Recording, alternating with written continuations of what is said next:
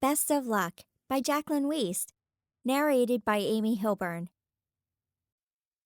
Not many people could say they spent Christmas of their senior year in an old deserted castle as a prisoner of evil leprechauns. I wasn't thrilled to be one of the lucky ones who could. Funny thing, luck. After all, that's what got me into trouble in the first place. I paced back and forth in the small cell, blowing on my hands to warm them while I tried to figure out what to do. They had made the cell magic-proof, so I couldn't call fairies or use my luck to get me out. Mom and Dad must have been worried sick when I didn't come downstairs that morning to open presents. The war between me and the council had been going on since I'd let Louie the leprechaun go several months before. They couldn't summon me because of my necklace, and nothing they sent against me survived for long. Jared, Beth, and I had been trained too well. I had been sleeping peacefully in my own bed when the leprechaun somehow snuck into my room and stole the necklace that was supposed to protect me. I only realized it was gone when I suddenly saw Louie in my dreams, something that wasn't supposed to happen. I yelled for him to get help before I was taken and thrown in here. I pounded on the bars, prompting laughter from my captors. Seriously, guys, get a different laugh. That one is really grating. Ugh, I needed to get out of here before I froze to death. Could you at least bring me a blanket? It's freezing. They cackled louder and made obscene gestures. Oh, now that's classy. I turned away and scooped up as much hay as I could find to make a bed. I figured it could possibly warm me, or I could freeze to death in my sleep. At least that wouldn't be as painful. Plus, I wanted to see if I could connect with Louie from here, although I doubted it. I settled in and caught movement on the side of the cell. I squeezed my eyes shut, praying it wasn't another rat. I'd had enough of those in the last few hours. I felt small feet land on my shoulder and move lightly up to my ear. It had to be April, my security fairy. Shh, don't say anything. Adam, Jared, and Beth are on their way. We'll get you out of here. How did you... I said shh. We don't want them knowing help is on the way, or things will get much tougher. Louie contacted Maddie through her dreams, and she told your parents. Sit tight. I nodded. I couldn't do much anyway, but I was thrilled knowing everything would be okay. The door rattled, making April gasp and duck down. Aye, get up. The master would like to speak with you. I sat up and looked over at the leprechaun standing in the doorway. The master? That's what O'Malley's going by these days? I hoped April had hidden herself. No need for them to know I had help. Watch your tongue. Now get out here. He grabbed me by the arm and yanked me out of the cell. It was all I needed. I pulled on his luck, pushed it toward the ropes on my arms, and they slipped off. I grabbed the two nearest leprechauns, knocking their heads together before grabbing a knife from one of them. April flitted over to me. Huh? Well, that's one way to do it. Maybe O'Malley should have come himself. Guess he got cocky. This isn't over yet, though. I still have to get out, and I have no idea where I am. I was still freezing, and I needed something to warm me up as soon as possible. She grinned. That's where I come in. You sit tight, and I'll look for a way out. I stared at her.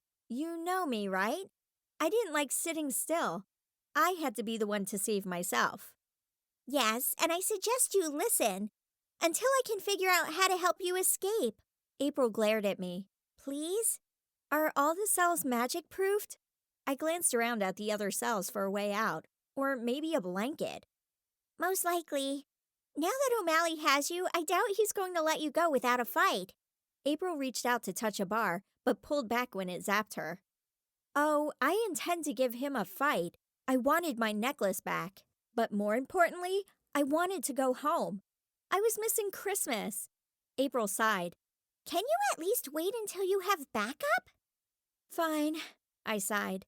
She had a point. We had no idea where we were, so it would be bad if I walked into a trap. I had learned that last year when I ran into a giant spider web. We crept to the end of the hall and peeked around the corner. There were two leprechauns standing guard next to a wooden door. I looked around for something to throw and found two stone bowls on the floor. I picked them up and aimed carefully. using a little extra luck as I threw them straight at their heads. The leprechauns went down quickly, with no chance to raise an alarm. Not bad. April flew around the corner. Thanks.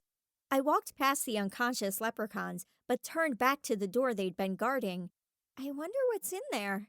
Why does it matter? They were guarding it. Whatever's in there might help us. No one would guard a door without a reason, and I wanted to know what was inside. April grumbled under her breath. Would you like me to go find out? One sec. I wouldn't want you to get caught by a fairy-eating monster. I peeked through the grates on the door, but it was too dark. Can you light it up? April made a fireball in her hands and threw it into the cell. It only went a few inches before snuffing out. There's a magic shield in here for sure. Let's go. You kidding me? It must be something pretty awesome to have that kind of security. I pushed away thoughts of home. That could wait just a little longer. April put her hands on her hips and huffed. You won't be able to get into that cell. Your luck wouldn't work any better than my magic.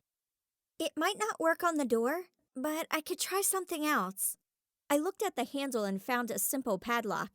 Hey, April, think you could crack this? Seriously? With all the magic in here, you think they're going to make the lock breakable? They will if they trust their magic too much. I pulled luck from myself and played with the lock until I heard a snap. Ha! See? April covered her face with her hands. I can't believe you just did that. I removed the lock and opened the cell door. The light slowly penetrated the darkness and revealed several sleeping baby dragons surrounding a large cauldron of gold coins. The dragons were beautiful.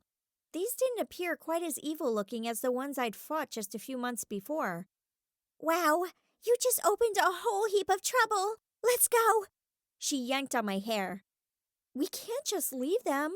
They're babies. And look at that gold. I wonder whose it is. I'd only seen Henry's small cauldron before. Whoever this belonged to must have collected for decades. Or they stole it. I took a step inside, but April yanked me back. Don't touch it. We need to leave. We've been down here too long. And look, the dragons are waking up. She pointed down at the nearest silver dragon. It snorted out a puff of smoke and stirred. Right, let's go. I shut the door, ignoring the desire to grab some of the gold. We ran up the stairs and peeked around the corner. It was quiet, which was a little unnerving. Where was O'Malley? April went ahead and waved for me to catch up. The entrance was just ahead, and we made a run for it and slammed into an invisible barrier. A high-pitched scream sounded throughout the castle. I groaned and pulled myself up off the ground, cursing myself for sounding the alarm. Getting out of there wouldn't be as easy as running out the front door. April wasn't moving, so I scooped her up and ran into another room. I inspected April to make sure she was okay. She was unconscious, but appeared to be uninjured. I heard running through the hall, so I crouched in a wardrobe, closed the door, and slowed down my breathing, praying my luck would stick and they wouldn't think to look in this room. I stayed there for what seemed like hours. Despite my cramping legs, I was able to fall asleep. I was in an ancient tree, staring at Louis. The filthiness that had made up his cave in Montana was non-existent here. I was surprised to see him with a female leprechaun who looked rather pregnant. Louis? I didn't want to bug Louis, but I really needed to get out of the castle. He was the only contact I had with my family, and I was desperate. He turned to look at me. I see you've escaped. How did you know? I asked, surprised. You wouldn't dream if you were still blocked from magic. You must be careful, though. If you're near the other leprechauns, they will be able to track your location. Hey, Louis? I hesitated, not knowing if he'd answer the question that had been plaguing me for months. How do people get wishes from leprechauns? I caught the glint in his eye. I mean, I know how I got the ones from you, but shouldn't I have gotten wishes from all the leprechauns I've thrown off dragons? My breath caught. The look on Louis's face told me I was on dangerous ground. Why should I tell you this? His eyes flashed. Don't worry, I don't plan to trap anymore. I just wondered. I mean, I'm fighting leprechauns, but I don't have any extra wishes. Isn't that kind of strange? My heart beat rapidly. Why was I even asking him this? I was supposed to be looking for a way out. He shook his head. Not strange. You need to know the leprechaun's name. It ensures that we won't have to give wishes away to everyone who comes along. He grinned mischievously. I nodded. I guess that makes sense. Otherwise, those of us you steal luck from, don't deny that it's stealing, would also get wishes once we tried strangling you for ruining our lives. It wasn't stealing. It was borrowing. But his argument was half-hearted. Yeah, right. You borrowed my luck long enough to royally mess things up. I decided to change the subject before I said something I regretted. I gestured toward the female leprechaun. So, is this your wife? Oi, this is Patrika. He put his arm around her. It's nice to meet you. I didn't dare offer to shake her hand after what I'd just learned. It's my pleasure. Thank you for saving my husband. I could feel myself blush. Yes, well, he treated my sister well. Listen, Louis, I can't get out of the castle. There's something surrounding it. How close are my friends? I zapped Jared, Beth, and Adam to a cave nearby a few hours ago. They should be near the castle soon. I'd better wake up then. Any clue where my necklace could be? I needed it back.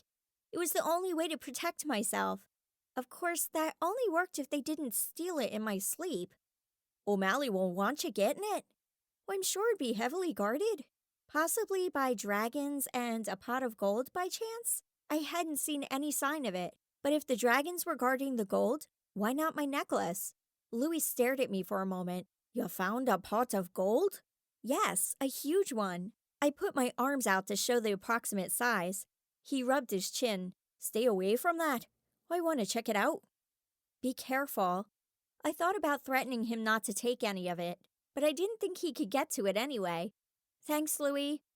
He nodded, and I pinched myself awake. I opened my eyes and listened carefully for any sound.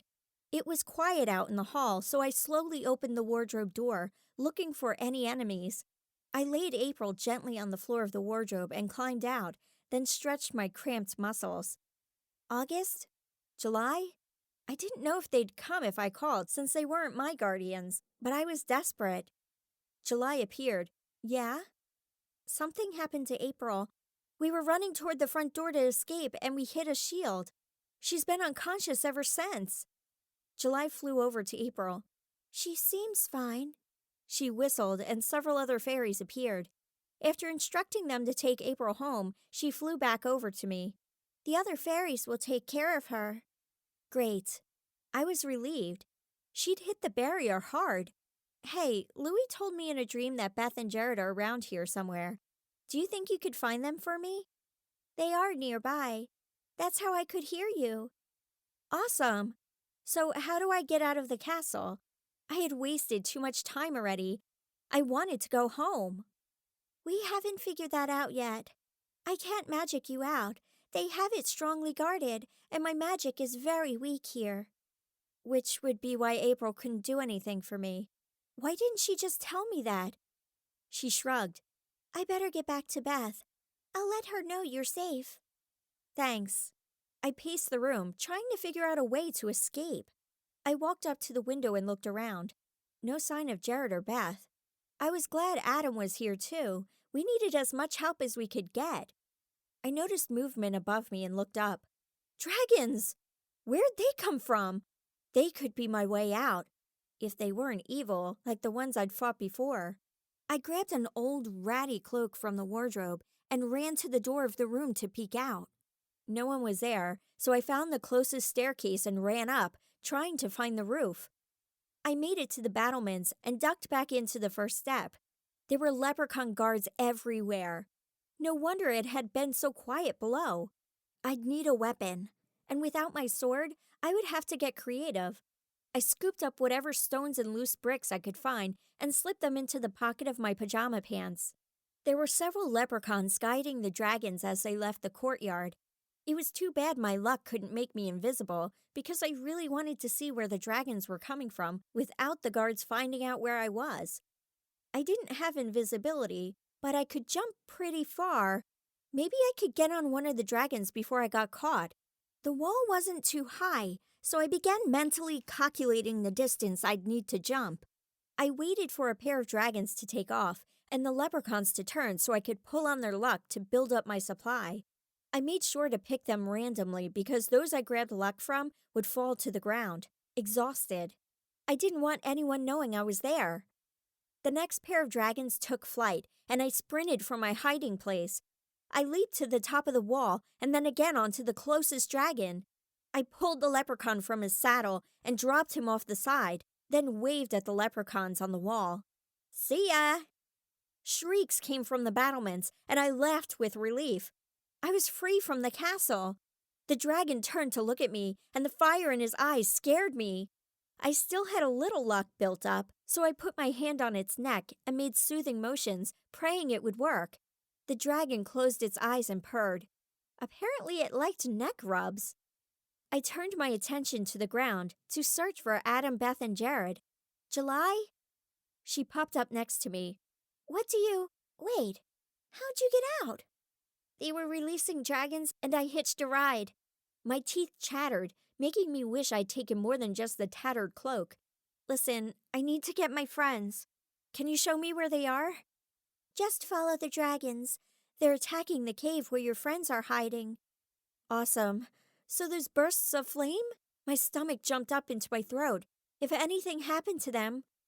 "Our aim's right at the cave." "Yes." "Well, that's just not cool. Can you let them know I'm coming?" I watched as dragons circled the cave, blowing fire. "Of course." July disappeared. I realized I'd forgotten to find out how April was, but there wasn't time to ask July to come back. I leaned forward, close to where I assumed the dragon's ears were. "Hey, girl. Boy. Whatever you are. I need to save my friends. Think you can move faster?" I swear the dragon winked at me before speeding up. I had to hold on tight so I wouldn't fall. We reached the closest dragon, and I used the leprechaun's luck to undo the saddle buckle. The saddle and the leprechaun slid off the side, and we moved on to the next dragon. I did this a few more times, hoping the ones in front wouldn't notice that they had no one following them. I looked back and noticed that a couple of riderless dragons were coming after me. Apparently, these didn't give up after the leprechauns were gone. I yelped, "Dragon? I need to figure out your name. Anyway, could you call your friends off me?" The dragon looked back and roared. The other dragons paused and roared back before following us in a formation. "I have no clue what you just said, but thanks. Now, let's go get us some leprechauns." Chapter 2. My dragon sped up again and flew straight for the cave. Just before we got there, it pulled up and blew fire at the nearest attacking dragon. I took advantage of its distress and yanked the leprechaun from its back. Now, with no rider, it flew off to the nearby lake and dove in to put out its smoking tail. The other dragons paused and came straight for me. So, no starting tails on fire. Got it. I ducked, avoiding a blue dragon that dove down at me. A green dragon swooped in front of me and roared, causing the blue one to back off, hissing in anger. While they fought, I yanked leprechauns off the backs of the dragons, using my luck. As soon as the leprechauns were gone, the dragons would roar and fly away. Finally, they were behaving like the dragons I'd fought back home.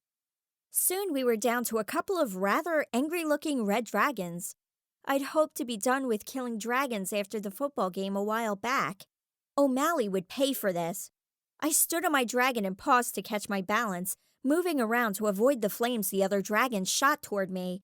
They eyed the stones in my hand warily, not knowing that my luck was more dangerous. I took aim and threw it, hitting one dragon in the eye. It shrieked and flew away, clawing at its face. The last dragon let out a thunderous roar and dove at us. We got out of the way just in time, my dragon's flames singeing the wing of the red dragon as it flew past. I threw some stones at it to keep it from coming back. It was a huge relief that I didn't have to do any more harm to them. This wasn't their fight. They were just being used by O'Malley. We landed next to the cave, and I hopped off. "Thank you for saving us. Could you stay here until I get my friends?" The dragon ducked its head as if nodding. I can't keep calling you dragon.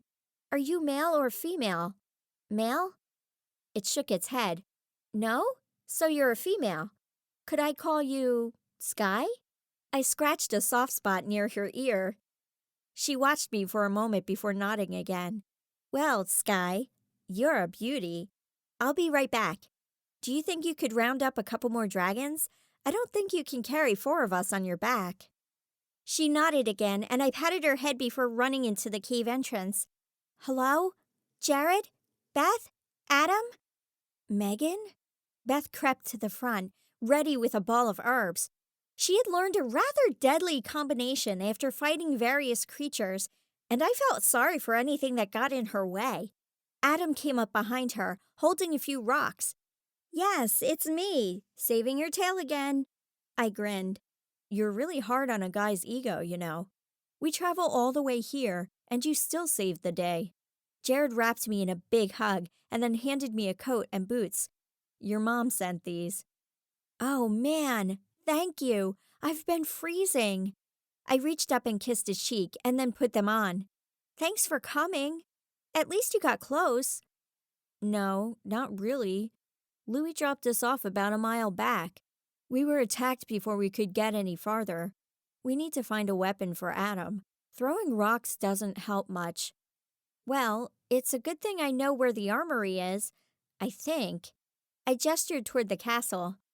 What, did you tour the castle on your way out? Adam dropped his rocks. No, I just took a few wrong turns. But guys, check it out. There's a room in the dungeon with gold and… Megan, look out! Beth pointed behind me. I whipped around with my heart pounding and found Sky leading 3 dragons toward us. Oh, this dragon is okay. This is Sky. She helped save the day. I rubbed her nose. Didn't you? I turned back to Beth. I asked her to bring some friends. Of course you made friends with the dragons. Jared walked up to a green dragon and slowly moved his hand toward it before rubbing its side. Think you could help us out? The dragon turned toward him and dipped its head. Whoa, I think it understood me. I get to ride a dragon? Beth squealed and walked up to a silver one. Wait, you mean I have to get on one of those? Adam paled. What's wrong? I looked at the last dragon and back at Adam. Oh, yeah, motion sickness. Sorry, Adam, but this is the only choice we have. Unless you want to run. He glanced between the dragon and the castle. I think I'm up for a jog. Beth laid a hand on his arm. It's a short trip. You'll be fine. Haven't you ever flown before? I giggled. Yeah, and he spent the entire time in the bathroom. I stifled my laughter when I saw his expression. You'll be fine. It's only a couple of miles, at the most. He sighed and approached the last dragon. This one was red and larger than the others. It peered at Adam and dipped its head. Adam put his hand out and stroked the scales. Wow, you're a beauty, aren't you? So, are we really going back to the castle? Jared glanced in its direction. It seems like we should be flying away from it. Well, yes, maybe. O'Malley has my necklace, and I want to free those poor baby dragons. Baby dragons? Beth perked up. Yeah, that's what I wanted to tell you. I found a locked cell with magical shields on it. There were dragons inside. I wanted to try to save them, but April wouldn't let me. After meeting Sky and the others, I wanted to save the babies even more. Okay, let's get this over with. Oh, I almost forgot. I brought your sword. Jared ran back into the cave to get it. Thanks. I really missed this. I had to fight without it. Stones had been fine and all, but I preferred using my sword. I strapped it around my waist and climbed on Sky. Stay alert. I have no idea how many other dragons they have left. Adam, just concentrate on not losing your breakfast. Let's go. Sky leaped into the air, and the others followed. I heard Adam groan, and I couldn't help smiling. Okay, Sky, please get us to the castle without being seen, if possible. Sky nodded and sped up. The air rushed across my face, making my hair fly everywhere, but I didn't care. This was a chance of a lifetime. It was a huge bonus that the other dragons weren't fighting us as we flew. I could hear Beth whoop for joy behind me. Sky circled the castle before coming in for a landing a few hundred yards away. I slid off and thanked her before she leaped back into the air and flew off, her blue scales reflected in the sunlight. The others landed behind me and climbed off their dragons. Adam looked a little green, but otherwise, he was in one piece. Jared and I took the lead and ran low to the ground. Leprechauns poured through the gate of the castle, and we got into position. Fighting together now came naturally for us as Jared used his sword and I used my luck. I would join with my sword when they came too close. Beth's herbs caused major problems for the leprechauns. They finally drew back and ran for cover. Let's go. I sprinted to the drawbridge and jumped onto it as the leprechauns tried to lift it. Beth and the others were right behind. We defeated the last few leprechauns and made it to the courtyard. While the leprechauns tried to regroup, we ducked into a small, rundown cottage near the castle to catch our breath. That was beyond amazing. How'd you do that? Adam asked. Practice. I leaned over and rested my hands on my knees, breathing hard. The cold air made it harder to fight. I was ready for a nap. No, seriously, how did you make them trip and stuff? His eyes were wide with surprise. I shrugged. My luck. Apparently I have a lot, and I've learned how to use it. Mostly. Dang. The admiration on his face wasn't something I saw very often. Usually he was annoyed when I'd won something, and he hadn't. I stood up straight, finally able to breathe normally. Okay, we need to get in the castle and down the stairs. Jared and I will go first. Beth, have your herbs ready. Adam, find a rock? April suddenly appeared. Are you forgetting something? What? I suddenly remembered why April hadn't been with me until now. Shoot, we have to change our plans. The front door is blocked. April shook her head. There are no other entrances. I checked before I came to find you. I thought for a moment. We'll have to climb then. Climb? Like up the wall? Beth groaned. I can help you. I wouldn't let you fall. Adam smiled and waggled his eyebrows at her. I gagged.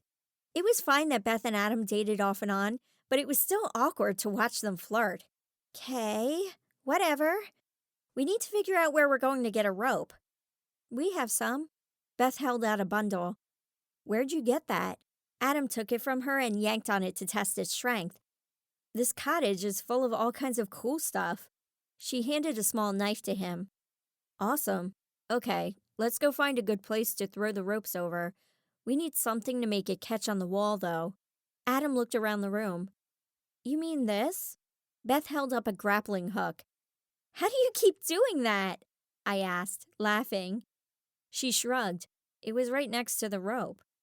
Jared took the hook and the rope and tied them together. That should hold. Megan, you should probably be ready to attack any leprechauns that come out on the wall. Sounds good. I stretched to get my blood flowing. We needed to get the necklace before we all froze to death. I was grateful for the coat and boots, but pajama pants aren't exactly great at keeping out the cold.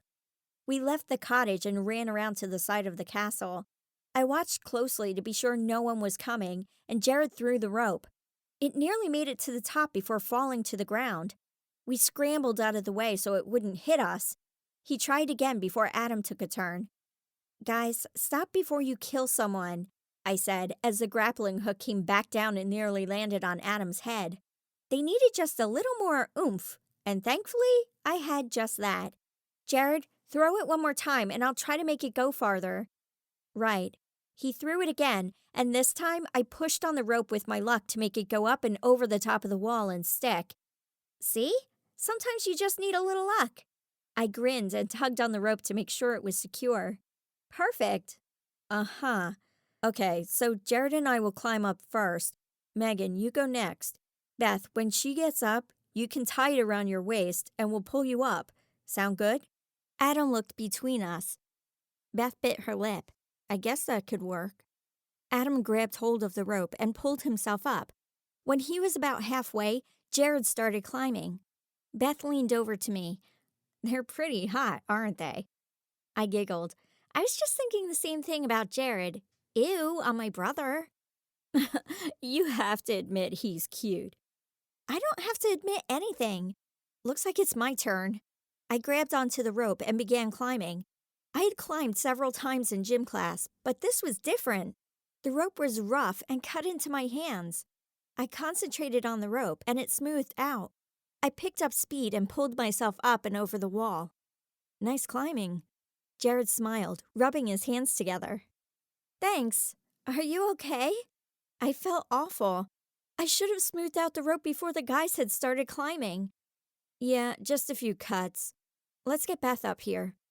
Adam leaned over the wall and told Beth how to tie the rope around her waist. He and Jared started pulling her up while I watched out for any threats. The leprechauns would most likely be coming soon because we weren't exactly being quiet. Megan? A little help? Adam scowled at me. Oh, right. Sorry. I grabbed onto the rope and we pulled until Beth finally made it to the top. Just as Adam reached down to help Beth over the wall, I heard loud footsteps and yelling from the stairwell.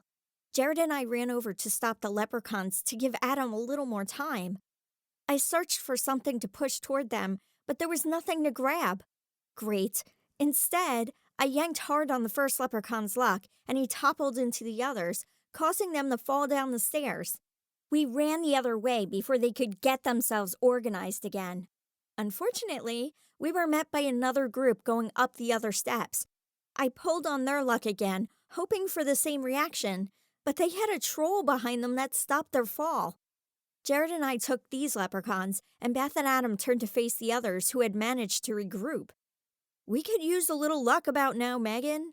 Adam lobbed rocks at the leprechauns as quickly as he could, and Beth's herbs made the leprechauns scream as they ran around in circles trying to get the herbs off them. Jared took down any leprechaun that came near, and I concentrated on the troll. I'm trying. None of my tricks are working on him. I had one last option, but I wasn't thrilled with it. Adam, got that knife handy? Sure. He tossed it to me, and I grabbed the handle. Nice catch. He turned back and threw a leprechaun off the wall. Thanks. I aimed and threw the knife directly at the troll's heart, where it stuck. He stumbled and roared. As he leaned to the right, I used his luck to push him a little farther, and he went over the side. Jared finished off the last of the creatures, then called Adam and Beth to follow us. We jumped over the leprechauns strewn across the ground and ran down the stairs. As soon as we were sure it was safe, we dashed into a room down the hallway and hid in the closet. It was small, so we were squished together, but I didn't mind being so close to Jared. I laid my head on his chest, and he put his arms around me. Thanks for coming to save me. For the first time since I'd freed myself from the cell below, I could finally relax. Jared seemed to have that effect on me. You know I'd follow you anywhere. He kissed the top of my head. I hoped that would be the case this time. I didn't know if Louie would give Maddie the message or not. I'm glad he did. I missed you. I reached up and kissed him softly. Okay, you two realize we're in here, right? Beth asked, amused. April appeared above Beth and Adam, shining a light. They seemed pretty cozy themselves. Speak for yourself, Beth. I giggled at her red face. Hey, at least we were quiet about it, Adam said. What's up, April? The coast is clear. We're finding traps all over the castle. Follow me, but be careful. She paused. Unless you'd like to stay here. No, we're good. Let's go. Beth and Adam, you stay behind us. Adam rolled his eyes. I really need to get myself a weapon. April looked down at him. That's exactly where we're going. You won't do any good if you can't defend yourself. Stay close and don't touch the walls. I opened the door and April flew out, followed by Jared. We ran down the hallway, keeping watch as we went. Jared stopped suddenly and put his finger to his lips. The thundering of footsteps came just up ahead, so we jumped into an alcove, careful not to touch anything. April put up a shield just as a group of leprechauns went past. Dang, how many leprechauns were there? As we left the alcove, Adam's fingers brushed the wall and stuck to it. He yanked on his hand, but it wouldn't budge. The castle seems to have attached itself to me. April shook her head. I told you not to touch the wall. I didn't try to. How do I get it off? His eyes widened and he kept yanking. April tapped her finger to her chin. We could cut it off. We all stared at her. She was kidding, right? No?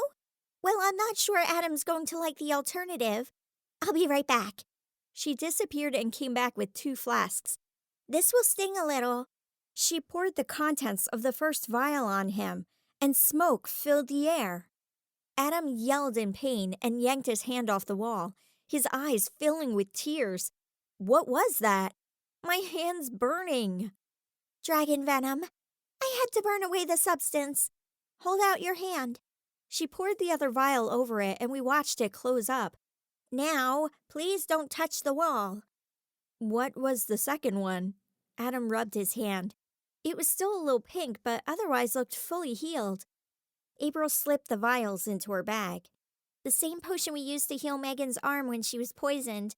Now stop asking questions and let's get out of here. Your yelling probably just put everyone on alert. Hi, that it did. We whipped around to find O'Malley standing there, arms folded, guards on each side of him. I gulped. Hey, O'Malley, what's up? Do you have a first name? It's getting old calling you by your last name. I figured keeping it light would help out. He snapped, and vines appeared, wrapping around each of us. Apparently, he wasn't in the mood. You caused a lot of problems in my castle today. I should have you killed, but then no one would benefit from your luck. He smirked and moved just enough that I caught a glint of gold hanging from his neck. My necklace. It had to be. The little bit of hope gave me the confidence I needed. You don't have the power to do anything to us. We already defeated some of your army and made friends with your dragons. He spread his arms out wide, exposing what was definitely my necklace. We're just getting started. No, I think you're done. I'm going home. I concentrated on the vines around my friends first, since he was focused mostly on me. I heard a small gasp from Beth, but didn't look over. I worked on mine last and then concentrated on the chandelier above O'Malley. You think you could get past me? His laugh was more evil than Louis's ever was. No, I figured I'd go through you. I lunged forward and yanked on the chain of my necklace while the others attacked O'Malley's guards. The necklace popped off and I ran past him, yelling for the others to follow. I pulled on the frayed ropes of the chandelier with my luck and it crashed down on O'Malley. As we raced away, I thanked all the Saturday morning cartoons I'd ever watched for the idea. Chapter 3. We hurried down a flight of stairs, ducked into the nearest room, and pushed the door shut. Then, using the light from Adam's phone, we found a board to block the door. I tied on my necklace, hoping it would stay on until I could get it fixed. Where are we? Jared's voice echoed through the room. I don't know, but here's a torch. Beth held it up. How do you keep doing that? It looked like I wasn't the only one filled with luck at the moment. She shrugged. I look around. Plus, I might have tripped on it when we came in the room. Perfect. Now we just need to get it lit. Adam took it from her. There's a torch just outside. We can light it there. I listened at the door to make sure no one had followed us. Loud voices filled the halls above, and we froze as another group of footsteps ran past us. We waited another few minutes before we took off the board and opened the door. I held the torch out to one in the hall to light it. More footsteps came down the stairs, so I urged the fire onto my torch and jumped back into the room. Adam and Jared closed the door and locked it. We were surprised to see that we'd found the armory. I had known it was around these hallways somewhere, but hadn't expected to find it so quickly. Swords, bows, and crossbows lined the walls. We searched through the different weapons, but nothing beat the swords Jared and I had. Quickly, Adam, pick something. April stood guard, her voice urgent. Did you know about this room? I asked. Of course, that's why I led you here. Adam picked up a crossbow and lifted it to his shoulder. I could make this work. It's much better than throwing rocks. He found some bolts to go with it. Beth picked up a bow and pulled on the string. You know, This could work great with my herbs. I'd just attach them to the arrowhead like this, she demonstrated, and have a rather nasty weapon. Awesome. Now you just need to learn how to use the bow. It's a good thing I know how to use one. Adam winked at her. I looked at him in surprise. Where did you learn archery? I've been taking classes after work. He took the bow from Beth and tested the string. This is worn. Let's try this one. Man, you think you know a brother. I put my ear to the door. Okay, it's quiet out there. We need to figure out what to do next. I have my necklace back. Do we want to go home? I want to save the baby dragons and take one home with me. Beth took her bow back from Adam. You want to take a dragon home. Where are you going to put it? Jared asked. He picked up a mace and examined it before putting it back. Beth shrugged. I don't know, but it would be pretty cool, wouldn't it? I'd love to take Sky home with me, but I'm not sure my mom would go for it. I turned toward the door. Okay, we need to go down one more story to the dungeon. Hopefully they didn't lock the cell again. It wasn't easy to get into. Okay, but before we go rushing off into more trouble, we should probably think of a way to get home.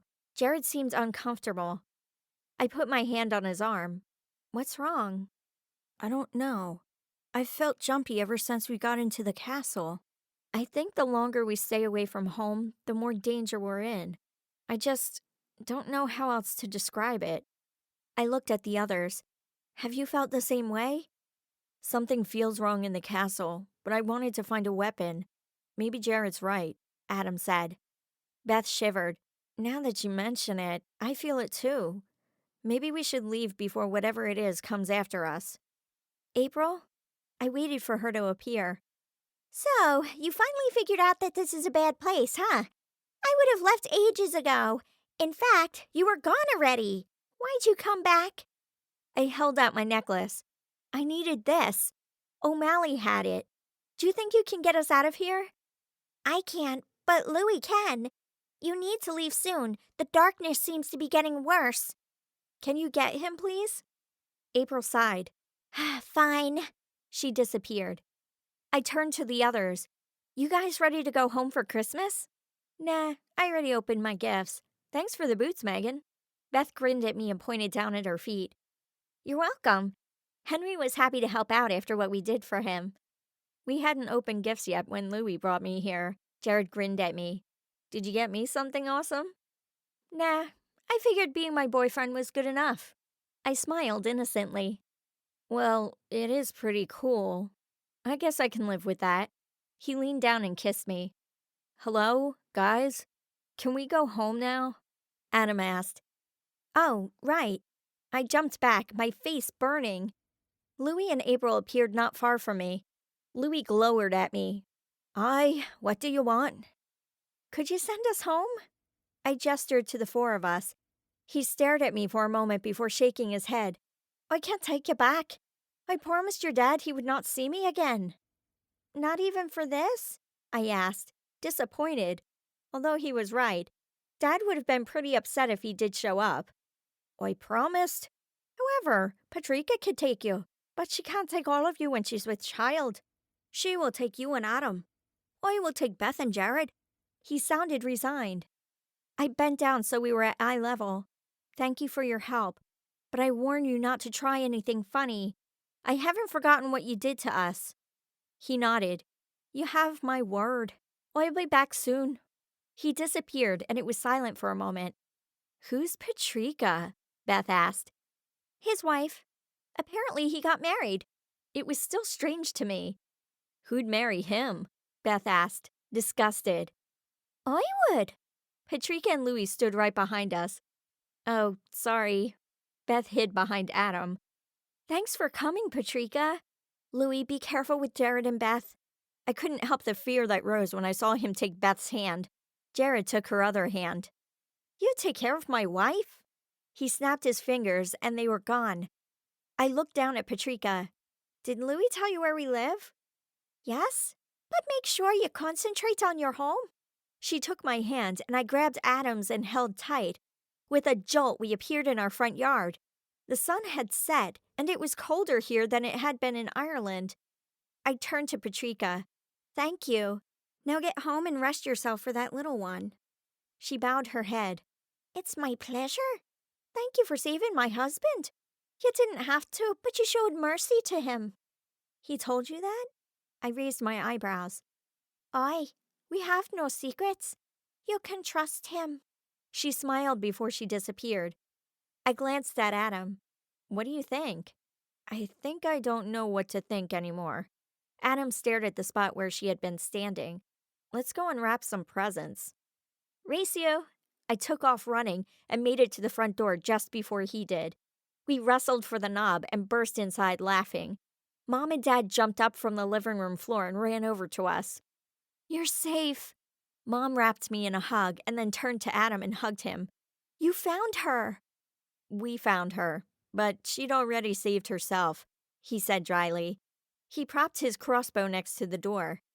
You brought home a crossbow, she sighed. Why not? We'll talk about what happened later. Take that into your room and then join us in the living room. We just started opening gifts. It's late. I followed Mom in and snuggled up next to Maddie on the couch. We waited for a long time, but then we decided to open our presents. Maddie looked up at me, smiling. I touched my nose to hers. Thank you for waiting as long as you did, and thanks for sending everyone to save me. You're welcome. I wanted to go, but Mommy wouldn't let me. Maddie stuck out her bottom lip. I wanted to go too. Daddy said my plastic sword wouldn't work. William glared. I leaned in and whispered, Well, I'm glad you two were here to watch over Mom and Dad. They needed to be protected. They both brightened up. Mom handed out gifts while Dad turned on the Christmas music and added more wood to the fire. I leaned back against the couch, resting my eyes. I was exhausted from fighting and running through a castle. Maddie nudged me when it was my turn to open a present. I sat up and yawned, determined to make this a good Christmas with my family. The gifts ranged from clothes to fencing books. William gave me a toy sword so I could teach him how to fight. Adam had found me a miniature dragon that looked a lot like Sky. Where did you find this? I asked in awe. Even if I never got to see Sky again, I still had this small one to remind me of her. It was at an antique store. Who knew you'd ride one just like it? Thanks. I handed him his gift, a pair of nice headphones, wishing I'd found something cooler for him. Sweet. Thanks. He tried them on. They're perfect. I'm glad you like them. I wasn't sure what else to get you. Maddie jumped up from her spot on the couch and ran to the tree. My turn. She grabbed a package and set it on my lap. Oh, thank you, Maddie. I opened it to find a large bowl. Is this a water dish for a dog? I looked at her and then over at Mom and Dad. They shrugged. No, silly. It's for your pet unicorn. Her eyes danced with excitement. My pet unicorn? What are you talking about? I laughed. Well, Mommy said I couldn't get me a pet unicorn with my wishes. But she didn't say I couldn't get you one. She bounced with excitement. Mom buried her face in her hands. Maddie, please tell me you didn't wish for one already. Of course not. I had to ask Megan what color she wanted. She turned to me. Did you want a blue one? Or pink? I like pink. Let's talk about that later, okay? I think maybe we should start with a puppy. Maddie's face fell. But I already wished for unicorn food. What am I going to do with it? She flopped on the couch next to me. I gathered her up in my arms. We'll figure out something. Thank you for the sweet gift. Can you help me find my gifts for Mom and Dad? A unicorn? I mean, not that I'd mind one, but what in the world would I do with it? I guess so. She trudged over to the tree and picked out some gifts before dropping them on my lap. Thank you, Maddie. I handed Mom her gift. April and Beth helped me with this one. She opened it and found 2 small bottles of different colors of powder. What are these for? One is sleeping powder and the other one is for poisons. Beth helped me label them. It hadn't taken much to convince April that Mom would need them. She seemed to think I'd get myself into trouble. Thank you. This is great. She smiled and carefully set them aside. I gave Dad his gift, nervous about what he would think. You've wanted to see a dragon, and I know this isn't as cool, but it's a real dragon tooth. Don't worry, there's no venom. Wow, this is wonderful, Megan. Thank you. Where did you get it? He held up the keychain to show the rest of the family. I asked April to get it for me. It took 2 fairies to get it here. Thank you. It looks like that's the last of the gifts. How about some hot chocolate and cinnamon rolls? Dad, it's almost bedtime. What happened to the turkey? Adam asked. I'm starving. Ah, yes, the turkey. It's waiting in the oven, and it looks like we'd better make more of everything. Jared's here. Dad stood and helped Mom up. I'll be there in a minute to help. I went to the door and waited for Jared to come up the steps. Hey, Megan. I know you need family time, but I wanted to bring you a present. He grinned and held up the gift in his hand. Snow fell lightly, making his red Santa hat stand out. My heart skipped a beat, and I couldn't help grinning. Thank you. You didn't have to come by tonight. Of course I did. He bent down and kissed me tenderly. The chill in the air disappeared with the warmth of his lips. I was breathless when we pulled away. Come on in. Wait, I kind of wanted to give it to you in private. He lowered his eyes and looked almost embarrassed. Okay, I'm freezing though. I shivered in his arms. Oh, man. I'm sorry. I'll give it to you inside. All right. I need to give yours to you anyway. We walked into the house, and the turkey aroma that had been faint before made my mouth water. I turned back to him. Did you already eat? We had turkey, but there's always room for more, right? He took off his hat and wiped the snow off before hanging it on the hook next to the door. I laughed. After the day we had, I completely agree. I was starving. The leprechauns hadn't given me much, and I hadn't been able to eat for the rest of the day. Don't your parents care that you're not there? Jared shrugged. They were busy putting Abby to bed, so I slipped out. She usually takes a while, and she's extra hyper today because of her gifts. Fair enough. After he'd been gone all day, I couldn't imagine they'd be thrilled he left again. We helped get dinner on the table and sat down to eat. Dad said a prayer, and Mom served everyone. After eating in silence for a few minutes, Dad looked between us. So, what happened while you were gone? Maddie came in, jumped on our bed, and told us you needed help. I put down my fork and thought back to that morning. The council got my necklace somehow. I need to figure out what happened there. Before I was pulled from sleep, I was able to ask Louis for help. I woke up locked in a castle dungeon. I escaped when they made the mistake of leading me out to see O'Malley without blocking my luck. Then I saved these guys from dragons. You saved them from dragons? Mom raised her eyebrow. How? You didn't have your sword. Luck. I grinned and explained what had happened to me. And then Jared and Adam explained what happened to them. Dad shook his head. I just can't get over the fact that Louis helped you. And he has a wife? I didn't even know there were female leprechauns.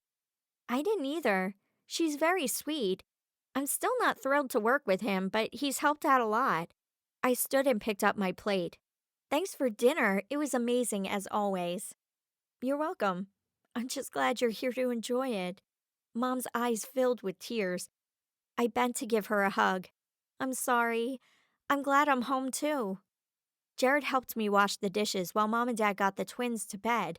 Adam had wandered off to his room. It was silent, so I assumed he was enjoying his new headphones. After we finished, we moved into the living room and sat next to each other. Jared put his arm around me and pulled me closer. I leaned my head on his shoulder, content to be home with him. Are you ready for your gift? He whispered. Wait, I need to get yours. I got up and ran upstairs to my room to grab a small box, my stomach fluttering with nerves. I hoped he'd enjoy the gift. I stressed over what I was supposed to get him. Jared smiled, and his eyes danced when I came into the living room and sat back down. Okay, now are you ready? Yes. My hands shook as I took the small box from him. I pulled the lid off to find a 4-leaf clover ring. The band was rich gold, and the jewels were a beautiful green. I slipped it on, thrilled to find it was a perfect fit.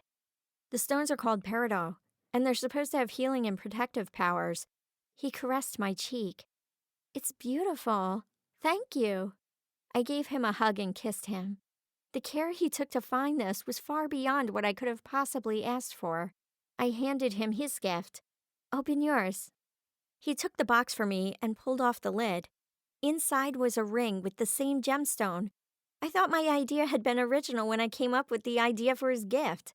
I watched him as he pulled it out and studied it, dying to know what he thought about it. I got this for you for the same reason. I figured the ring itself looked like a class ring close enough to our school colors that you wouldn't get teased for wearing jewelry. He put it on and stared at it for a few seconds. Wow, thanks. I guess I don't have to complain to my mom that I didn't get a class ring anymore. He winked. I love it. Not quite the boots that Beth got, but it's awesome. I felt like I'd been slapped. You don't like it? I can see if Henry will make you some boots instead. My heart pounded and I could feel my face burning. No, really, I love this. I'm sorry. I shouldn't have said anything. The worried expression on his face showed that he hadn't meant what he said, but his words still stung.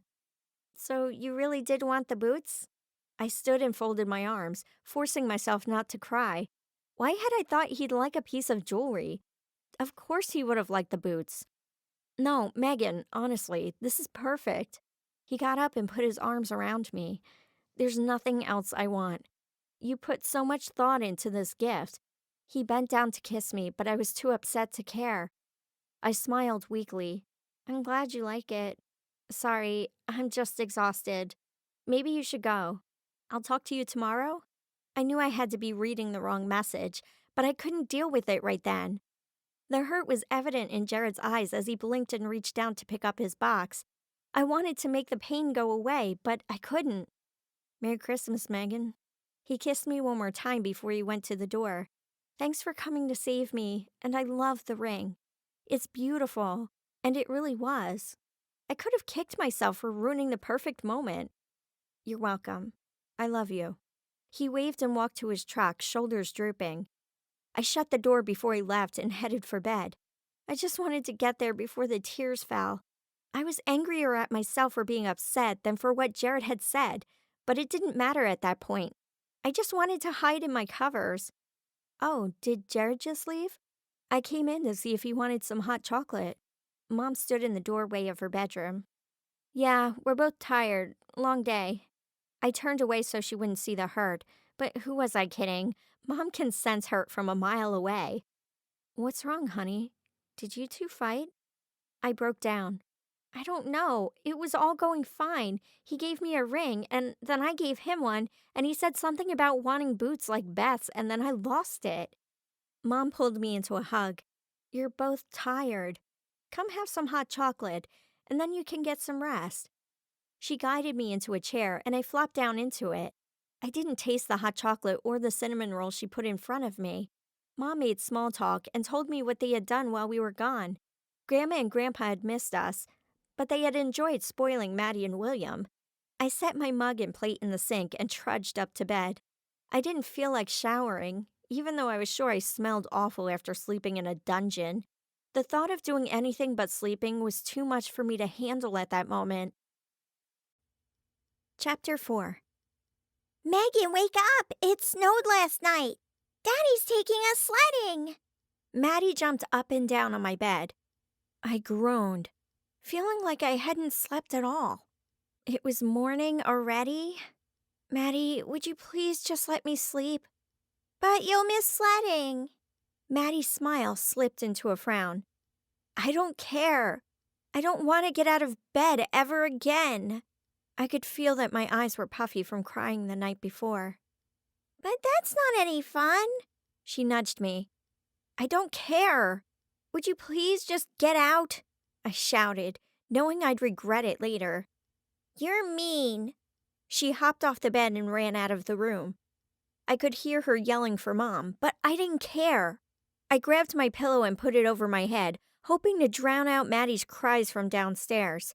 A moment later, I heard a soft knock. Megan, did you yell at your sister? Mom asked from the doorway. She jumped on my bed. I told her to get out. What a weak excuse. I closed my eyes, willing her to leave. That's no reason to yell.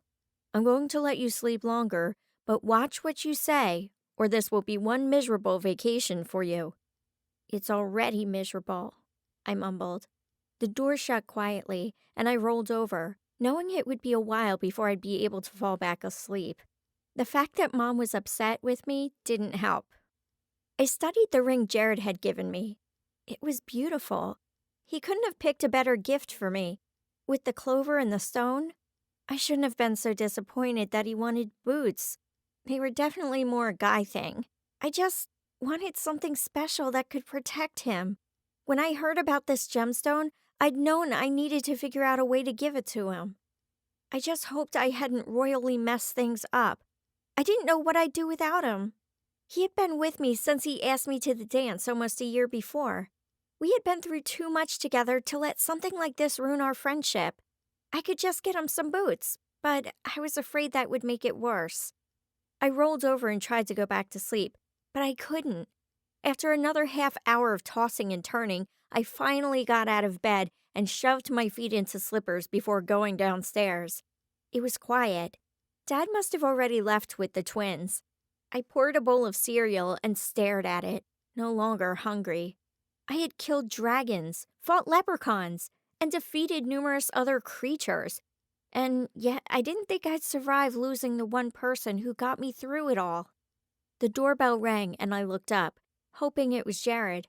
The door opened and Beth came through to the kitchen. "Wow, aren't you all dressed up? Why aren't you ready to go?" She was dressed warmly in a thick coat, long sweater, tights, and the boots I'd given her. She looked fabulous, like always. "Go where?" I looked at her, confused. I tried to remember any plans we'd made for the day, but I couldn't think of anything. "You look awful." She plopped down into the seat next to me. "What happened?" "Jared and I argued last night over something stupid." I leaned my chin on my hand. "Ah, that would explain why he decided to go into work instead of coming with us." She put her hand on my arm. "Are you okay?" "No." "You talked to him?" I played with the spoon in my now soggy mess of cereal. "He responded to a text I sent to a few people." She glared at me. "Which you never answered." "You sent me a text?" My phone was still upstairs, so I couldn't look at it. "Like 20 of them." She cocked her head to the side. "What have you been doing?"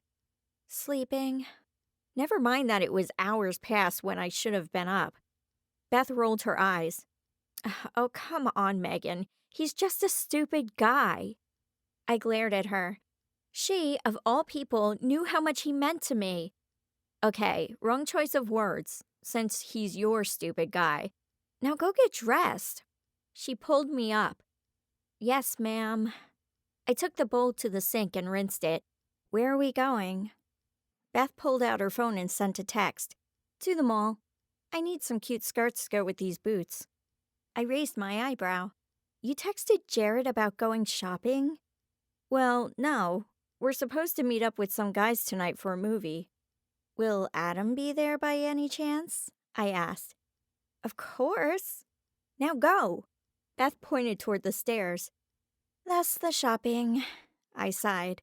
"Give me a minute. I need to shower. I smell like dungeon." "Yes, you do. Now hurry." She sat back down at the kitchen table and pulled out her phone. I hurried upstairs and jumped in the shower, determined to cheer myself up. Maybe a new outfit would help me, too. I needed something to match a brand new ring.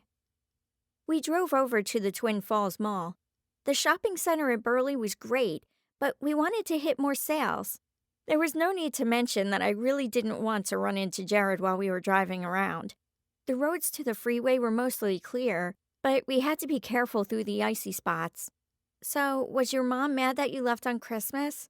I wanted to keep the discussion away from last night. "A little. She mentioned once or twice that maybe I should hang out with different friends. I told her you were the only one who would let me ride dragons." She pulled onto the freeway and maneuvered around the patchy snow. "So, was it everything you hoped it would be?" I could still feel the wind as I flew on sky. "Much cooler. And she was beautiful. Do you think we'll get to do it again soon?" Beth slowed down. The cars around us were moving at a snail's pace, and we had to keep darting around them. I hoped my luck would hold out as we drove. "I don't know. I guess it depends on whether we go back to Ireland. I laid my head back on the seat and stared out the window. The white landscape would normally have made me happy. I loved the snow. Today, however, it looked as gloomy as I felt. Beth sighed. You're being dumb, you know. I looked at her, surprised. What do you mean? She rolled her eyes, as if it were obvious. You and Jared? You two have been inseparable since February, and now you're not speaking to him after he saved your life. Okay, technically, I saved myself, I protested. Excuse me? Do you want me to take you home right now? Her fingers tightened on the steering wheel. What? I was shocked at the anger on her face. Jared, Adam, and I left our families on Christmas to come save you, and you act like you're all high and mighty. We sacrificed ourselves to help you. I don't know what's gotten into you, but I don't blame Jared for being upset. I'm sorry. I didn't mean that. I appreciate what you guys did. I really do. I covered my face with my hands. Man, I'm just making a mess of things. Yes, you are. But since you agree, I'll forgive you. She glanced over at me. What happened anyway, between you and Jared? He came over to bring me my gift. I held out the ring. We ended up giving each other the same stone. His is set into a class ring. He told me it wasn't quite the boots I got you, but it was nice. I kind of flipped. Beth burst out laughing. He said that? Oh man. And here I thought he was smooth. I smiled. He usually is. I think we were just exhausted. She watched the road in silence for a moment. You really should let it go. I know. I feel like I've had my heart torn out. She pointed to my hand. By the look of that ring, he really cares about you, and I'm guessing you feel the same way. Yeah, I know. He seemed pretty crushed when he left. I could see the mall in front of us. So, where do you want to go first? I don't know. Let's see which store has the best sales. We pulled into the mall parking lot and searched for a parking spot. It was crowded with after-Christmas shoppers. We went from store to store and had fun trying on clothes. Beth finally chose some skirts and shirts that matched the retro look she loved. I went with a more layered look, with sweaters, camis, and cap-sleeve shirts that I would be able to fight in if I needed to. On our way out, I stopped suddenly in front of one of the stores. In the window was a simple black dress that would knock Jared off his feet. It was modest in the neck and length, but it was fitted. I didn't care how much it cost. I needed that dress. I'd just have to work more hours at the bakery to get the computer I'd been saving for. I handed Beth my bags and went in to find that dress in my size. I tried it on and grinned at my reflection in the mirror. It fit perfectly. I couldn't wait to see the expression on Jared's face. The price was a little steep, but I convinced myself it was necessary. Beth stood outside the waiting room and smiled when she saw the dress I'd picked. You're not giving him any choice but to forgive you, are you? Nope. Let's go. I need to plan out my night. I paid for the dress before I could change my mind. We stopped to grab lunch before we headed home. The weather had turned even colder and snow fell in large flakes. The ride home was mostly silent while Beth concentrated on driving. It was hard to see more than a few feet ahead, and the roads were covered with blowing snow. We were about halfway home when a pickup flew up behind us and slid on the snow-packed road. The back of the truck hit the front of Beth's car and made us spin. We both screamed while Beth did her best to keep us under control, and I concentrated my luck on not letting us flip over. The car finally came to a stop, and we both laid back in the seats. My heart beat hard in my chest. You okay? I asked once I could speak again.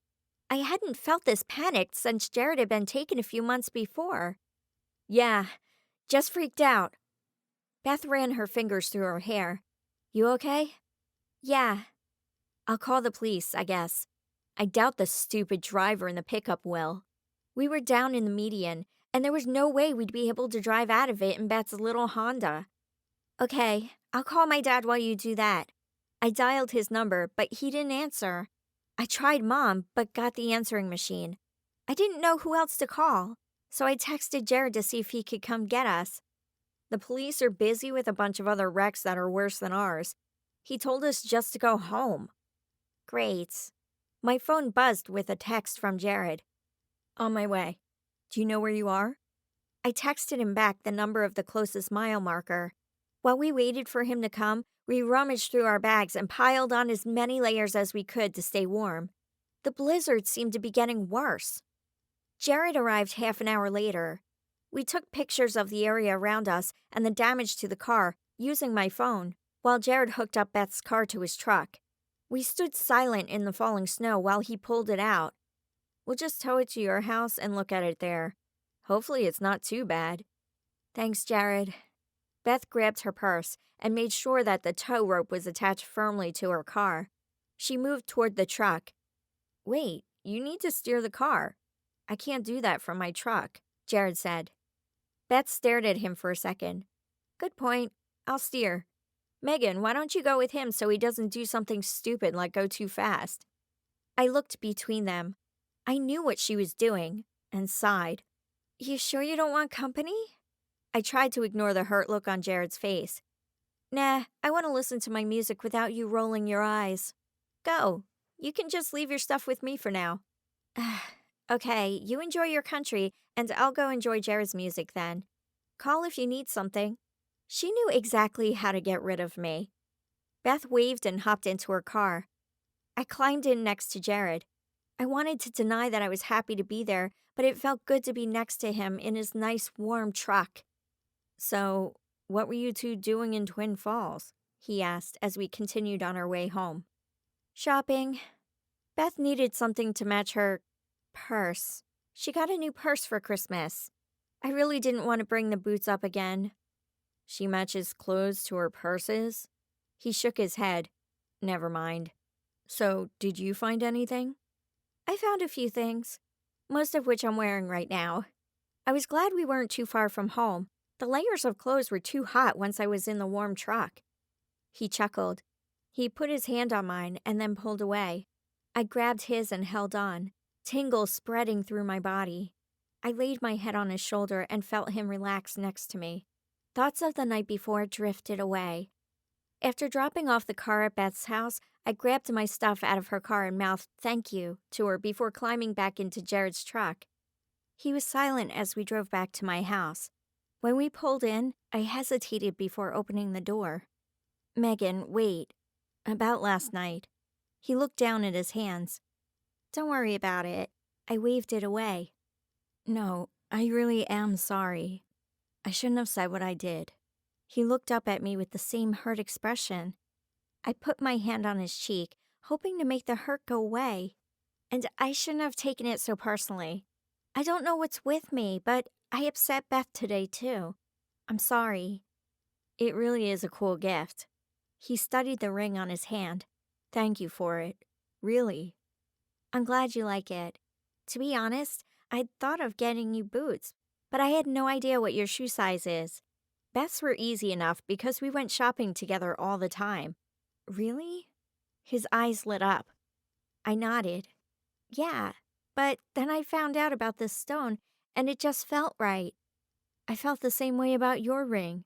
I needed something to protect you when I can't be there. He ran his thumb over my fingers. I was worried when I found out you'd disappeared. I felt helpless. I scooted close to him, searching his deep blue eyes. Thank you for everything. Knowing you were coming is what helped me fight my way out of there.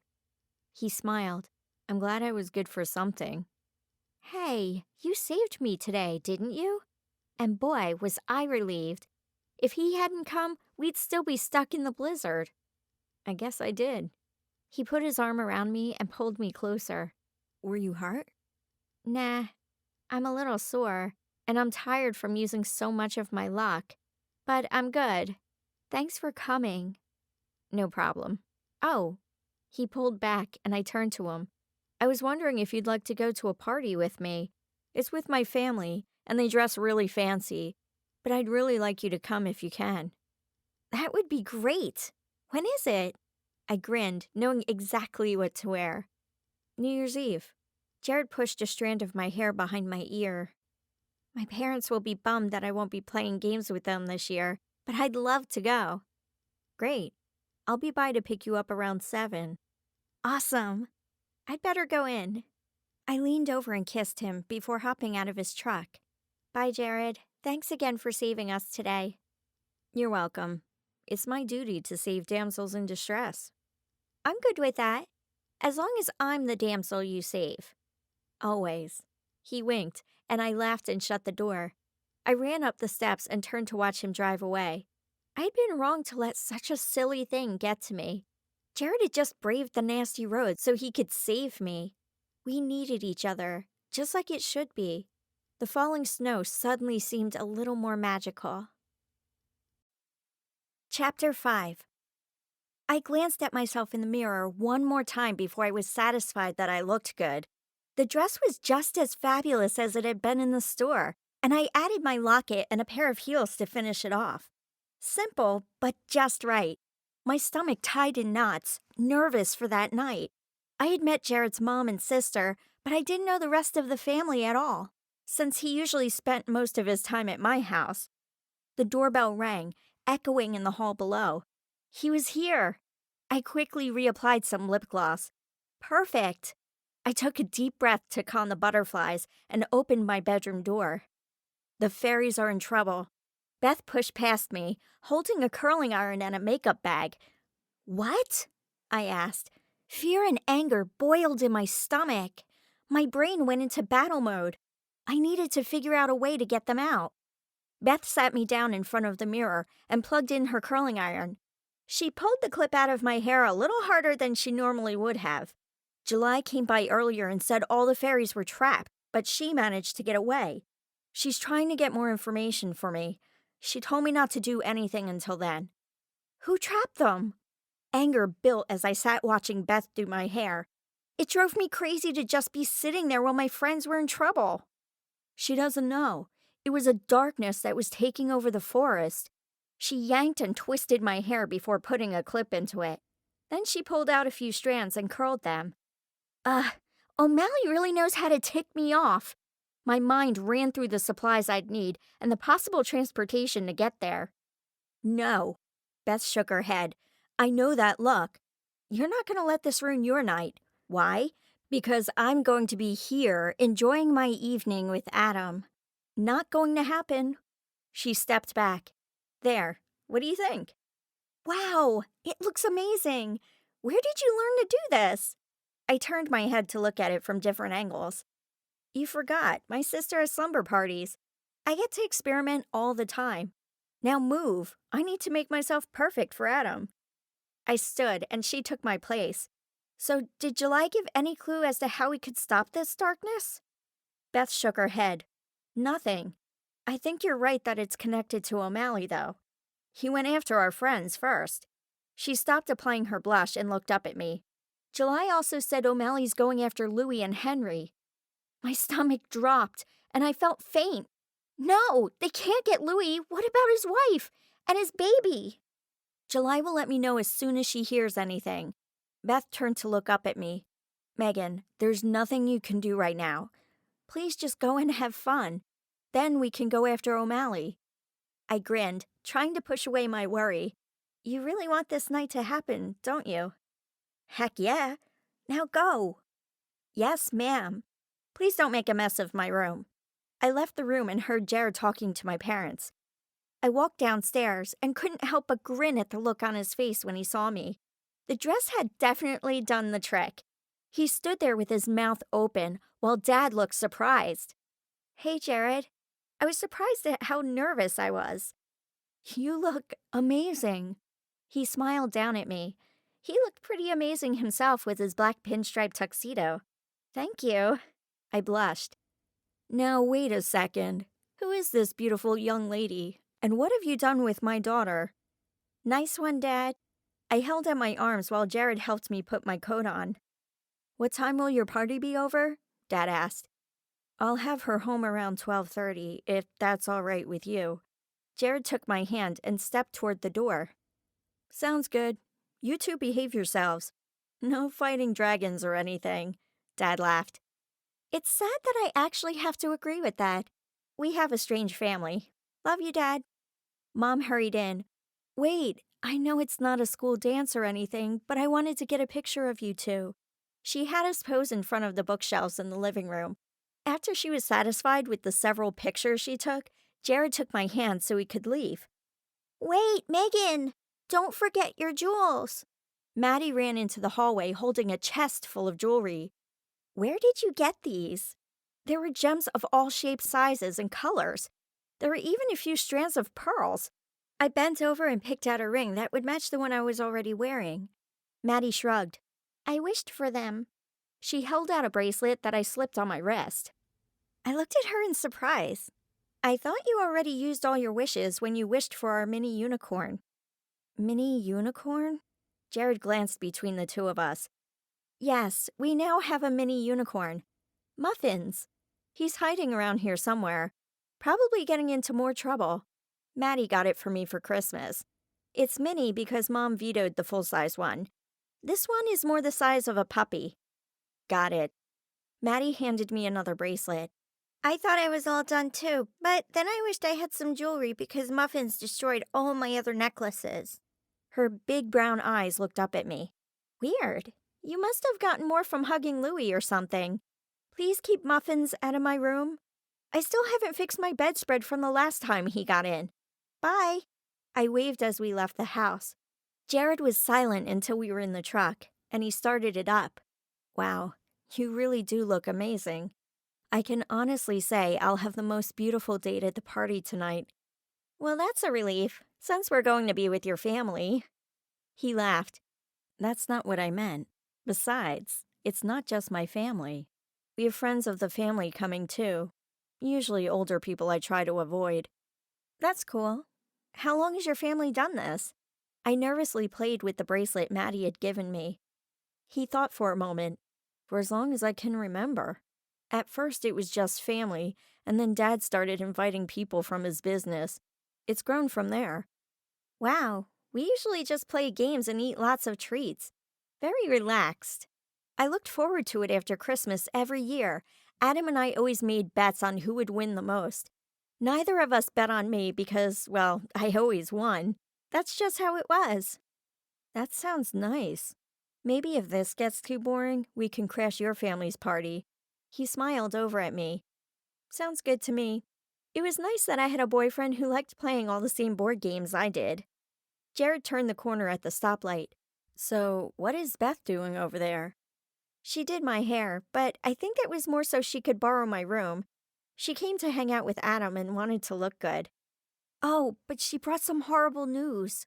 I explained to him what was happening and saw his hands tighten on the steering wheel. This is killing you, isn't it? Jared asked quietly. What is? I asked. The fact that you can't go after them. He looked at me with raised eyebrows. Yes, but we don't know what we're up against. Remember that bad feeling you had in the castle? What if it has something to do with that? I shuddered. I guess we'll just have to figure out what it is then. Here we are. We had pulled up to the huge reception center at the edge of town. But this isn't your house. I'd been so preoccupied with everything else, I hadn't paid attention to where we were going. Nope, we don't all fit. He parked and climbed out of the truck. He opened my door and held out a hand. Careful, it's very slick. This feels like deja vu. You haven't had to help keep me from falling for months now. I climbed out and almost slipped. He put his arm around me. I'll look for any excuse to have you close to me. In that case, I'll just have to keep falling. Jared opened the door and we walked into a well-lit room. People were standing in groups, talking and laughing together. I spotted Jared's little sister stealing food from the refreshment table and smiled. Maddie and William would have been doing the same thing. Ah, there are my parents. Come on. He took my hand and guided me over to them. His mom was in a beautiful red dress, and his dad was an older version of Jared. Hey, Dad, this is Megan. He put his hand on my back and urged me forward. I heard a murmur go through the crowd and turned to see a few people nearby staring at me. Great. What had I done now? Nice to meet you, Megan. Jared talks about you nonstop. It's good to see he has something on his mind other than sports. Jared's dad smiled. He was dressed in a nice pinstripe tux. I shook his hand, not sure what to say. Nice to meet you, Mr. Larson. Thank you for letting me come tonight. It's my pleasure. You're quite a legend, young lady. He took a sip of his punch. A legend? My stomach flopped. I hoped Jared hadn't mentioned anything about my luck. He laughed. Jared tells me you're on the all-star volleyball team. Relief flowed through me. Oh, that. Yes, we won the tournament here. I haven't found out if we're going to Europe yet or not. When will the trip be? He waved at someone behind me. I'm not sure. I think it's in the spring. Jared put his arm around me. She's been doing double duty. She's also playing basketball. He looked down at me and winked. I could feel my face turn red. What can I say? I love sports. His dad leaned forward. What I want to know is, did you really ride a dragon? That depends on what Jared has told you, I whispered back. I didn't want to say any more than what he'd already said. No need to give people more to talk about. Jared and his dad both laughed. Good answer. Keep yourself safe. I hope you enjoy the party. Thank you. It looks like everyone is having fun. I breathed a sigh of relief as his dad turned away to talk to other people. There was no reason for me to be nervous, but I couldn't help it. Would you like to dance, my lady? He whispered in my ear. I would love to. He took me in his arms and we danced for several songs, not paying attention to anyone around us. We went to get a drink and I heard my name spoken. I glanced back to see a couple quickly turn away. As we continued through the crowd, I heard more whispering. Jared must have heard it too because he pulled me closer. We reached the dessert table and grabbed a plate for some hors d'oeuvres to go with our punch. Jared stayed quiet, but I could see that he was tense. I put my hand on his shoulder and smiled at him. It's okay. This isn't the first time I've heard people talking about me. Of course, it never got easier, but it wasn't worth worrying about. It wasn't like my life was normal. Yes, but this is at my family's party. You shouldn't have to hear it. He glared at the couple who had just passed us. Come on, let's go to that table in the back. There's no one there. I didn't want to cause too much drama at his party. We took our food and wound our way around the groups of people to sit down. I hadn't realized how badly my feet hurt in these heels until I took my weight off them. Are you tired? He asked. No, I'm fine. Why? I took a bite of the mini sandwich. You made a moaning sound when you sat down. Oh, that. I pointed down at my shoes. My feet are killing me. Heels are not my favorite. I never understood heels. He popped an eclair in his mouth. Me neither. But they matched the dress, so Beth said I had to have them. I tried the lemon tart, enjoying the sour burst of flavor. We ate silently, happy to be together and away from everyone else. Is this seat taken? An elderly voice said behind me. I looked up, surprised. I hadn't heard anyone approach. Oh, hey, Mrs. Lincoln. It's good to see you again. Mrs. Lincoln was a librarian who had helped us a few times in the past. Jared stood and helped her into her chair before sitting back down. I haven't seen you at one of these parties before. She took a drink of punch. She looked beautiful with her hair pinned up, and she wore a nice light pink dress with a cardigan. This is my first time. I could feel my face redden.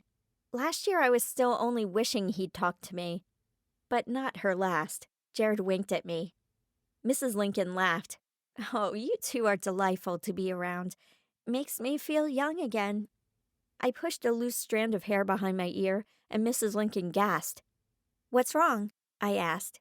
I looked behind me, my senses on alert. Your ring. Let me see it. She held out her hand. I put my hand in hers, and she leaned forward for a closer look. Where did you find this? I got it for her for Christmas. I wanted something perfect and found it at an antique store. Jared cocked his head. Is something wrong? She studied it for a minute before letting go of my hand. I haven't seen one for years. You did well. She gestured to Jared's ring. I see you also have one. Jared looked at his own ring before showing it to her. Megan got this one for me. She looked over at me, impressed. Very nice. Did you have it set in this ring? Yes, it cost a little extra to get the right size and everything, but I wanted him to have the stone. Neither of us seems to stay out of trouble. I took a bite of my cookie. You are both very wise. I think it was no mistake that you chose that for each other. Troubled times are coming. I can feel it. She shivered. Did you know the fairies have been taken? I asked. Mrs. Lincoln paled. They took the fairies? I gasped. Wait, April told me you're a fairy. Oh, you shouldn't be near me. You'll get hurt. I stood to leave, and Jared followed. Please sit. They can't find me. She pulled out a necklace from her sweater. It held a large peridot stone that made those in our ring seem tiny. Her voice became urgent. You must find out who's imprisoning these creatures.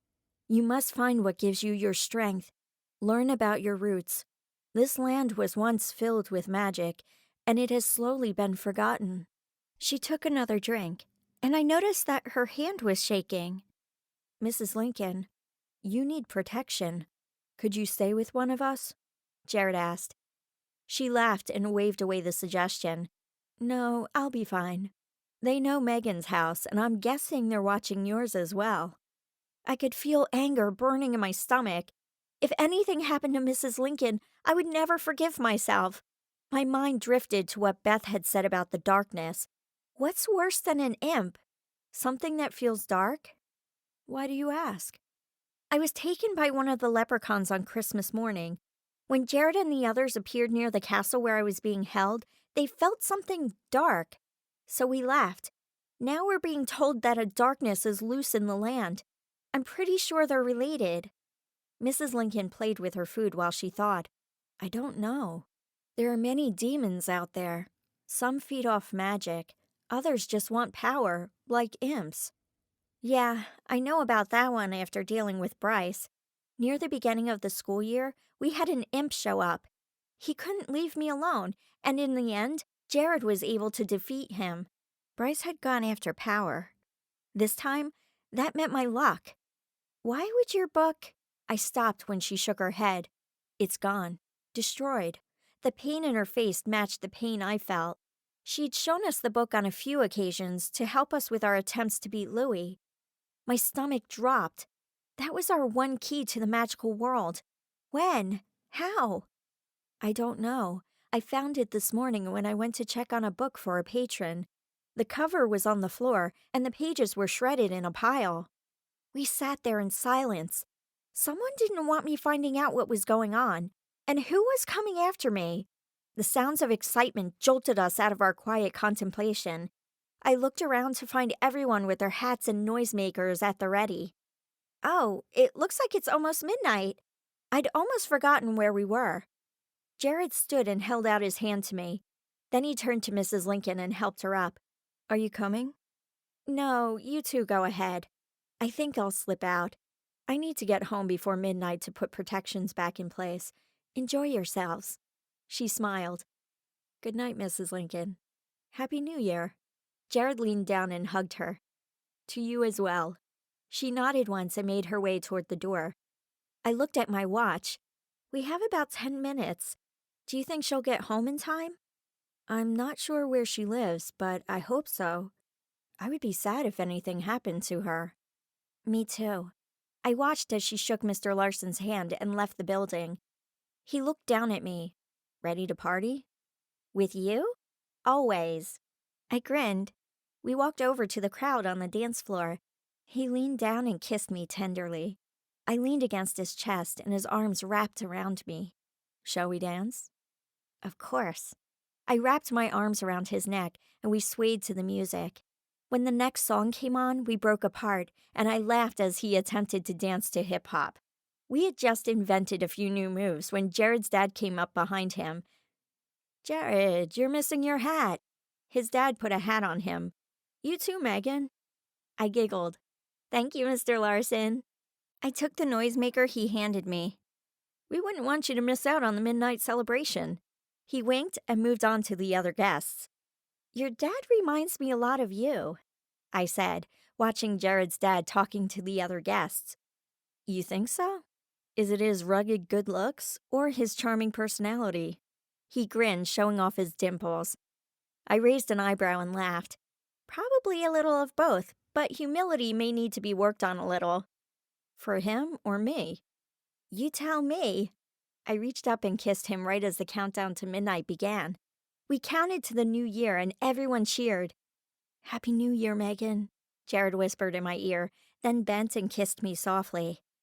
I didn't want the kiss to end. When he pulled away, I looked into his eyes. Happy New Year to you, too. He grinned and leaned down to kiss me again. But we were interrupted by a large crash and a roar from the parking lot. Everyone stood still, watching the door. Jared and I ran forward, knowing that whatever was outside was meant for us. We had no weapons except my luck, but I wasn't about to let whatever was out there hurt people because of me. Chapter 6. A slimy-looking creature the size of a truck clomped toward the building. It looked like a man covered in mud and sticks. There were no eyes, but it continued moving forward. The crash we'd heard was from the creature moving cars out of its way. This time, Jared and I weren't the only ones who could see the creature. Screams erupted, and people ran in every direction. This seemed to agitate the creature, and it smashed the windows of the cars nearby, and then picked them up and threw them into the reception center. I turned to Jared. You don't have your sword. Can you get the people out of here? Oh, and call Adam? I left my cell at home. Didn't work with the dress. I watched the thing coming closer, pushing away the fear that threatened to paralyze me. I needed to stop it before it hurt someone. Jared stepped up beside me. I can't just leave you here. I looked him in the eye. I have my luck.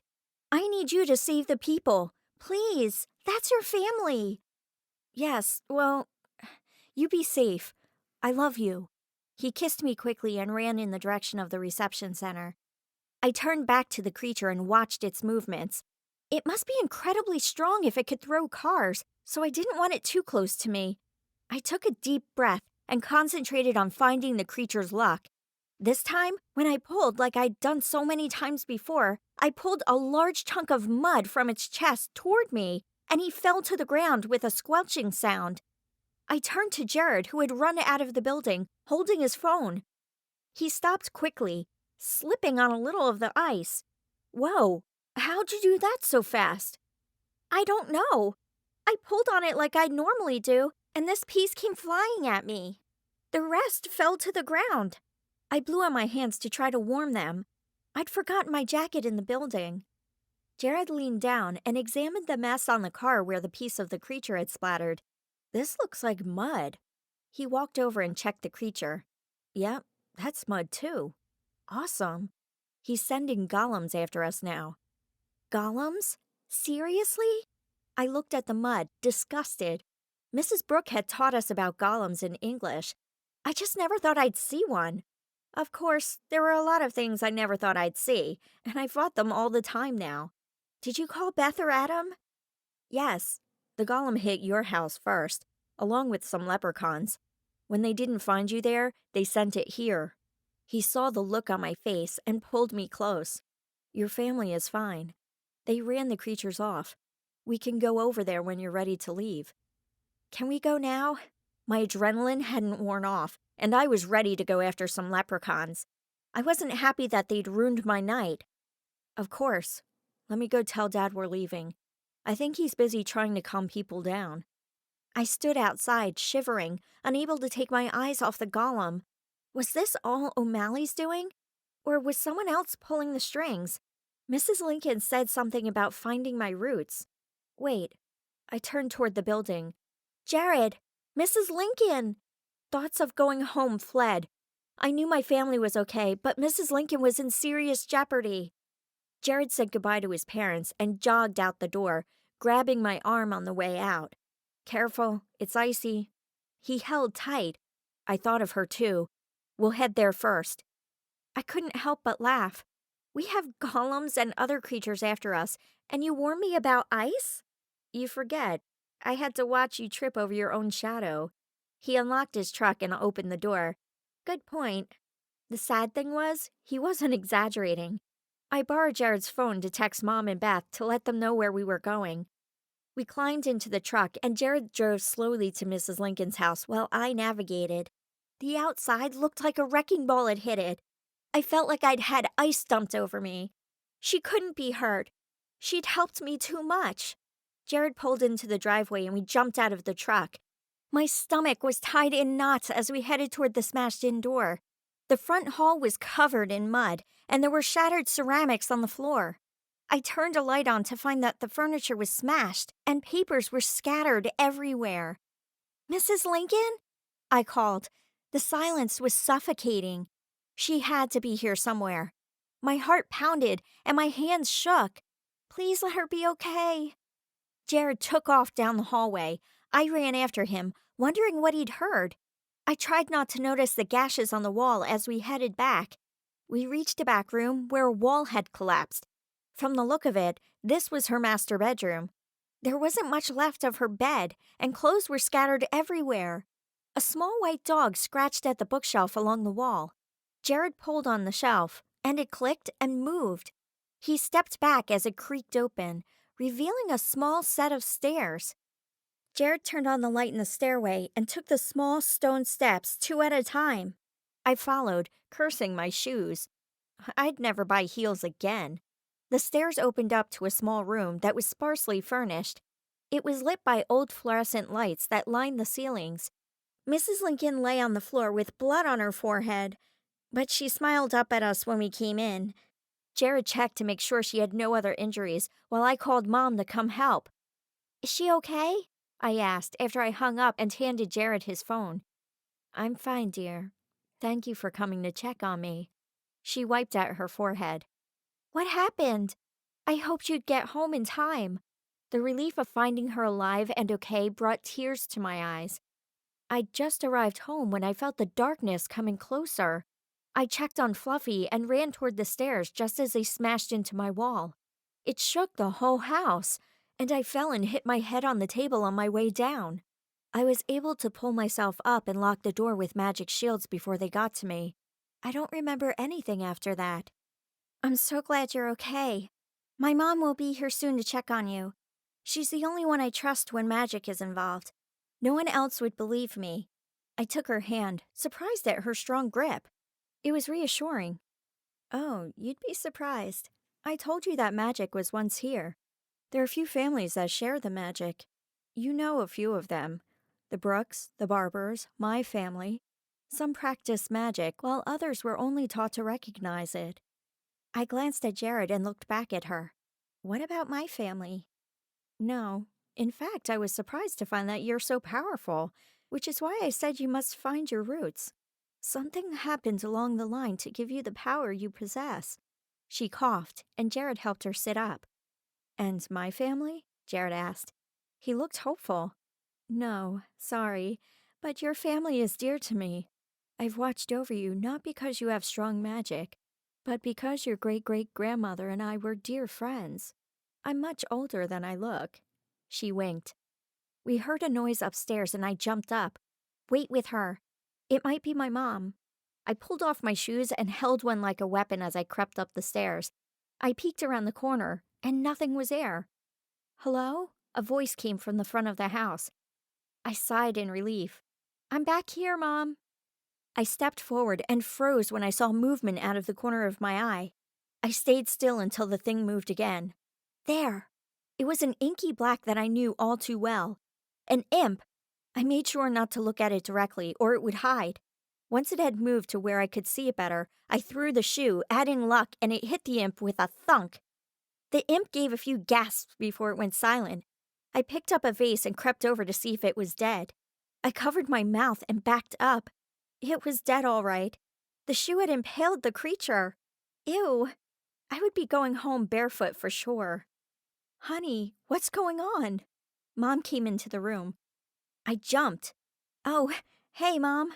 Don't look over here. Mrs. Lincoln is downstairs." I moved toward the shelf. "What? Oh, what was that?" She followed me down the stairs. "That was an imp. It must have been hiding when we came through before." I led her over to where Mrs. Lincoln and Jared sat. "Mrs. Lincoln seems fine, but I wanted you to check on her just in case." "And you can't take her to the hospital because?" I turned to her. "She has fairy blood." She stared at me for a second. Got it. She walked over and knelt down by Mrs. Lincoln. Hello, Bee. Are you okay? Oh, hello, dear. Yes, I think I'll be fine. I just need some sleep, I think. She laughed and reached up to the wound on her head. Let me have a look. Mom moved closer and inspected the wound. It looks shallow. You'll wake up with a headache, but otherwise, I think you'll be okay. Would you like to stay at our house tonight? She cleaned and bandaged the cut, then put the supplies back in her purse. No, no, I don't want to put you out. I'll be fine. I'll stay down here tonight. Jared knelt in front of her. Mrs. Lincoln, please listen. We need to watch over you. I understand why you worry about staying at the Crenshaw's house. Megan has a way of getting into trouble. He winked at me as he said it. But you need to be with someone tonight. Do you have family anywhere that you could stay with? She closed her eyes and sat there long enough that I thought she'd fallen asleep. When she finally opened them, she looked right at Jared. I'll go to Elizabeth Brooks' house, but I don't want Megan to come with me. In fact, I don't want any of you to take me there. She must remain protected. How will you get there then? He asked. You're in no condition to drive. Her eyes sparkled. I have my ways. Now go. Your families need you. Mom checked her pupils and forehead one more time before following me and Jared up the stairs. Would you like to come home with me, or do you want Jared to take you? She asked me. I think I'll go with him, if that's all right. I stepped around the broken furniture and debris to get to the front door. We closed it behind us the best we could and went down the steps. She smiled. Sounds good. Don't get back too late. She hugged me before climbing in her car. I shivered. The wind went right through my coat. It was time to go home. Where'd your shoes go? Jared asked, glancing at my feet. I could feel my face burn. One is downstairs with Mrs. Lincoln. The other is in an imp. He laughed. In an imp? I don't think I even want to know how that happened. He pulled me into a hug. Let's get you home. He reached down and scooped me up. What are you doing? I giggled. Well, I can't let you walk barefoot, can I? You'd freeze. He set me gently in the truck and ran around to the other side. Thank you. I wiggled my toes, trying to get circulation back in them. Sorry your party was ruined. Ruined? Nah. I had the girl of my dreams, great food, and I got to see a real golem. Best day ever. He grinned and started up his truck.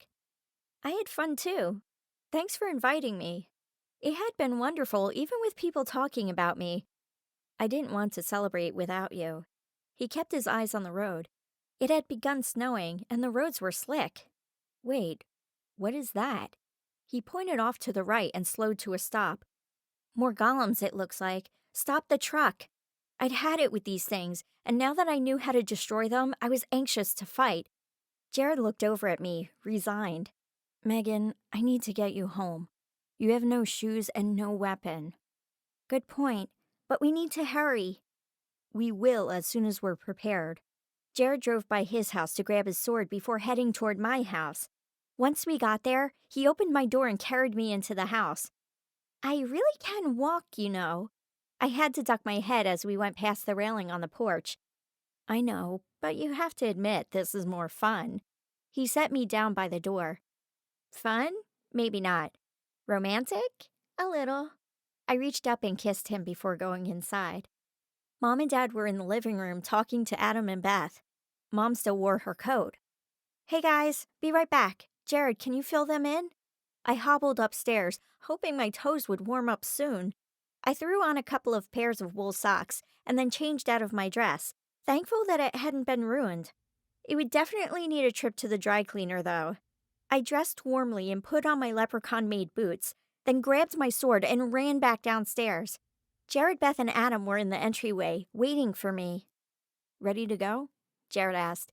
He had changed into some of Adam's clothes while I was upstairs. Yep, let's get out of here. I looked back. Bye, Mom and Dad. We'll be back as soon as we get all the bad guys. Dad poked his head out of the office. Be careful. Let us know if you need anything. Oh, and Megan, this time keep your phone with you. Got it. We ran to Jared's truck and climbed in. The snow fell thicker, so it was difficult to find the golems, but we could see the mess that they'd left in their wake. We followed the line of destruction to a vacant building and climbed out. Jared went first with his sword drawn, and Beth and I were right behind. Adam watched our backs. Jared stopped at the door and listened for a moment. We could hear voices. "What do you mean you couldn't find her?" "You were in her house." The voice had to be O'Malley's. The other voice was garbled, but we caught enough to figure out they were talking about Mrs. Lincoln. "I sent you to do one task. Please tell me you at least got Megan." Silence. I went to open the door, but Adam grabbed my hand. "I need to do this. They're going after those who helped me." I pulled away from him and reached for the doorknob again. "That's exactly why you shouldn't go in there." Jared pulled me back. "Megan, please think about it. If you get caught, you won't be able to save your friends. We need you." I thought for a moment before allowing the door to close. "Fine, but can I at least get one bad guy?" Adam stepped up. "No, but I can. Get in the car. Leave the door open so I can jump in." Beth hesitated before running to the truck. Jared followed her, pulling on my hand. "There's nothing you can do, Megan. Trust Adam." He gently pushed me in the truck before climbing in himself. I wanted to argue, but I knew he was right. We were silent, waiting for Adam to come back. A few seconds later, Adam sprinted to the truck and jumped in. "Drive." Jared peeled out and sped off. Once we got a few blocks away, he slowed down. "What did you do back there?" Adam patted his crossbow. "I just created a little chaos by shooting a few bolts. They won't touch the golems, but they'll affect the leprechauns." I looked behind us to see if anyone had followed us. So far, we were good. "So, what are our plans tonight?" "I say we go to your house, have a snack, and then watch a movie." I rolled my eyes. "I'm pretty sure that won't help us get O'Malley." Jared took my hand. "No, but I'm starving, and I'm exhausted. Neither of those are good when you're going off to fight anyone." I think Jared's right. Although I'd rather sleep at my own house. "Could you take me home?" "I'll get my car later." Beth yawned. "Okay, I'll just turn around here." Jared slowed and pulled over to the curb. "Why don't you just stay at my house, Beth?" I asked. Beth glanced at Adam and blushed. "Are you sure? We haven't had a sleepover in years, and there's no school tomorrow. Let's do it." I had a lot to tell her about after talking to Mrs. Lincoln, and I didn't want Jared driving all over the place. "Sounds good to me. Just take me to Megan's." Jared looked between the two of us and shook his head. "All right." He pulled back onto the road and drove slowly to my house. We walked in quietly so we wouldn't wake the twins. Mom and Dad were still up waiting for us, so Mom made some hot chocolate while we told them what had happened. "I hope B got to your teacher's house okay." Mom took a sip of her hot chocolate. "You call her B. How well do you know her?" I asked. I added a couple more marshmallows to my mug and handed the bag to Beth. "Oh, she's been around for ages. I guess I should have realized there was something different about her. She looks the same now as she did when I was a little girl." She took another sip. "See, I'm not the only one who didn't notice," Jared said. "All right, kids, it's bedtime. You're welcome to crash on our floor, Jared. The storm has gotten worse out there." Dad waved and headed to his room. "Thanks. I may do that." Jared pulled out his phone and went into the living room. "Good night, Megan. I assume you're staying as well?" Mom asked Beth. "Yes, which means I should probably call my mom and dad as well. Thanks, Mrs. C." "You're welcome. Good night, Megan. Good night, Adam." She kissed each of us on the forehead and went to bed. Jared came in holding his phone. "Okay, Mom's good with it. I just have to be home as soon as I can in the morning," he said. Beth wandered in shortly after. "I hate to break up the party, but I'm going to bed. You coming, Megan?" "Yep." I kissed Jared and followed Beth up the stairs. I stopped at the hallway linen closet to grab a pillow and blanket for her. "Do you need a toothbrush?" "Nope, I brought one." "You brought a toothbrush to a New Year's party?" I giggled and shut the door behind us. "Hey, I was hanging out with Adam. I didn't want garlic breath." Beth set her blankets and a pillow down and got settled in. If we'd gone up against vampires, it would have been perfect. Chapter 7. I jolted out of sleep, my heart pounding, wondering what had disturbed me. Someone or something was in my room. Muffins, my pet unicorn?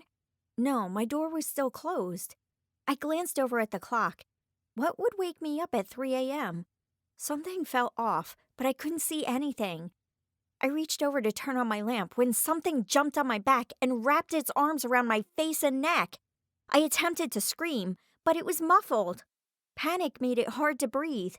The creature's clothes were rough against my cheek, and its hands were sweaty. A leprechaun?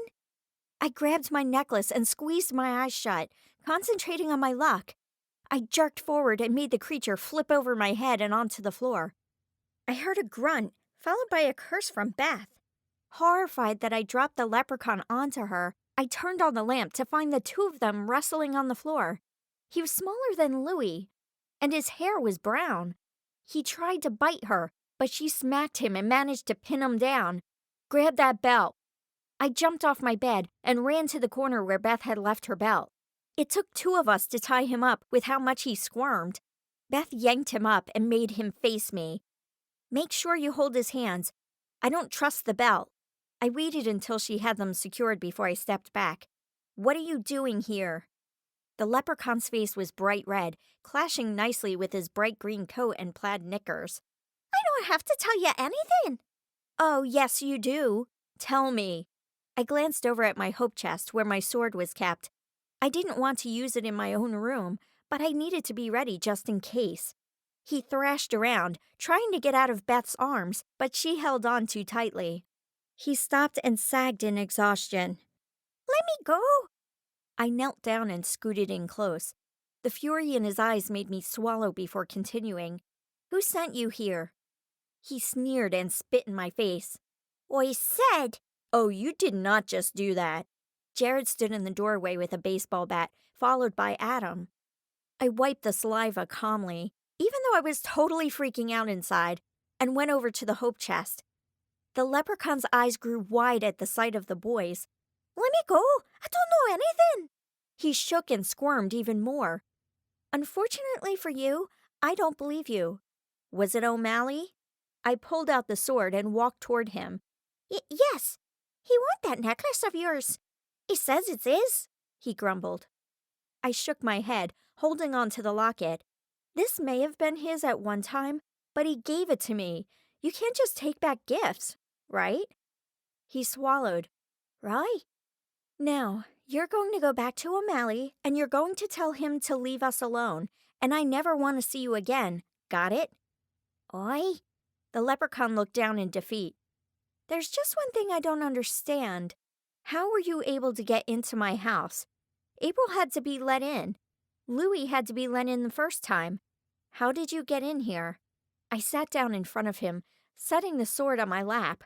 I knew I risked getting spit on again, but I was exhausted. The leprechaun shrugged. I don't know. O'Malley must have rigged it. Is there a way I can fix it? I really needed leprechauns to stop showing up at my house, and if O'Malley could get around the rules... He shook his head. No, not while the fairies are gone. My stomach dropped. So it was true. They really were gone. I'd been hoping July was wrong. Where are they? What happened? The leprechaun glared. No more questions? Let me go. I thought back to the conversation I'd had with Louis. Sorry, one more thing. I need your name. The leprechaun stomped his foot. You're not getting my name? I pointed the sword at his chest. I didn't plan on using it, but he didn't have to know that. Your name. You came into my room. I deserve to know it. He licked his lips, nervously, staring at the sword. It's Flannery. I stood. Do not come back. And, Flannery, I'd better not find out you lied to me. I nodded to Beth, and she undid the belt. He snapped his fingers and disappeared. He'd been some help, but I hoped I wouldn't run into him again. I turned to Jared and Adam and snickered. Adam stood there in his boxers and t-shirt. Beth giggled and hid her eyes. Adam, did you forget something? I raised an eyebrow. He looked down and blushed. I was in a hurry. I heard the thumping and came to see what was going on. He trailed off and glanced at Beth. I wish I had some pants right now, he muttered. Suddenly, there was a puff of smoke, and his pajama bottoms appeared on him. We all stood there in shock. Did you just. When did you get wishes? I asked. I don't know. Jared laughed. Dude, you just wasted a wish on pants. Beth rolled her eyes. Guys, can we go back to sleep? I just had a leprechaun land on my head. That made us laugh even harder. Adam dropped into the chair next to the door and suddenly jumped back up. Wait, I know how I got the wishes. You get them by touching a leprechaun, right? Yeah, why? Beth rubbed her forehead. That night when I came up to find out what Louis was up, you jumped on him. I couldn't believe we hadn't figured this out sooner. But how did you go this long without making a wish? He shrugged. I guess I just don't wish for things. He walked over to the door. So, are you girls good for the night? We're fine. Good night. Thanks for checking on us. I yawned and glanced at the clock. We lost almost an hour of sleep because of the leprechaun. See you two in the morning. Are you sure you're both okay? Jared asked. My neck is sore, but I think I'm good. I picked up my sword and put it back in the chest. I just need sleep. My head is killing me. Beth lay down and closed her eyes. I kissed Jared goodnight and he left the room. I made sure the door was locked and the latch on the window was closed. I really needed my fairies back to watch over us. I didn't like that leprechauns could get into my house now. I climbed in bed and touched the locket around my neck. What was it about this necklace that had O'Malley sending people after me? Maybe Louis would know. I reached back and unclasped it. I thought for a moment before I slipped it into my pillowcase. They'd still have to make it through me before they could get it. I closed my eyes and let exhaustion carry me away into sleep. Louis and Patrika sat at their table eating breakfast. Louis looked up and glared. What are you doing here? I needed to talk to you. Except O'Malley and his cronies, I don't know any other magical creatures who can help me. I yawned, still exhausted even in my sleep. I can't help. You coming here is putting me in danger. He dropped his fork onto his plate and took a drink from his large mug. I was confused. How? They can't see me here, can they? Louie's just being grumpy. He wants to protect me. What is it you need? Patrika asked. Why does O'Malley want my necklace so badly? I felt a little uncomfortable asking, considering it had been used to help guard me from Louis in the first place. I don't know. How do you know he wants it? This is the second time he tried to take it. He sent a leprechaun to get it from me tonight. Louis, it's bad. He had golems here in my town. Adam says he had the larger creature with him as well. Flashes of Mrs. Lincoln's house came to my mind. I hoped she was okay. He ate silently for a moment. Did he give you that necklace? Yes. He wanted to keep you from finding me. You knew that, though. I knew you had the necklace, but not who gave it to you. He looked over and studied me for a moment. I went to the castle to search for the pot of gold you told me about. What did you find out? I couldn't get to it. There's a spell around the area that wouldn't let me near. You must find out why it's being guarded so heavily. And Megan, avoid O'Malley. I'm doing what I can to avoid him. Bye. I nodded at Patrika. Oh, and one more thing, Louis said. Yeah? I asked. Tell Adam to use his wishes for something better than pants. He winked and went back to his breakfast. Will do. I couldn't help but laugh as I made myself wake up. Morning came way too soon. I rolled over to look at the clock and groaned when I saw that it was already 9 o'clock. Beth was up and had left my room. I stretched and sat up, thinking about what Louis had said. I thought it was rough when Louis was the bad guy. He enjoyed making my life miserable. But O'Malley was downright evil. I changed and put my necklace back on before heading downstairs. Mom had cooked pancakes again, and this time she also made bacon and eggs. Jared and Beth sat at the table eating. Adam was most likely still sleeping. I snagged a few pancakes before Jared could eat them all. Where are Maddie and William? They're out in the snow with Dad. Jared, your mom called after she couldn't get you on your phone. She needs you to grab a few things on the way home. Mom handed me a glass from the cupboard. Okay. I'll head out in a few minutes. Did she say what she needed? Jared pulled out his phone to check it. She told me to have you call when you're on your way. She finished the last batch of pancakes and set them on a plate. Do you think you could give me a ride home? Beth asked Jared. I suppose so. You'll have to pay me for gas, though. Jared dodged Beth's fist. All right, I'll do it. Just don't hurt me. Adam wandered out of his room. Did you guys save me any? No, these last three are mine. I moved to grab the plate. Funny girl. He reached past me, snatching them before I could. He sat next to Beth and poured the syrup. Adam, do you have to work today? Mom asked. Yeah. He shoved a bite into his mouth. Could I hitch a ride with you? Beth asked. She finished a text and put her phone down. Hey, what's wrong with me giving you a ride? Jared asked. Beth shrugged. You're you? Besides, I live on the way to Adam's work. Ouch, I'm hurt. Jared held his heart in mock pain. I stood and picked up the empty plates. Jared followed me over to the sink. Are you okay? He asked quietly. Yeah, I've just been thinking about last night. The leprechaun showing up in my room still bothered me. Did that leprechaun hurt you? You mentioned your neck. I told him what happened. When I mentioned that the leprechaun had grabbed me, he lifted my hair to inspect my neck and face. His jaw twitched. His eyes flashed in anger. I put my hand on his shoulder. I'm fine, really. After you guys left, I took off my necklace so I could talk to Louie. He warned me to stay away from O'Malley, and I want to know why. Jared ran his finger along my cheek, thinking, maybe you should listen. But how? He put his finger to my lips. He's going to come after you. Fight him. Beat him, but we need to be careful. Let's find that darkness we felt in the castle. If we can stop that, we'll have the other creatures to help us out. He pulled me into a hug. I want you safe. Maybe... He touched my locket and bit his lip. Maybe you shouldn't wear that necklace. I pushed away from him in shock. That was the last thing I expected him to say. What do you mean? I couldn't even fathom doing something like that.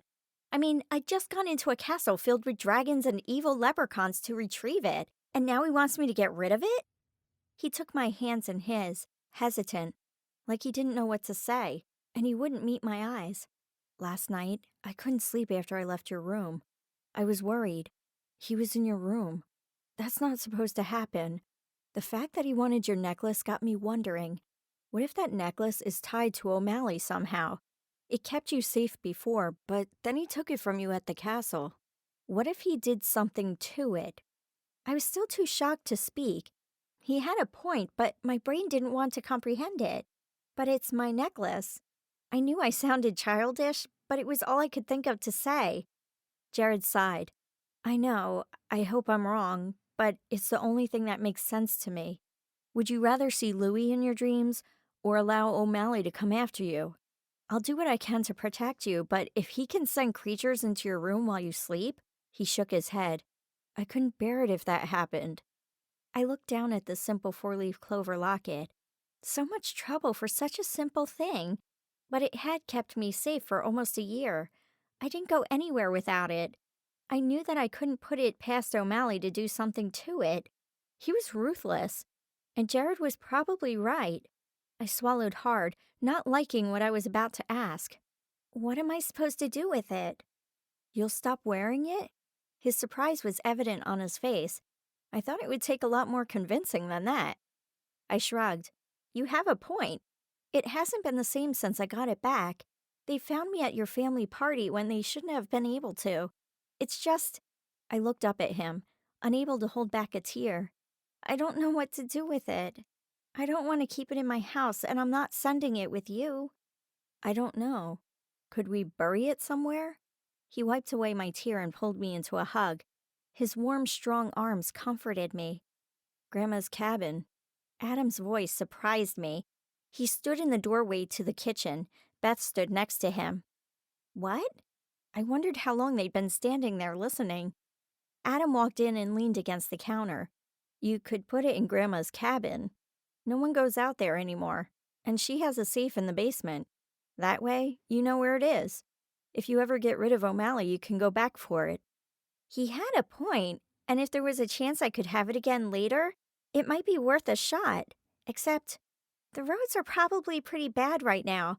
There's no way to get to the cabin. We can't in the truck, but Matt's family has a bunch of snowmobiles. Maybe he can let us borrow one, Jared suggested. Could you find out? Adam asked. I can ask Grandma for the keys while you do that. Sure. I need to leave to get groceries for Mom. I'll call Matt on the way. Jared went into Adam's room to change back into the clothes he'd worn to the party the night before. He came out of the room, and I couldn't help but stare. Man, he looked good in that suit. See you later. I kissed him on the cheek. Thanks again for the date last night. It was fun. You're welcome. He gave me a quick kiss and pulled on his coat. Thanks for letting me stay here, Mrs. C. He waved and headed out the door. You ready to go, Beth? Adam asked. Almost. I need to grab my bag from Megan's room. She ran upstairs and I followed her. She glanced up from packing her curling iron and stopped. All right, spill. You're very quiet this morning. Do you think Jared's right? I made my bed to avoid looking at her. She stayed quiet for a minute while she finished packing and zipped her bag.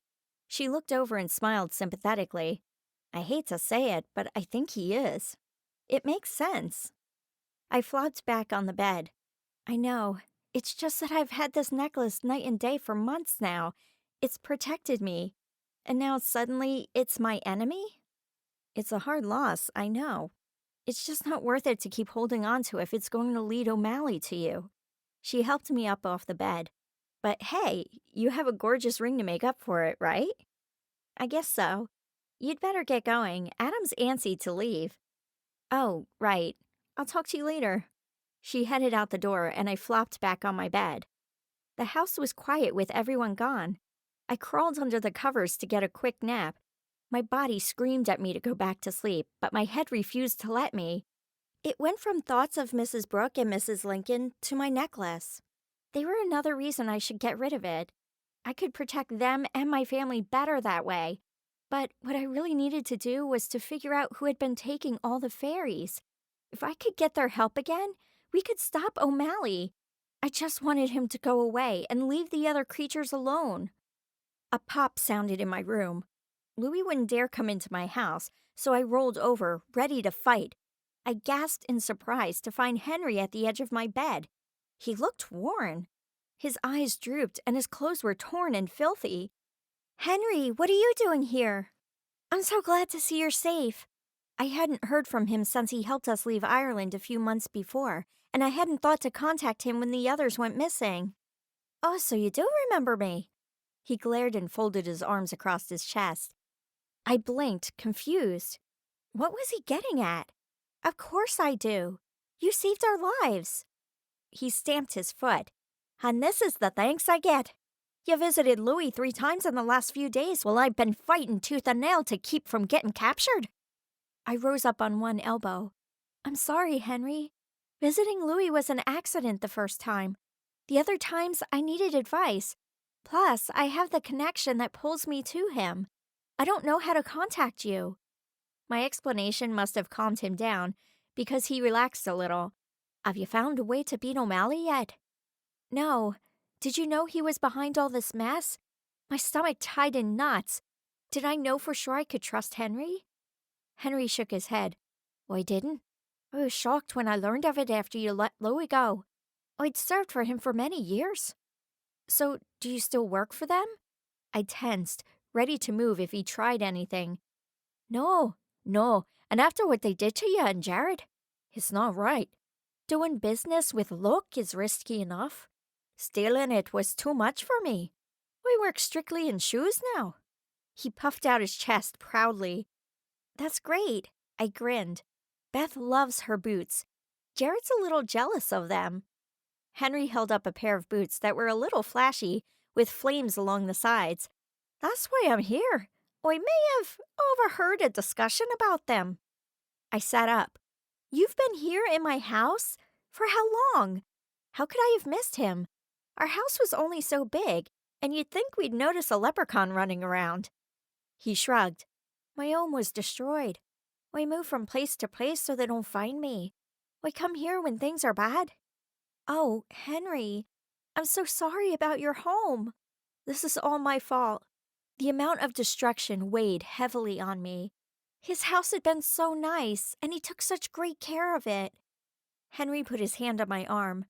No, this is not your fault. What O'Malley did was wrong. We're not supposed to let humans see us, and yet he sent dragons after you. Last night was the last straw. He must pay for sending those golems to people's homes. Henry rubbed his eyes. I must get going.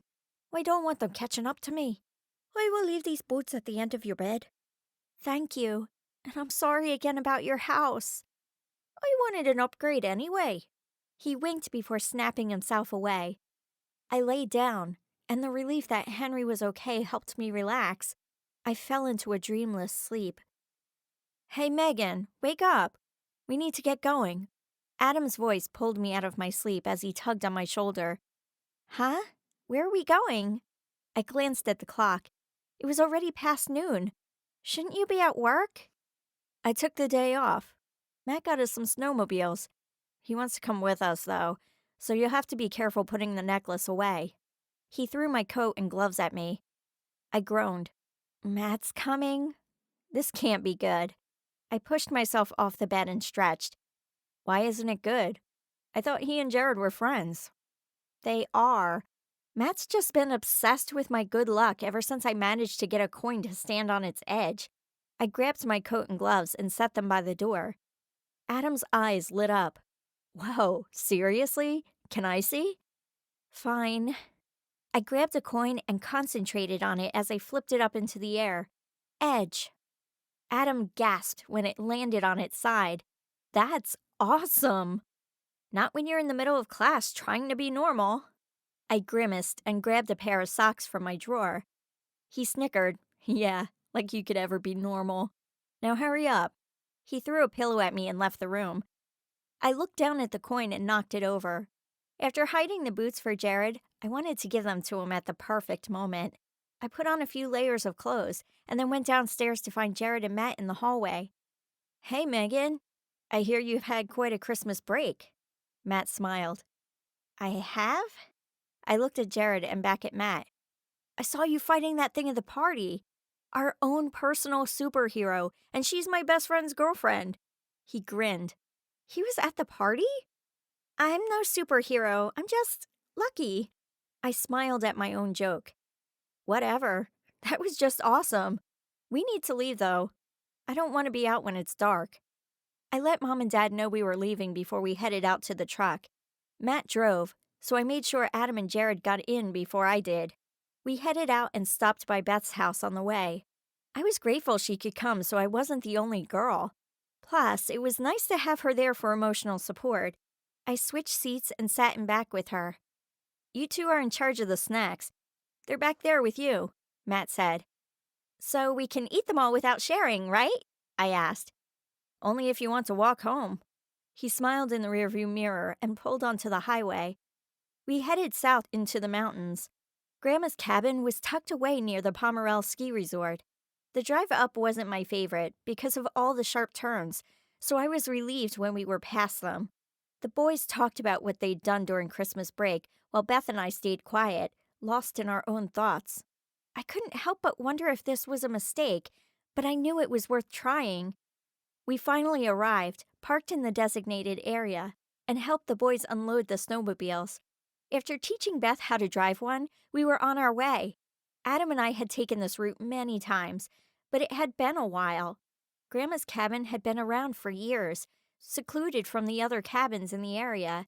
Grandma didn't come up here anymore, but she kept it in case any of us wanted somewhere to vacation. Small tracks from animals marred the perfection in the white landscape. There seemed to be more prints than I remembered from before.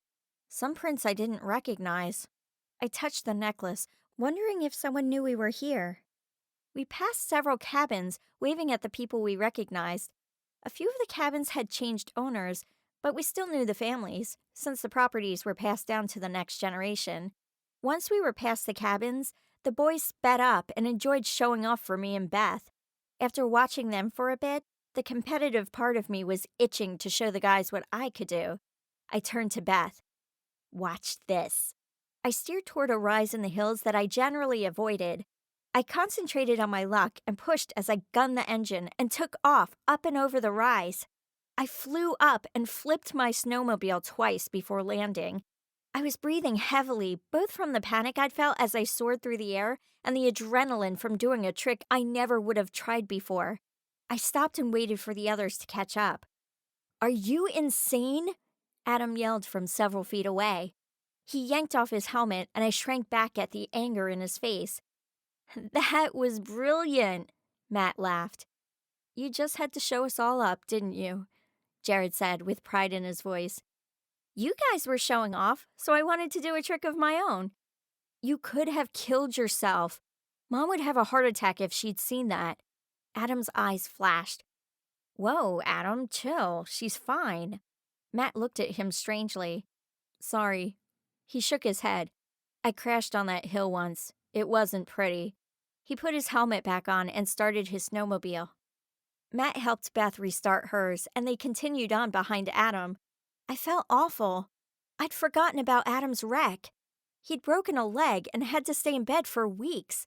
Dad had been furious that he tried doing something he wasn't ready for. Jared put his hand on my arm. "Was it that bad?" "Yes. I shouldn't have done that." I smiled weakly at him. "Let's catch up. We're almost there." "Race you?" He pulled his mask down over his eyes. I grinned. "You're on." I gunned the engine and laughed as he tried to keep up with me. It helped that I knew where to go and he didn't. Chapter 8. The others were waiting when Jared and I got to the cabin. We parked the snowmobiles in the shed and crunched through the snow.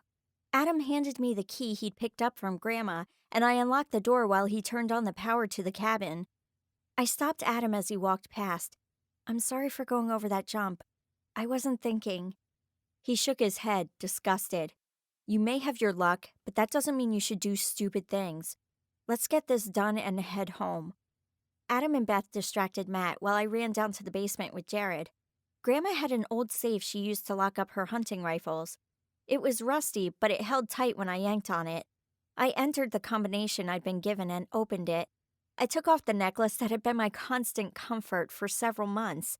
Tears ran down my face, and I brushed them away. It was so lame to get upset over something so small. "I'm sorry you have to do this." Jared put his arms around me. "You know it's for the best. We can't have O'Malley tracking you." I laid my head on his chest, enjoying the comfort I felt from him being there. "I know, but I'm afraid something will happen to this place because I'm leaving it here." He kissed the top of my head. "Don't you think it's better if O'Malley or his minions show up here instead of coming after you at your house?" I looked up into his blue eyes, seeing how much he cared for me. I couldn't bear to let anything else happen to him or my family. "No, it's time to let go." I turned and set the necklace on the shelf in the safe, then shut and locked it before I could change my mind. "Thank you for being here with me." "I'll do anything for you. You know that—" "Wait, what's that?" He crept over to one side of the cabin and reached down behind an old barrel. He pulled out what looked like a leprechaun, but his cheeks were rosy, and he was only about a foot tall. I moved toward him. "Who are you? Why are you here? And what are you?" "I should ask you the same thing." The little man shook his fists at me. His voice was high and nasally. "This is my grandma's house. I belong here. That doesn't tell me why you're here, though." His rosy cheeks flushed to a deeper red. "I'm a clericon. I'm here to protect the cabin. Your grandma and I had an agreement." How do you know my grandma?" I was blown away. Grandma knew fairy creatures? What? How? And how did she get hold of a cluricon? "I kept her home clean and dusted, and she provides me with wine." He rubbed his tiny hands together. "Wine? Grandma doesn't drink wine." I was more confused by the second. He laughed. "All the more for me." If he was really helping my grandma, it would help me feel a little better about leaving the locket here. I gestured for Jared to put him down. "If I put something here, would you guard that too?" "That depends on what you're willing to pay." He folded his arms. He tried to look businesslike, but he looked more comical than anything. Jared laughed. How are we supposed to pay you? We don't have anything. Wait, maybe we do. I turned to Jared. Grandma sent that box with Adam when he went to get the keys. She wouldn't tell him what it was, but I bet it's for payment. I'll be right back. I ran up the stairs and peeked around the corner. The others weren't in sight, so I hurried to the door and went out to the snowmobiles. I didn't want to explain to Matt what I was doing. We'd already been there long enough that he had to be asking where Jared and I were. I pulled the box out of the bag we'd attached to Beth's snowmobile. She was the smallest among us, so it was easier for her snowmobile to handle the extra weight. The box was heavy, and I had to stop a couple of times on the way into the house. Here it is, I said, still breathing heavily from lugging it in. Jared took the box from me. You should have let me carry it. I didn't realize it was so heavy, or I probably would have. Jared set the box down on the floor and pried it open. I shrieked and jumped back when 2 hands popped out of the box. Another creature that looked similar to the one we'd found climbed out of the box, holding a bottle of what had to be wine. Thanks for getting me out of there. It was hard to breathe. Fergus? The Churlicon called from near Jared. The little man whipped around and almost fell out of the box. Barney, is that you? Fergus scrambled over the bookcase and threw his arms around Barney. Oh, I've missed you. My head spun. Hey, guys, what's going on here? Fergus wiped a tear from his eye and looked up at me. I came here years ago to protect this cabin, and I left my brother behind. Once your grandmother stopped coming, I feared I would not see Barney again. I'm glad you're together now. I knelt down next to them. Can you please guard this cabin? And the item I've left in that safe?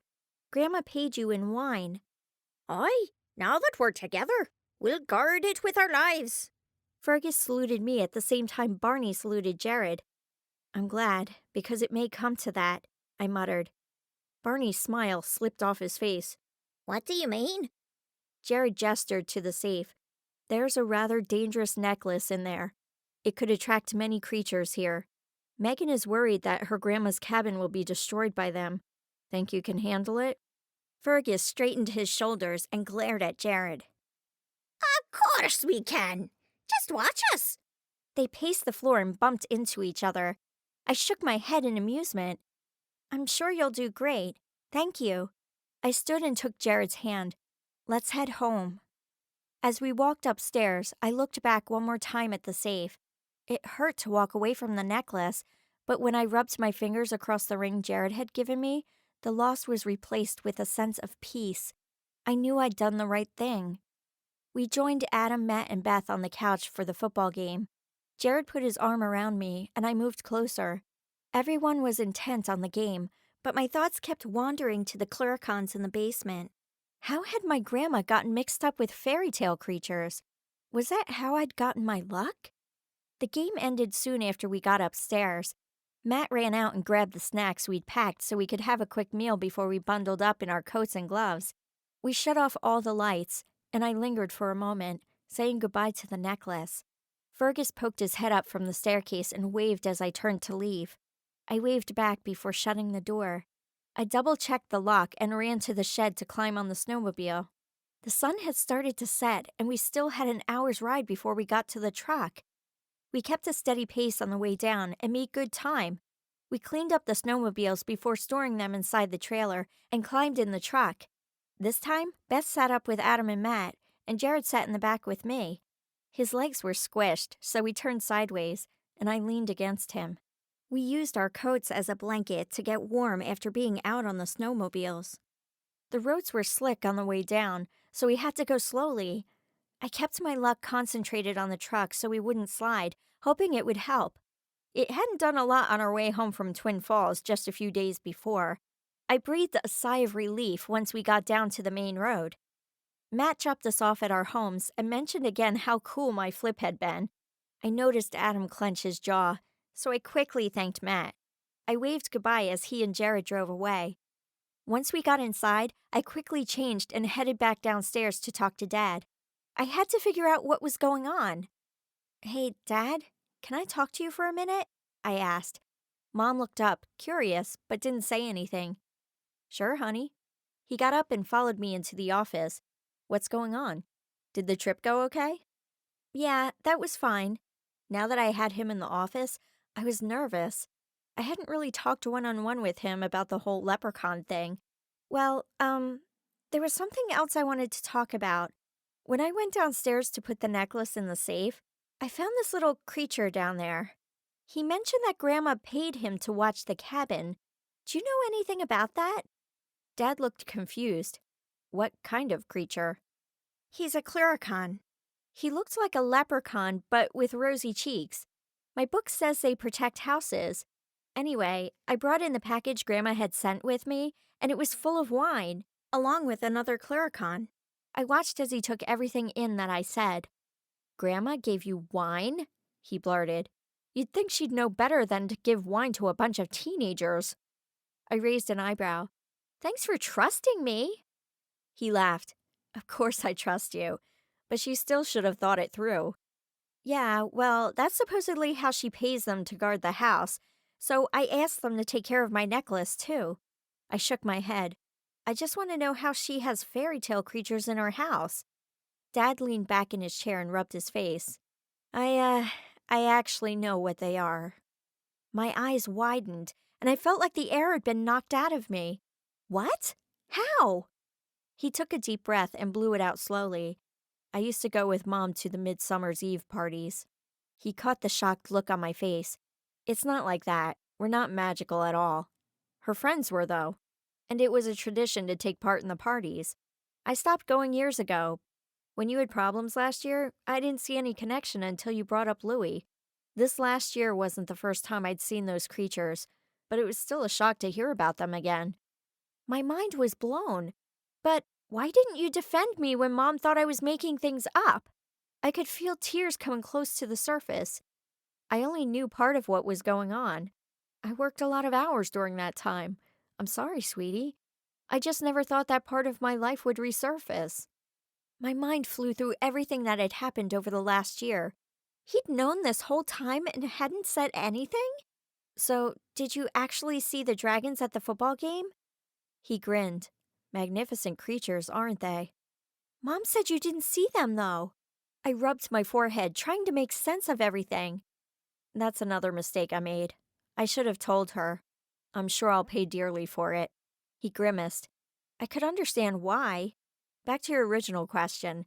I didn't know your grandma kept any creatures in her home, but she must have had good reason to do so. They would have to be very old by now. You aren't the first one that mentioned that the celebrations ended years ago. Mrs. Lincoln said the same thing. Why? He shrugged. I don't know. Something happened, and it was decided that it would be too dangerous to continue. His eyes were sad when he looked up at me. I hope you don't think less of me, Megan. I smiled. I had to tell Mom about leprechauns, remember? I can understand, but it'll take a little getting used to. He stood. Let me tell your mom, okay? Of course. I gave him a hug and left the room, still in shock. My dad had partied with fairy tale creatures? He never really did argue with me over what I had said about Louie or anything else. I had just been too frustrated to notice. I went back into the living room. Good night, Mom. I love you. I love you too, honey. Is everything okay? She looked up from her newspaper. Yep, it's fine. I didn't add anything because I didn't want to mess up and say something I shouldn't. She set her newspaper aside and turned toward me. Did you have a fun time? Yeah. Remember that ridge where Adam wrecked? I managed to do a double front flip off it. She sat up straight. You did what? I shrugged. The guys were showing off. I had to join in. I yawned. See you in the morning. Megan? Yeah? I turned back. Just because you have luck doesn't mean you have to use it. She paused. But good job. I wish I could have seen your friends' faces. She smiled up at me and went back to her newspaper. I laughed. It was priceless. Except for Adam. He was ticked. Understandable. Will you check to make sure the twins are asleep? Sure. I ran upstairs to brush my teeth before I checked on the twins. After making sure everything was ready for school the next day, I crawled into bed. It wasn't until then that I allowed myself to mourn the loss of the necklace. Henry appeared out of nowhere. It's gone, eh? I jumped. Henry! You scared me. What are you doing here? I almost couldn't get in. That's how I knew the necklace was gone. He scratched his chin, studying me. Did you need something? Henry sat in the chair behind him and put his feet up on an old footstool he'd zapped there. I'd figured you'd need some help sleeping tonight. Or it could be that you're lonely. My heart broke again for his loss. He tipped his hat. You could go stay with Louis and his wife. They might take you in. He laughed bitterly. No, I still haven't forgiven him for taking my gold. Oh, yeah. I rolled over. Well, you're welcome here as long as you can keep yourself out of trouble. And please don't let my parents see you. Chapter 9. All right already. I reached over and punched the button on my alarm. Hitting snooze a few times hadn't given me the extra rest I needed, but it had been worth a try. After changing my outfit a few times, I finally decided on a red top and black jeans. The house was quiet when I opened my bedroom door, so Mom must have taken the twins to school. The only thing left of breakfast was a piece of bread that had dried out. I sighed. Man, I wish I had some pancakes. I turned from the toaster and stared at the table. A large plate of pancakes sat there, steaming hot. I looked around the kitchen to figure out where they'd come from. Mom? I checked the office and her bedroom, but she wasn't around. The doorbell rang, and Jared walked into the kitchen. Hey, you ready to go? Hey, Jared. I just need to eat. I grabbed the butter and syrup from the fridge. I wasn't about to let the pancakes go to waste, no matter how they got there. Wow, did I get here just in time for pancakes? He leaned down and kissed me. I hugged him, catching the faint scent of his cologne. It's weird. One minute I was dreading stale toast, and the next minute, there was a pile of pancakes sitting there. Jared touched one. They're still hot, too. What were you doing before that? Making the toast. I did wish. My eyes widened. The leprechaun in my room must have given us wishes, since we knew his name. That means Beth should have some too. I pulled out my phone and texted her, warning her not to wish for anything lame, like pancakes. Or pants. So that means you, Beth, Adam, and Maddie all have wishes? Man, I feel totally ripped off. Jared stuck out his bottom lip, making me laugh. You poor baby. I have something that might cheer you up, though. I'll be right back. Oh, and don't eat my pancakes. I ran upstairs and pulled Henry's gift from under my bed. It was too bad I didn't have any wrapping paper. I ran back downstairs and peeked around the corner to find Jared leaning against the counter with a glass of water. Okay, close your eyes. Jared raised his eyebrows. What's this about? Just do it, please. I batted my eyelashes and made him laugh. Fine. He closed his eyes with an amused smile on his face. Ta-da! I held out the boots. He opened his eyes and grinned. Those are for me? Yep. Henry made them. He, kind of heard our argument and wanted to make you some too. I was thrilled that he was so excited to have them. He took them from me. These are awesome. Not that yours and Beth's aren't, but seriously, look at these. He ran his fingers over the leather and then sat down to put them on. He stood and jumped. They're so light. I thought they'd be a lot heavier. Aren't they amazing? Now come on before we're late for school. Oh, right. He pulled me close and kissed me softly. Thank you. Hey, it was Henry, not me. You should thank him. Although you probably shouldn't kiss him. I don't think he'd like it. I don't think I'd like it either. He kissed me one more time and picked up my backpack. Let's go. I grabbed the plate of pancakes and walked out to Jared's truck. I wasn't about to leave them behind. Jared started his truck and pulled out of the driveway. So how did Henry hear our discussion? He's been hanging around the house because his was destroyed. Mom and Dad don't know, but he's helped me sleep. I had slept better last night than I had in a while. I owed Henry big time for that. Jared frowned. That's horrible. I can't believe they destroyed his house. I know, I mumbled. I feel responsible. He insists it was his own fault, but he wouldn't have had to fight if it weren't for me. I'm making a mess of everything. He took my hand. You're worth it. Am I? I've been nothing but trouble for you since you decided to ask me to a dance. All the creatures that have helped us are missing, and everyone at school thinks I'm psycho. Don't forget the rumors that you're in a cult. Jared winked at me, helping my mood lift a little. Oh, yes, I can't forget those. I couldn't finish the last bite of pancake, so I fed it to Jared when we stopped at a stop sign. Jared turned the corner and continued toward the school. Look, you see it all as bad stuff. I see it as being incredibly lucky. Literally. You have friends who stick by you, a mom who tells you to learn how to use a sword, and you get to ride dragons. Yeah, things go wrong, but you've always been there to fix them. You'll get O'Malley, and then you can fix these things too. And now that the necklace is gone, you can be better prepared when you go after him instead of getting ambushed. Oh, hey, I forgot to tell you about what I learned last night. I told him about the conversation I'd had with Dad. Seriously? I knew I liked your dad. He pulled into the school. Yes, but he lied to my mom. I still wasn't sure what to think about that. He parked the truck and turned to me. I know, but do you blame him? Hey, honey, I used to run with fairy creatures, but now my life is normal.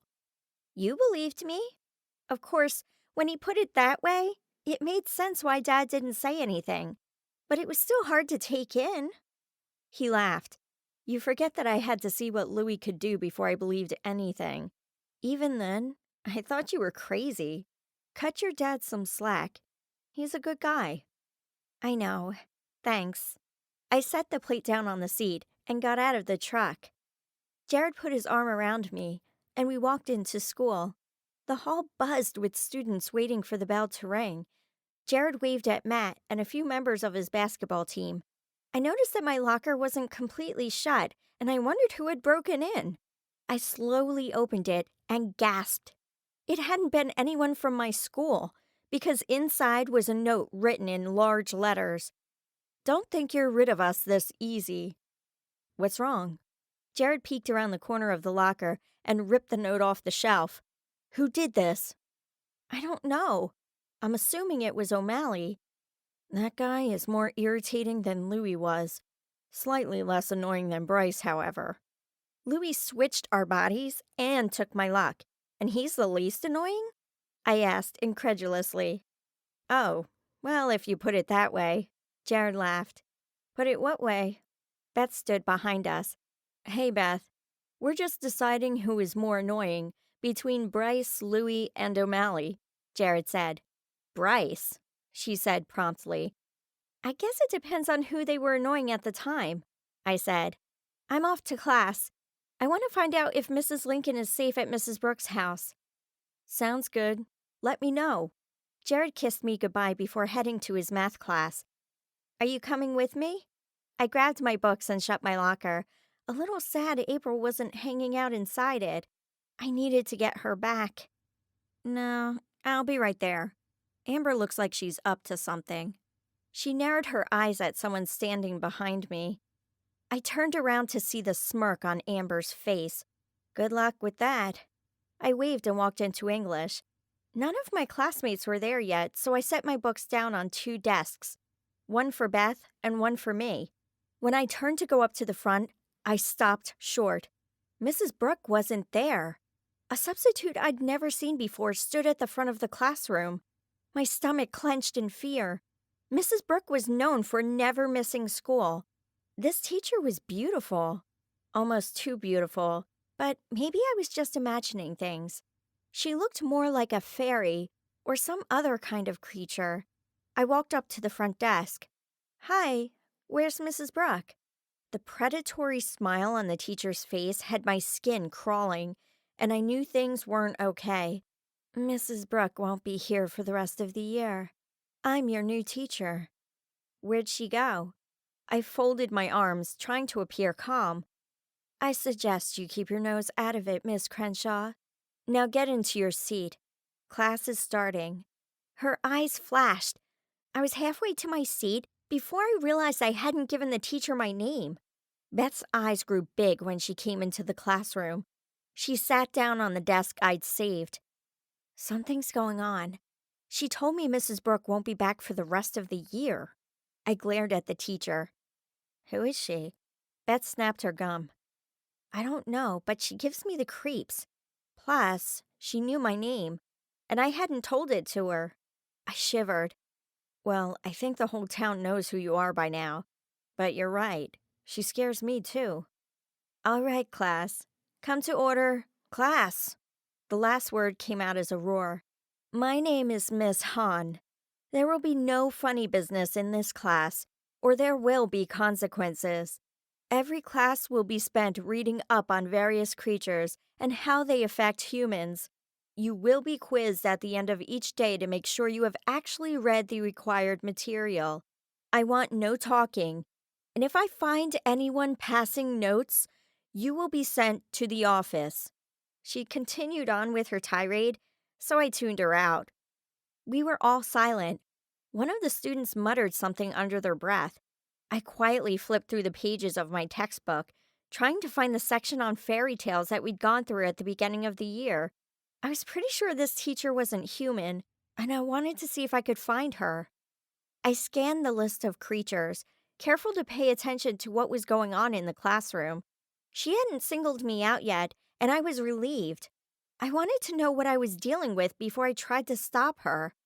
Beth tapped me on the shoulder and nodded toward Julie, who was in the back of the class. Miss Hahn seemed to be paying particular attention to her, and it wasn't going over well, by the look of Julie's quivering lip. I turned and watched the teacher. Her eyes would flip between me and Julie, confirming my fears. By the time class was done, Julie was in tears, and Miss Hahn looked almost triumphant. Beth caught up to me as I went to my locker. That was crazy. Did you see the look on Miss Hahn's face? Yeah, and I'm not happy. We're going to have to keep an eye on her. You may want to talk to Julie. She looks miserable. See you at lunch. Beth rushed off to her next class. When I got to math class, Julie sat in a corner of the classroom, her eyes red and puffy. I sat in front of her and turned around. Look, I know you're scared of me, but let me help. Are you okay? She sniffled. I'm fine, thanks. It wasn't right, what Miss Hahn was doing to you. I just wanted to tell you that. I turned back around to face the front. I wrote down notes for class, waiting for any reaction from Julie. When class was almost over, I felt a tap on my shoulder. Thanks, Julie whispered. I tilted my head slightly to let her know I was listening. You're welcome. I've got your back. A few minutes later, she tapped me on my shoulder again. That means a lot. Be careful. I was surprised at her reply. I turned and smiled at her. It was a relief that she was talking to me again. I wasn't sure that would ever happen after I'd broken the probability rules and scared her a few months before. After class, I grabbed my books and hurried out of the room. I ignored the students around me as I went to my locker to switch out my books. I got to Spanish class and plopped down into the seat behind Jared. He turned to smile, but caught the look on my face. What's wrong? We have a problem, I whispered. He raised his eyebrows. More than usual? Because I thought we already had problems. That was an understatement. This is worse. Mrs. Brooke is gone. Some psycho teacher lady is there instead. Did she say why Mrs. Brooke was gone? Jared asked. No, just that she wouldn't be back for the rest of the year. Jared muttered under his breath. That doesn't sound good. Should we go over to her house during lunch? Yes. I want to know what happened to her. I'll text Beth to let her know to meet us. I nodded toward the front of the class, and Jared turned around to listen. Mr. Lloyd glared over at me when he saw my phone, so I finished typing under my desk and slipped it back in my pocket. We were given a quiz, so I flew through it, then did the required reading. With basketball that night, I didn't want to deal with homework. The class period took forever, but finally the bell rang, and I shot off my seat. I was ready to get to Mrs. Brooks' house. I waved to Beth as I came out of the classroom and didn't see the banana peel lying on the ground outside the classroom. It made me slip, but I flexed my hand to pull on my luck and stayed standing. I smiled and picked it up, thankful to avoid the embarrassment. Someone must have put it there. I glanced around to find Amber sneering at me from around the corner. Wow, if this was her big plan, it failed miserably. I walked past her on the way out of school. You dropped this. I grabbed her hand and set the peel in it. I don't want your garbage. She threw it back at me. I kept walking with my head up and jaw clenched. I waited until the door was open to Jared's truck before I collapsed into the seat. I could pretend all I wanted, but Amber still intimidated me. That was probably the hardest thing I've ever done. Beth pushed me further into the truck. You fought a demon, and standing up to Amber is the hardest thing you've done? She shook her head. I think you handled it perfectly. Jared kissed me on the cheek. That wasn't the worst of what Amber was planning, by the way. Beth put on her seatbelt. Something's supposed to happen at tonight's game. Of course. I guess I have some time to prepare. Thanks for trying to figure it out. Does anyone know where Mrs. Brooke lives? Jared asked. Oh, that might be good to know. I pulled out my phone and gave Jared the address. I think I know where that is. He pulled out of the parking lot. It's across town from Mrs. Lincoln's. I wonder how she got over there. Do we know for sure that she did? Fear burned in my stomach. I knew something bad had happened to one or both of them. Oh boy. It looks like it wouldn't matter if she did. Beth pointed at the house in front of us. My heart sank. There was police tape everywhere, and the house had been almost destroyed. There was no one around, so we ran inside, careful not to touch anything. Mrs. Lincoln's dog was in one of the bedrooms. He looked up when we came near, wagging his tail. Hey, buddy. Where's your owner? I patted him on the head. Why was he still there when everyone else was gone? Jared and Beth went to check out the rest of the house while I poked around in the bedroom. I found a note sticking out of a drawer and picked it up. I wondered how none of the police had seen this, unless it had been put there after they left. Megan, thank you for checking on us. I am safe. Mrs. Brooke has been severely injured, and I'm not sure she's going to make it. She is with the fairies and will be protected, so don't go looking for her. Please take Fluffy home with you. He is easy to care for, and more than what he seems. I couldn't take him where I am going. Be careful. B. It was terrible news about Mrs. Brooke, but I was thrilled to find out that Mrs. Lincoln was okay. I went to find Jared and Beth. Jared was downstairs, crouched close to the ground. Oh, hey, Megan. Look at these prints. Do you recognize them? I don't. Maybe an imp? They were in Mrs. Lincoln's house, too. I handed Jared the paper. I found this. The relief was evident on his face as he read the note. I'm glad at least one of them got away. I hope Mrs. Brooke can pull through. I do, too. I looked at my watch to see that most of our lunchtime was gone. We should probably get back. Hello? Beth called. We're down here. She came around the corner, holding a book that was tattered. There you are. I've been looking everywhere for you. There's nothing upstairs that hasn't been destroyed. This was the only thing left in one piece. She handed it to me. It's the fairy tale book I borrowed. I brushed off the dust and carefully opened the pages.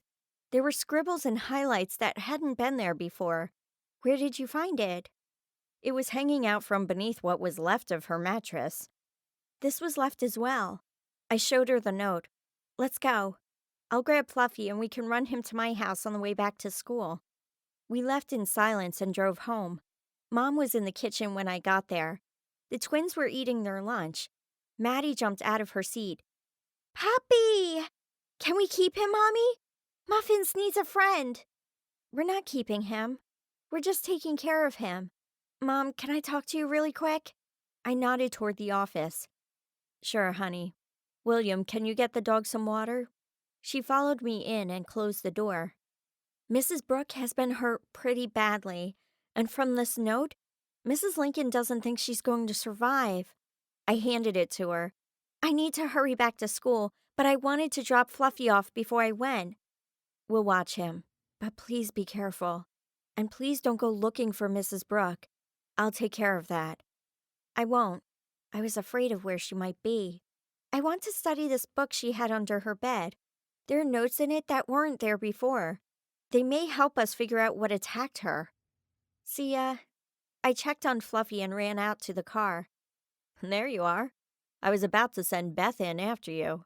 Jared grinned, and Beth rolled her eyes. I had to let Mom know what was going on.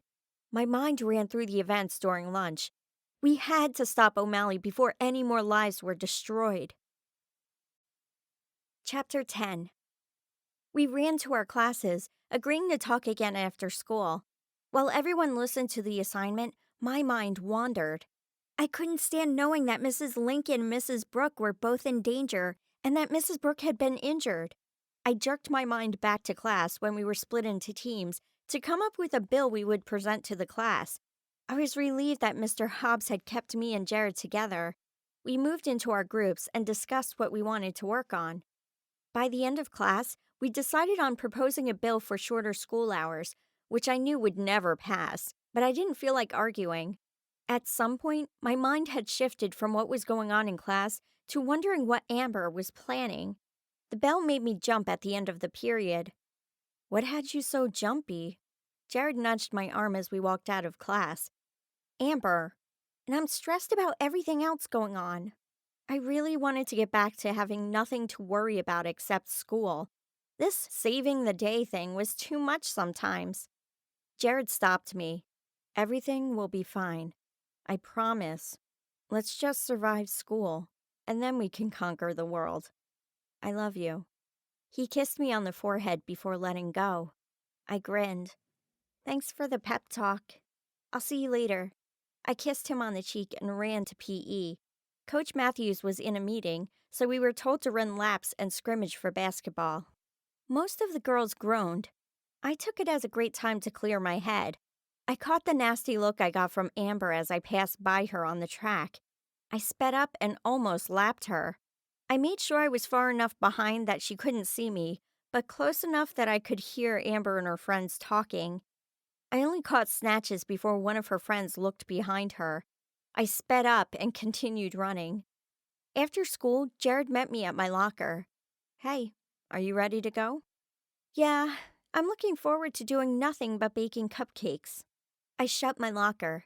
It was time to put everything else behind me for a while. Jared put his arm around me, and I waved at Beth on our way out the door. The bakery was packed when we got there. I stepped in at the register so Jared's Uncle Jerry could bake. Jared took over the counter. The store slowly emptied as we filled everyone's orders. Hey, Jared, are you good? I asked, looking at the clock. I need to get to my game.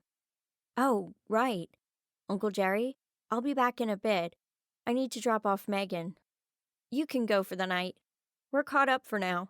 Good luck, Megan. Are you sure? Jared asked, surprised. Yes, go tell your mother hi, and that you'll be invited to my house for dinner on Sunday. Your family too, Megan.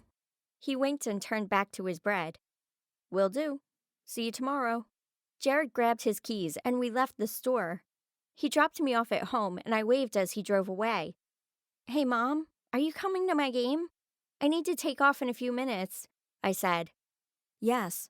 The twins are eating right now so we can all go together. She put a bowl in the dishwasher and closed it. I'll be right down.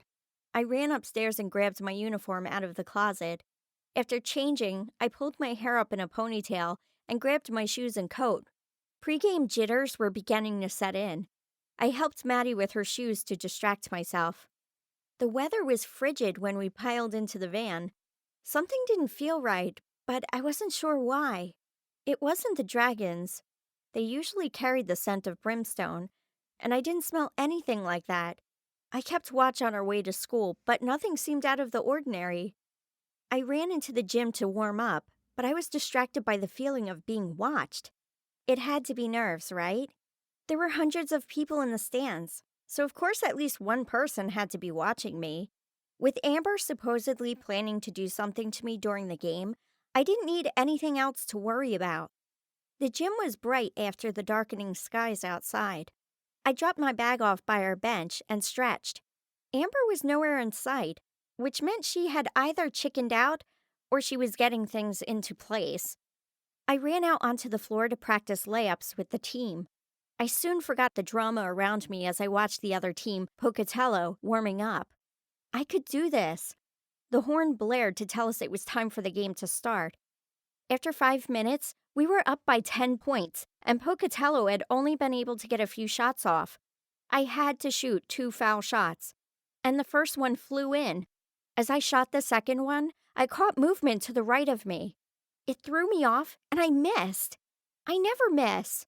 I looked around me to see what had distracted me, but all I could see was a gym full of loud, moving bodies. Coach Gardner took me out for a bit, and as I ran to the bench, I scanned the audience to figure out what was going on. Nothing seemed out of the ordinary. I cheered on the team from the sidelines. I caught Jared's gaze from the bleachers, and he pointed behind me.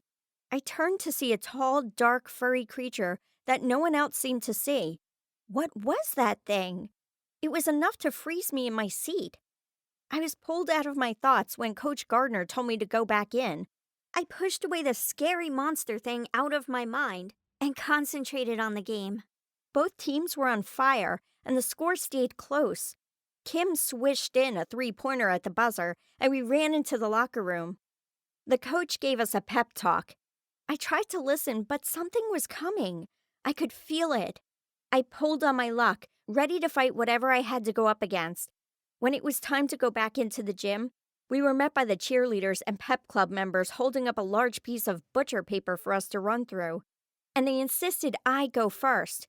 The feeling of foreboding was overwhelming, so I slowly released the luck as I ran through, hoping it would protect me.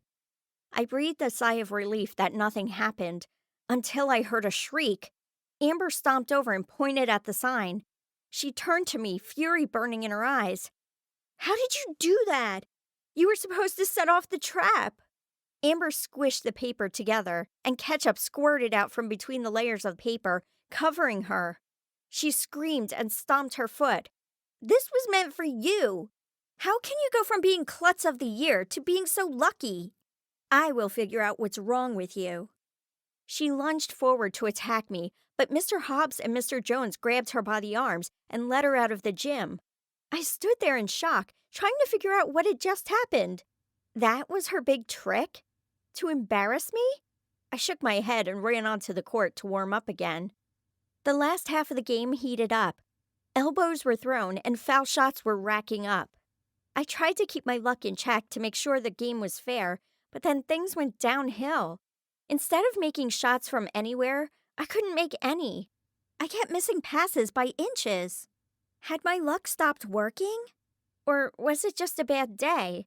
Maybe I'd let out too much luck as I ran into the gym. The line had been blurred so much between what was luck and what was skill that I couldn't tell anymore. It was almost a relief when Coach Gardner took me out of the game. "You okay, Megan?" "Yeah, I just need a break. I'll be fine in a bit."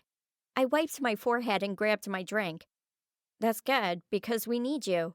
Rest. I'll get you in soon." He turned back to the game and shouted a play. I sat down and rested my head on my hands to clear my mind, so that when Coach Gardner put me back in, I would be ready to play. Basketball was something I loved. The competition, the energy, everything about it. Whether it was my luck or skill, it didn't matter. I still loved to play. In those few moments, a calm came over me, and I realized something. My luck was what made me who I was. I needed to stop worrying and let it be a part of me. As long as I wasn't relying on it completely, I was fine. I wouldn't try to use it for everything, but I wouldn't try to force it down anymore either. Coach Gardner put me back in, and I knew I was ready to play. I embraced the times I knew exactly where I needed to be.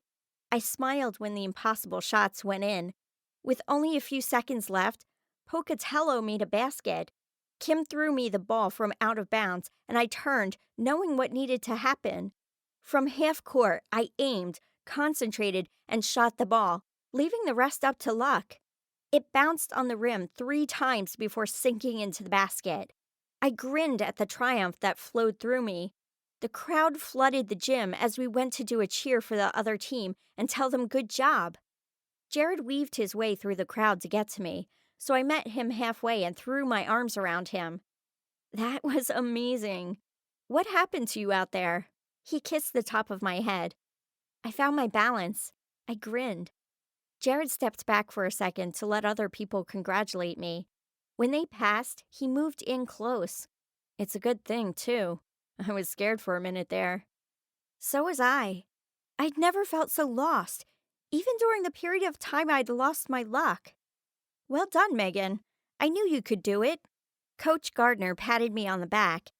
Thanks for giving me another chance. I don't know what happened out there. I'm sure what Amber pulled after halftime had something to do with it. It's easy to get flustered. I guess so. Thanks, Coach. Megan, you are awesome. Maddie wrapped her arms around my legs. That was the coolest shot ever, William yelled. I gave them both high fives. Thanks, you two. Great game, sweetheart. What was all that about during halftime? Mom looked concerned. That's Amber. She's been trying to get back at me for I don't know what. That's terrible. You could have been hurt. Nah, it's just part of... I saw a shadow pass through the gym again and whipped around to figure out where the creature went. What's going on? Jared turned to see what I was looking at. The thing you pointed out. I swear it's still here somewhere. My heart pounded in my chest. Let's go right now. I don't like this. Mom pulled me toward the exit. Come over if you get the chance. We need to figure out what this is. I called back to Jared. I'll be there in a bit. I hurried the twins to the car, chills running down my spine. The scent of brimstone was in the air. I jumped in the car. Drive, Mom. I'll get their seatbelts buckled. What's wrong? She started the car and pulled out. Dragons. First that creepy gray thing, and now this. Her grip tightened on the steering wheel. They're back? It smells like it. As soon as we pulled into the garage, she had the doors open on the van. Okay, kiddos, time for bed.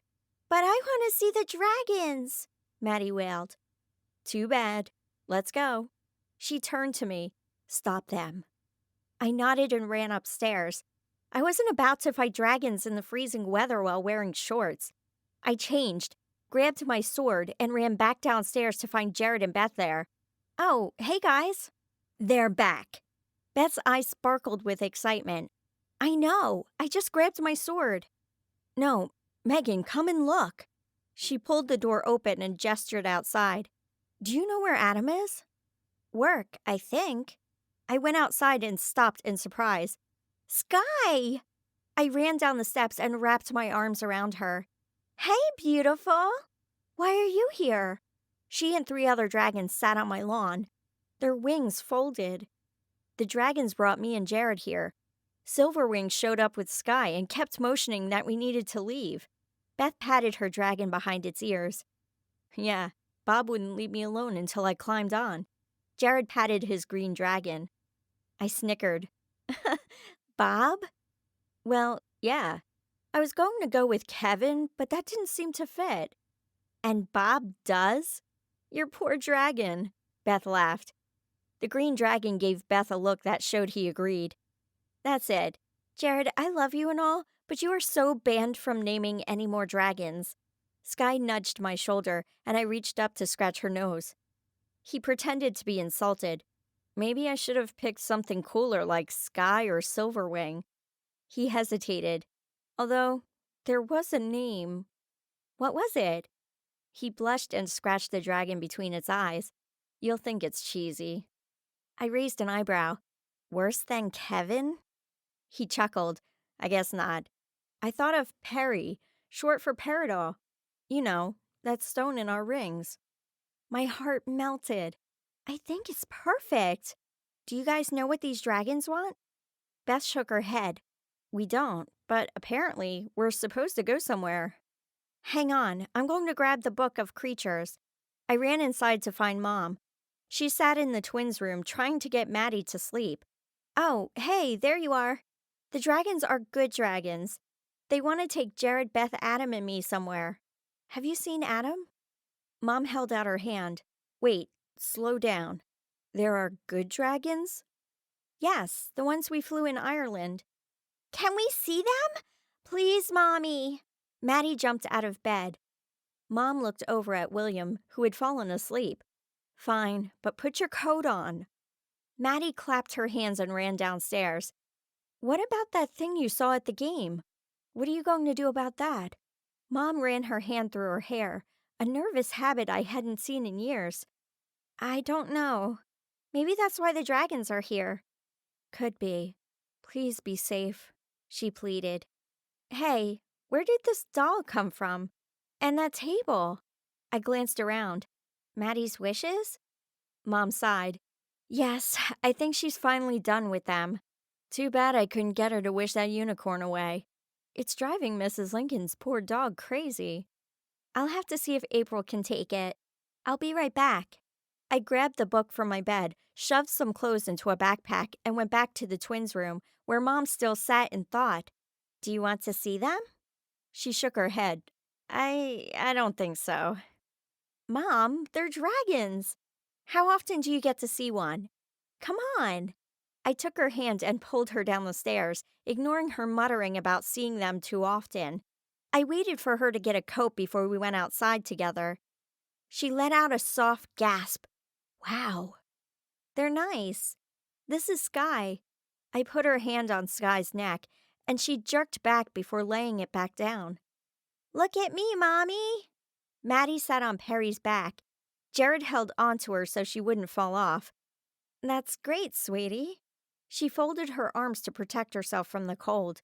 You guys be safe. Come in the house, Maddie. Aw, Mom. I want to go on a ride, Maddie whined. Sorry, but they need to take off. Maybe next time. She helped Maddie climb down and took her in the house. Adam pulled in the driveway and climbed out of his car. Hey guys, what's... Oh no. He backed away. Beth stepped forward. Sorry, Adam, but we need you. Why can't we just take a car? He groaned. 1 second. Let me grab my crossbow. Chapter 11. The air was chilly as we flew over the city. I had no clue where we were going, but I trusted the dragons. As much as I enjoyed it, I was freezing. The coat I'd grabbed barely kept out the cold, and my fingers felt like ice. The beating wings made it hard for us to talk to each other, so we stayed silent, except to check to make sure everyone else was okay. We had been flying for what felt like hours before the dragons began their descent. Poor Adam had spent the first 30 minutes feeling nauseated. Once the dragons straightened out and we were far above the ground, he was able to calm his stomach. We came to a mountain, and the dragons landed in a large cave opening. I climbed off Sky and looked over the edge before quickly backing away. Even in the darkness, I could tell we were very high. We followed the dragons farther into the mountain, where we met Mrs. Lincoln. I hugged her tightly. You're safe. Yes, I managed to get away. Sharon insisted on staying behind to let me make my escape. I fear she gave up her life for me. She moved forward and lifted her hands high. She clapped them together and slowly lowered her arms. A barrier of some sort closed over the cave entrance. Where are we? I asked. The cave looked as though it was someone's home. Stone had been carved into a table and chairs. The shelves in the walls held food and dishes. It's better that you don't know. We're safe for the night. Mrs. Lincoln smiled. Tomorrow you will move on. Where are we going? Beth asked. You must stop the leprechaun. He's causing devastation throughout the world. No one is safe. She shook her head and then forced a smile.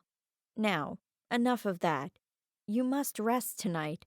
She moved toward the back of the cave and through a curtain I hadn't realized was there. The dragons were off in another branch of the cave. I could hear the rumbling of their breathing. We exchanged looks.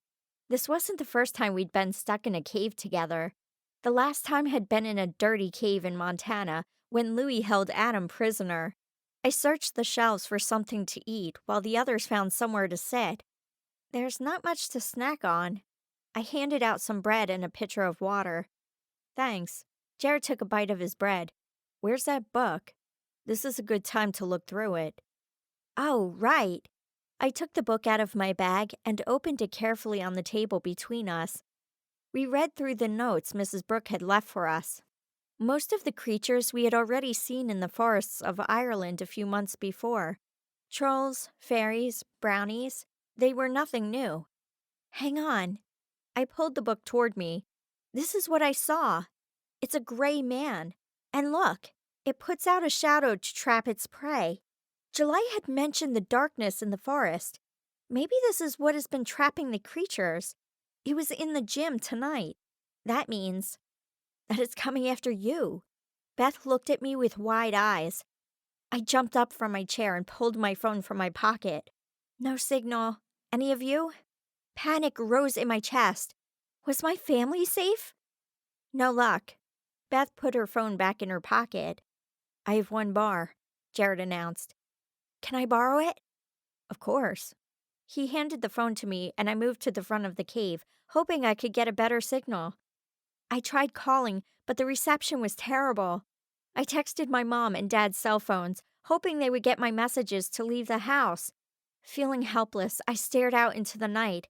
The shield Mrs. Lincoln had put made everything look slightly distorted. I heard someone approach, and Jared's strong arms wrapped around me. I leaned against him, grateful he was with me.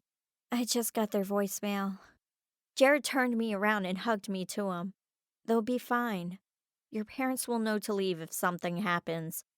I know, I'm just worried. I wiped my eyes. I really need to stop crying all the time. I think you have the right to. Life's been kind of crazy for you. He stroked my hair. Thanks. Aren't you worried about your family? I looked up at him. A little, but Dad agreed to leave the area if I wasn't home by midnight. Those golems really shook him. I could see how they'd do that. I sighed. What a mess. What about Beth's parents? They were already planning a trip to Boise, so they just moved it up by a couple of days. It was a nightmare trying to get them to agree to let her come, but I used my amazing charm and ensured them she'd be fine. He grinned. You're so full of it, Jared. Although, I do admit you buttered my mom up quite nicely. Beth stood behind us. Let's get some sleep. We don't know where we're going tomorrow, but I want to be ready. I found us some pillows. Adam handed one to Beth. I'll keep watch. He sat down on the ground by the entrance and pulled out the book. Good idea. Night, Adam. I grabbed more blankets and pillows while Beth and Jared found a place on the ground to sleep. I hadn't dreamed of Louis since hiding the necklace, but I'd hoped he'd be able to help me out. I needed to know where Maddie was. I relaxed and thought of Louis, allowing myself to drift off.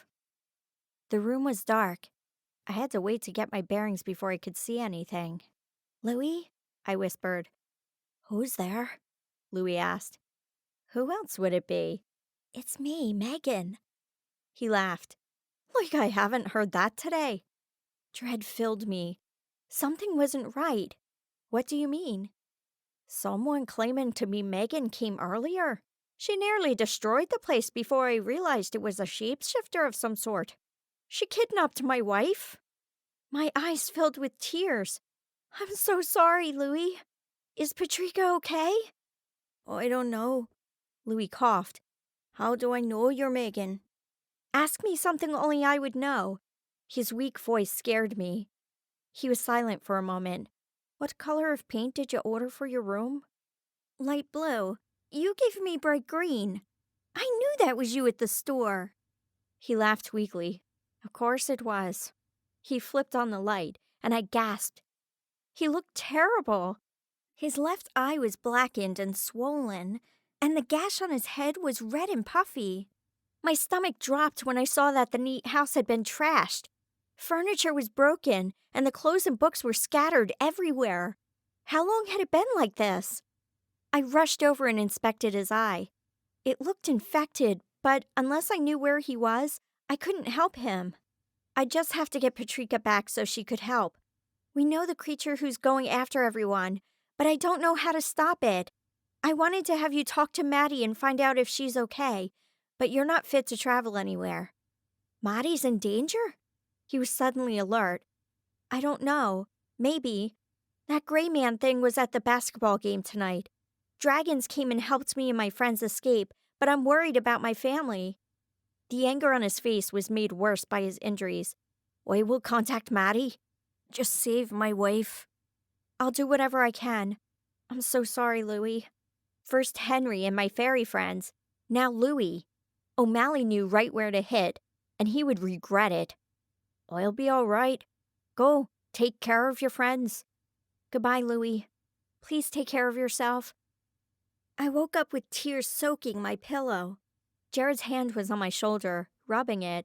A sob escaped me. Shh, Megan, it's okay. We'll get these guys. I shook my head. That's not it. It's Louie. He was injured, and they took his wife. I'm ruining everything. Jared lay down next to me and moved closer. You're not destroying anything. You're doing what you can to help those who are in trouble. O'Malley and this gray man are doing this. We'll get them. I promise. I took deep breaths, trying to calm myself down.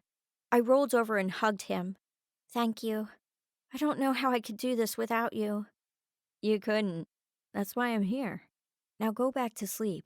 He kissed me softly. I love you. I smiled. As I slipped back into sleep with Jared's hand on my arm, I heard 4 words that warmed my heart and calmed my soul. I love you, Megan. I woke up the next morning to snoring in my ear. The warmth of Jared's arm around me kept the chill of the cave away. I thought back to the events of the night before, and a firm resolve came upon me. I had family and friends to save, and I was going to do whatever it took to get that done. I went to the kitchen area just as Mrs. Lincoln came from behind the curtain. Oh, good morning.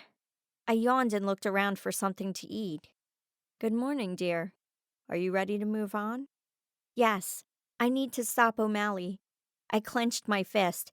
She studied my face. Did something happen last night? I visited Louie in my dream. He's hurt, and Patrika is missing. I swallowed hard and turned away.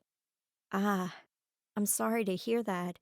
Wake your friends. I'll get some food ready. She turned to the cupboard and got down some plates. Thank you. I woke Jared first by kissing him on the cheek. Wake up, sleepyhead. He opened his eyes and rolled over, smiling. Morning, sunshine. You're up early. I slept well, being protected like I was. Thank you. I packed my bag. You're welcome. Anything I can do for you. He yawned. Can you wake up Adam? I'll take Beth. I was anxious to get to wherever it was we were heading. Thank you for giving me Adam. I think Beth would try to kill me. I know she would. I stood and walked over to Beth. Hey, Beth. Wake up. Time to go shopping for shoes. Her head popped up, eyes half open. What? Where? I giggled. I knew that would get you. No shoes, but how about we go ride a dragon? She grumbled and rolled over. No, seriously, get up. We need to get out of here. You should probably hit the bathroom first.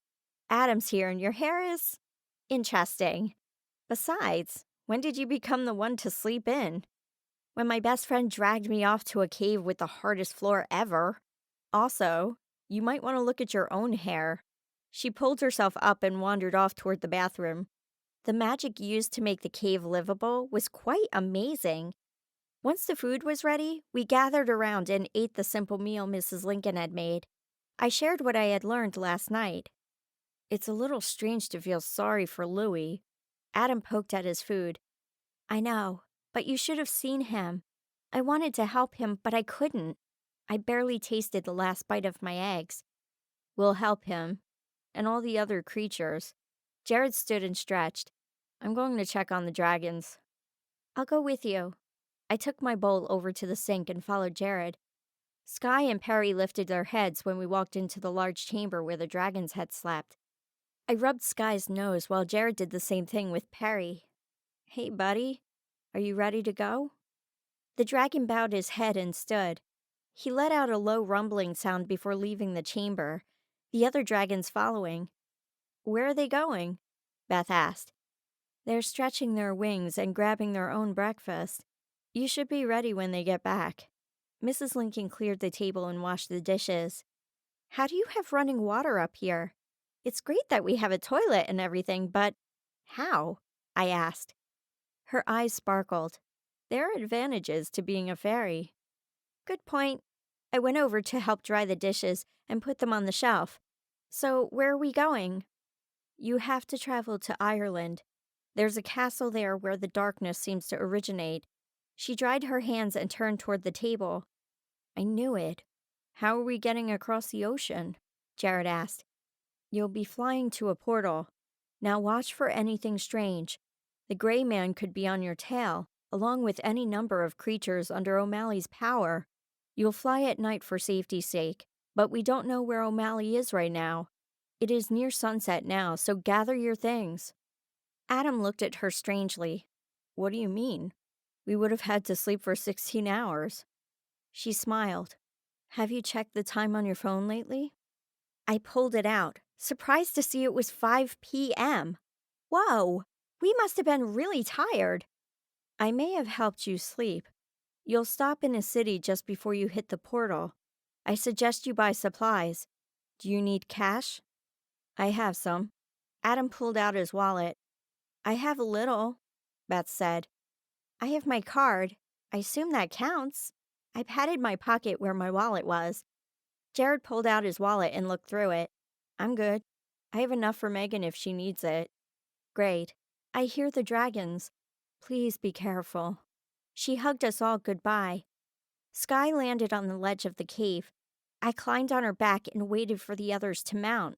We said one more goodbye before the dragons lifted off, and we continued on our way. Chapter 12. The sky had begun to lighten when the dragon stopped in yet another cave. My teeth chattered while we climbed off. I tried to figure out where we were.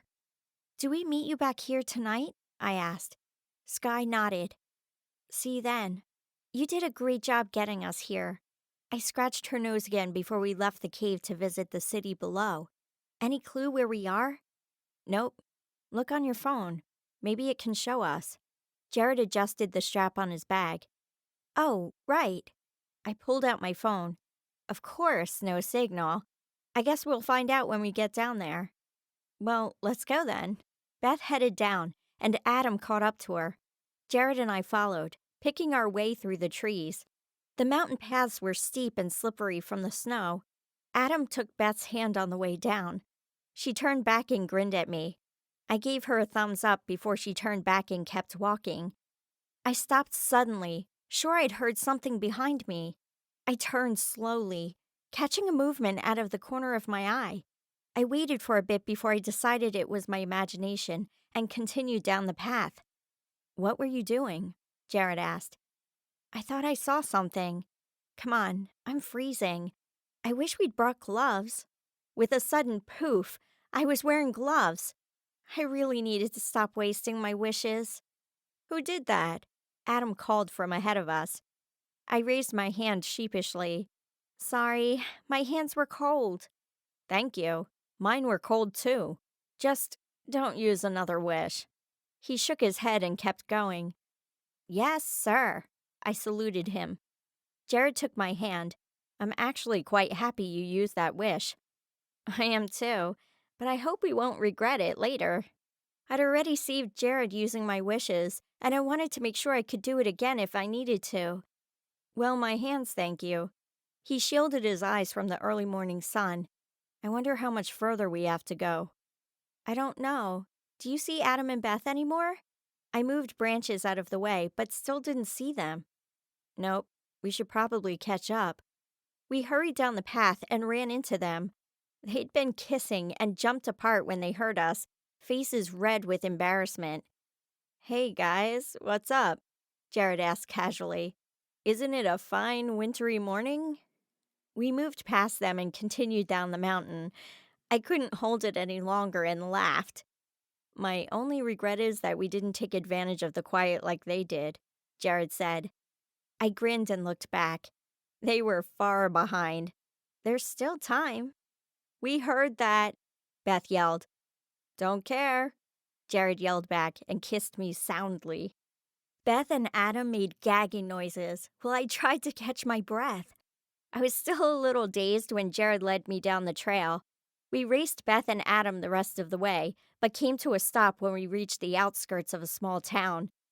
Okay, try your phone now, Beth said, breathing hard. I'm only getting one bar. Hang on.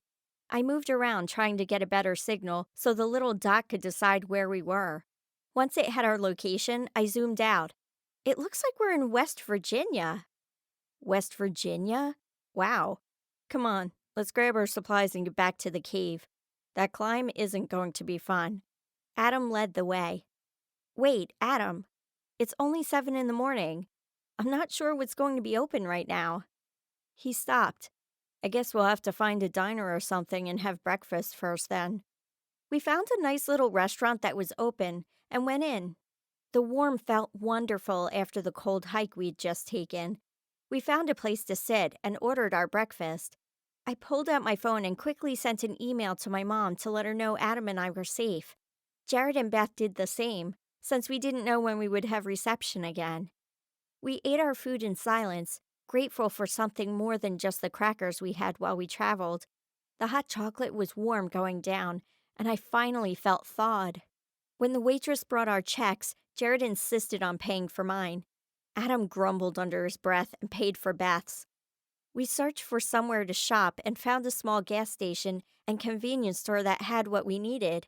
We grabbed food, blankets, and some hand warmers to go in our gloves. It would be cold in Ireland as well. I had learned that the hard way on Christmas. We bought some more hot chocolate to take with us on our hike, and we headed back up the mountain. Adam was right. The trip was hard, forcing us to stop several times. The supplies in our backpacks weighed us down, which only made things worse. We were grumpy from cold and exertion by the time we hit the cave. I went to check on Sky and the other dragons, to get away from the others arguing about who would carry what when we left. I knew they'd calm down after they got some sleep. I just wanted to stay away for now. I rubbed Sky's neck and talked quietly. You guys good? Yeah? We're going to get some rest. We'll see you when we wake up. I scratched each of the dragons on their noses before going back into the room with Jared and the others. What's going on? I asked. They wanted to eat some of the food now. I told them to save it. Beth glared at the boys. Guys, we just ate. It's time to sleep. I don't know about you, but I'm exhausted. I sat down on the floor by my bag and pulled out a blanket. Jared sat down next to me. You don't have to tell me twice. That hike wiped me out. So, because your girlfriend said it's time for bed, that's what you're going to do? Beth looked annoyed.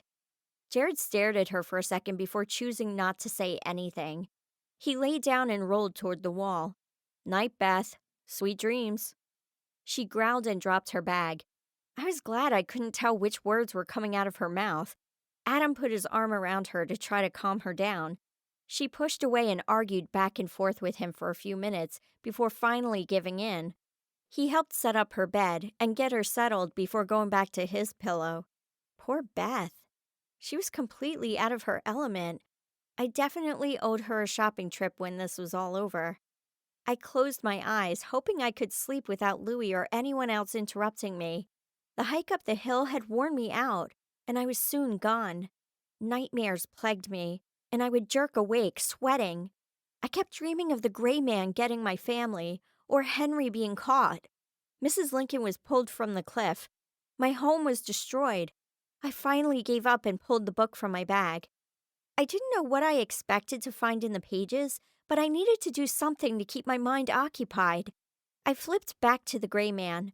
There wasn't a lot about how to defend against him, but I knew he was dangerous. He usually went after mortals, but so far in our case, he'd only gone for the fairy tale creatures. That was odd.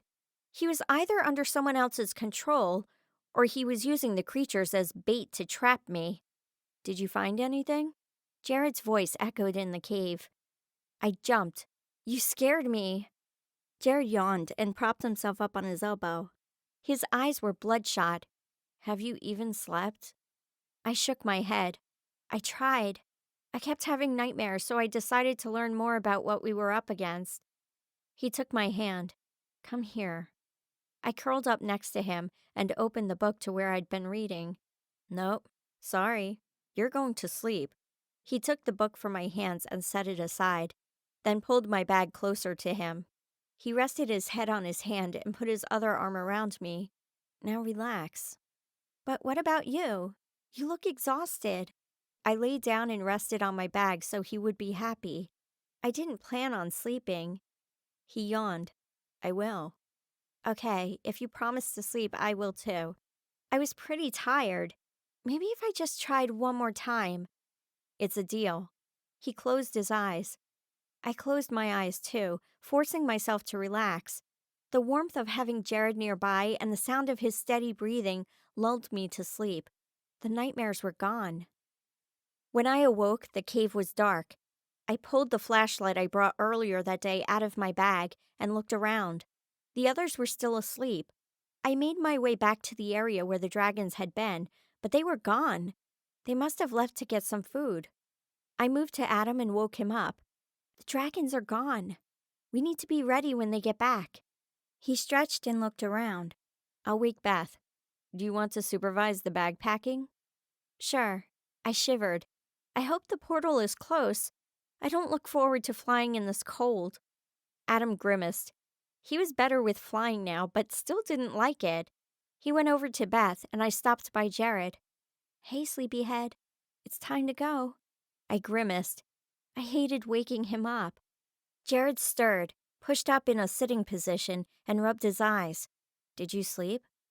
Yes, thank you. The nightmares had no chance with you close by. I squeezed his hand. That's good. I knew I could chase them away. He pulled on his shoes and stood to stretch. I turned toward my backpack. Adam put me in charge of packing bags. Want to help? Sure. We grabbed Adam's and Beth's bags and emptied them all out, then separated everything into piles and split them evenly. I handed the bags over, and we took turns going outside to find somewhere to relieve ourselves. One drawback to living in a cave. The dragons returned after the sun had gone down. We gathered up our stuff and climbed on. Once everyone was ready, I bent down to Sky's ear. We're ready. Please take us to the portal. I made sure my hand warmers were secure and pulled on my hood. Sky lifted off and veered to the left, followed closely by the other dragons. We had only flown for an hour or so before the dragons stopped again and took us into a cave. I started to climb off, but Sky shook her head. Apparently, this wasn't the place. Once I was settled onto her back again, she continued walking. Toward the back of the cave was an old woman sitting next to what looked like a very large mirror. She looked up, and I noticed that she had one eye, and her smile showed several missing teeth. Ah, you made it. You're almost too late. Too late? For what? I glanced over at Beth, and she shrugged. I opened my mouth to ask her, but the woman continued. I warn you to hold tightly. It would not be good to become lost within the portal. She turned to the mirror and chanted. Lost? What do you mean, lost? I asked, nervous. This trip just kept getting better. Just hold on, and you won't have to find out. The woman laughed. The portal came to life, clouds of red and white spiraling toward its center. I looked over at the old woman. She grinned and gestured for me to go through. I was hesitant to go in after the warnings she'd just given, but I'd come this far. I bent down closer to Sky, senses heightened for any danger, and urged her on. She pushed off and flew into the portal. The air was brisk, and wind pushed against me. We moved through a large expanse of emptiness. The space around us was almost red, and I could see what the woman meant by getting lost. How did the dragons know which way to go? I heard Jared and Adam yelling back and forth to each other in excitement. I looked back, and Beth grinned at me, eyes dancing. I smiled and watched to make sure nothing else followed us. It wasn't long before we saw the other side. This time, there was a blue tint to the smoke. Sky bent down and gained speed before bursting through to the other side. where an army of leprechauns awaited us. Chapter 13. Sky roared and shot fire at the nearest leprechauns, then continued spouting flames as she ran past, her movements awkward. The other dragons followed, shooting flames in the areas Sky had missed. Once we were out of the cave, Sky leaped into the air. We weren't far from the castle where I'd been held captive. I looked back, seeing how close we were to the cave where Beth, Jared, and Adam had hidden just a week ago. Sky put on more speed, and I ducked low to escape the worst of the wind. She flew me close to the castle before landing. I climbed off and gave her a hug. Once the others had landed, the dragons nodded and leaped back into the air. Beth, Jared, and Adam moved close to me. Here we were again, going into the castle of a crazy leprechaun. So, what now? Do we do the same thing as before? Adam asked. No, I want to find a different way in. We need to get to the dungeon so we can figure out what's going on with that gold. I think it's important somehow. I circled the castle, barely noticing that the snow had stopped. I found an area along the bottom of the castle with barred windows. This had to be the dungeon where I'd been locked up. I examined the bars closely and pushed my luck into one of them. Since it really didn't have luck, I had to try something else. Instead of doing what I would do with something living, I just convinced it to rust. The already aged bar needed a little urging. I continued to push on it until I was able to yank it off. I moved on to the next one. Megan, are you sure you want to pull the bars off a random prison cell? There could be some big psycho dude in there, Beth said. Or it could be the gold. Jared stared up into the sky. I doubt it. There were some pretty powerful spells on that room. The next bar came off with no problem. No, we're pretty sure it's the gold. Look, Adam pointed up. A large rainbow hovered above the castle and dropped down to the cell I'd been working on. Where there's a rainbow? I started. There's a pot of gold, Beth grinned. Let's go. I started on the last bar just as a group of leprechauns rounded the corner of the castle. Beth pulled out her bow and shot into the middle of them. Her ball of herbs exploded and hit the leprechauns around it. Whoa! I haven't seen your herbs explode like that before. I remembered what I was supposed to be doing and got back to work. Beth pulled out another one and grinned. New concoction. I was working on it when Silverwing showed up. She shot an arrow, causing more devastation. Adam joined in with his crossbow just as a troll came around the corner. Oh, goody. Megan, now would be a good time to finish that bar. Hey, it takes time to rust something. I felt it loosen in my hands. Oh, here we go. Jared laid his hand on my shoulder. I'm going first. I don't want you falling into a trap. I looked up and smiled. Yes, but who's the one with the luck? I winked and slid in through the window. Megan! He jumped in behind me, fire in his eyes. Would you stop doing that? I'm trying to protect you. I grabbed him and kissed him hard before I pulled away. And I love you for that. But you have to admit that it's smarter if I go in where there's a possible trap. Who's less likely to be caught? He glared at me for a second longer before nodding. Fine. Just stop scaring me. Beth and Adam dropped in through the window next. What's going on? Beth looked between us. It doesn't matter. We should really start doing what we came here to do. Adam stood watching the window, crossbow at the ready. I pulled out my flashlight and turned it on. Several sleeping baby dragons lay in front of us. Good thing we didn't go in any farther, I whispered. The cauldron is there. Gold coins were piled high. There seemed to be more than before. I picked my way to the cauldron and reached out to touch the gold. Megan, Beth whispered, are you crazy? Maybe. I took a handful and turned to go back to them. I want to talk to Louis. He didn't know why the gold was here, but maybe he could tell me about it if I show him the coins. Leprechauns have their own marks. Everyone was silent as they exchanged glances. Jared, can you help me out, please? I gestured toward the window. He looked at me for a second before he got down on one knee so I could climb up and pull myself up. Jared followed me, and then so did Adam. We reached in and helped Beth. "You're not really going to take that, are you?" Jared asked quietly. "What? Of course I'm not. I just want to know where it's from. That evil feeling came from around here last time, and everything else centers in this spot for a reason. I want to know why. If there isn't something going on with this gold, why was it guarded? And why is there so much?" I stormed away, cursing myself for taking off my gloves. I pulled them back on and stopped short when a group of leprechauns ran into me. "Get her!" one yelled. "Wait, I need your help." I held up my hands. I couldn't believe I was doing this, but maybe they knew what O'Malley was planning, or I could get myself killed. One leprechaun scoffed. "Help? We're not going to help you. You stole our gold." "Your gold?" I pulled the coins from my pocket and dropped to one knee so I could talk to them easier. "You mean this gold?" Each of them snatched a piece and hugged it to their chests.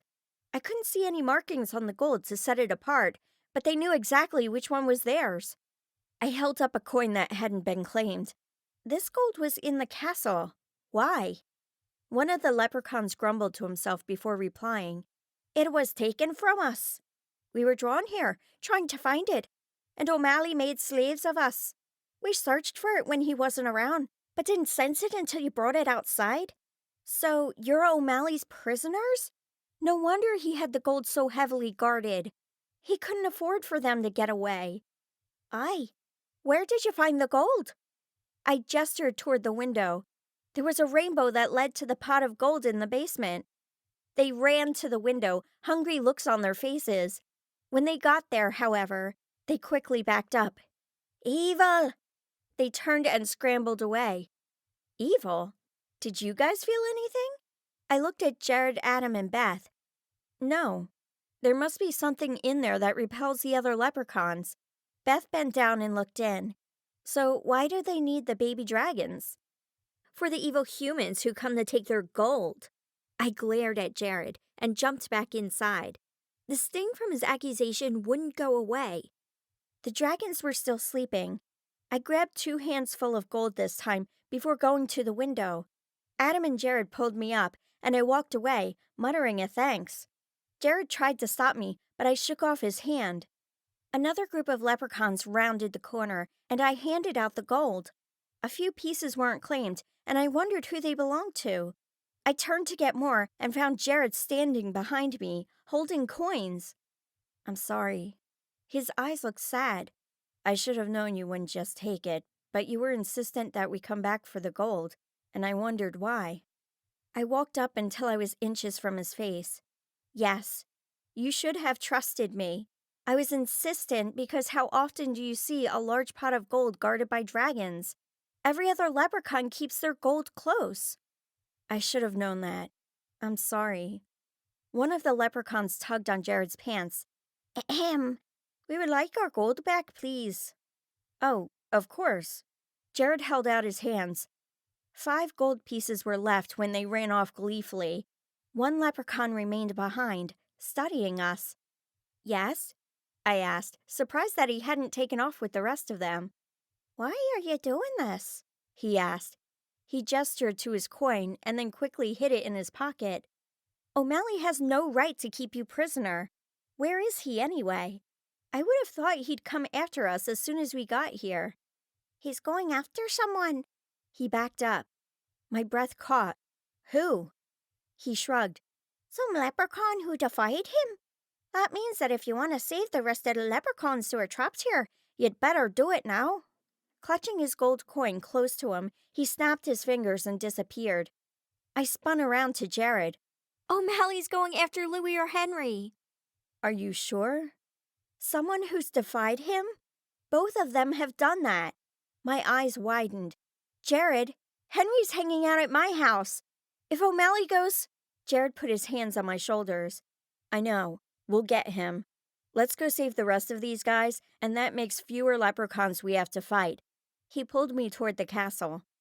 Beth stood by the window, watching us curiously. "What's going on?" "O'Malley's trying to find Henry or Louis. We're not sure which." Jared peered down into the room. Is Adam in there? Yeah. He got sick of lifting out the gold a little at a time, so he took a backpack down with him. Adam's face appeared in the window. We need to hurry this up. The dragons are stirring. He hefted the bag up and out. Great. I'm going down. Jared, you and Beth hand out the coins. Make sure they each only take one. Jared tried to object, but I held up my hand. No, we already did this. I have the luck. You have the strength. So does Adam. We need you both where we can move the coins faster. I grabbed my bag, emptied it onto the ground, and climbed down into the room. I filled the bag with coins. Jared brought back the other empty bag and grabbed mine. We went quickly, watching the dragons closely. They moved and snorted, but remained asleep. We were just lower than the rim of the cauldron when a small gold dragon lifted its head. The sun was setting, so the dragons must have been getting ready for their meal. I ran to the window. Guys, they're awake! Hurry and come down here! I regretted not being able to help more leprechauns, but we had to get out of there. I hoped we could help the others later. Beth poked her head in. If they're waking up, why are we coming in? Well, we could either sleep out there in a cave tonight, or I can get us into one of the dungeons in here. But you just had to escape from here. Why would you want to stay the night in a cell? She asked. We can get out of this window now. It's not like we're stuck in here. It's not comfortable, but it's not a cave. I really don't want to spend another night on the hard ground.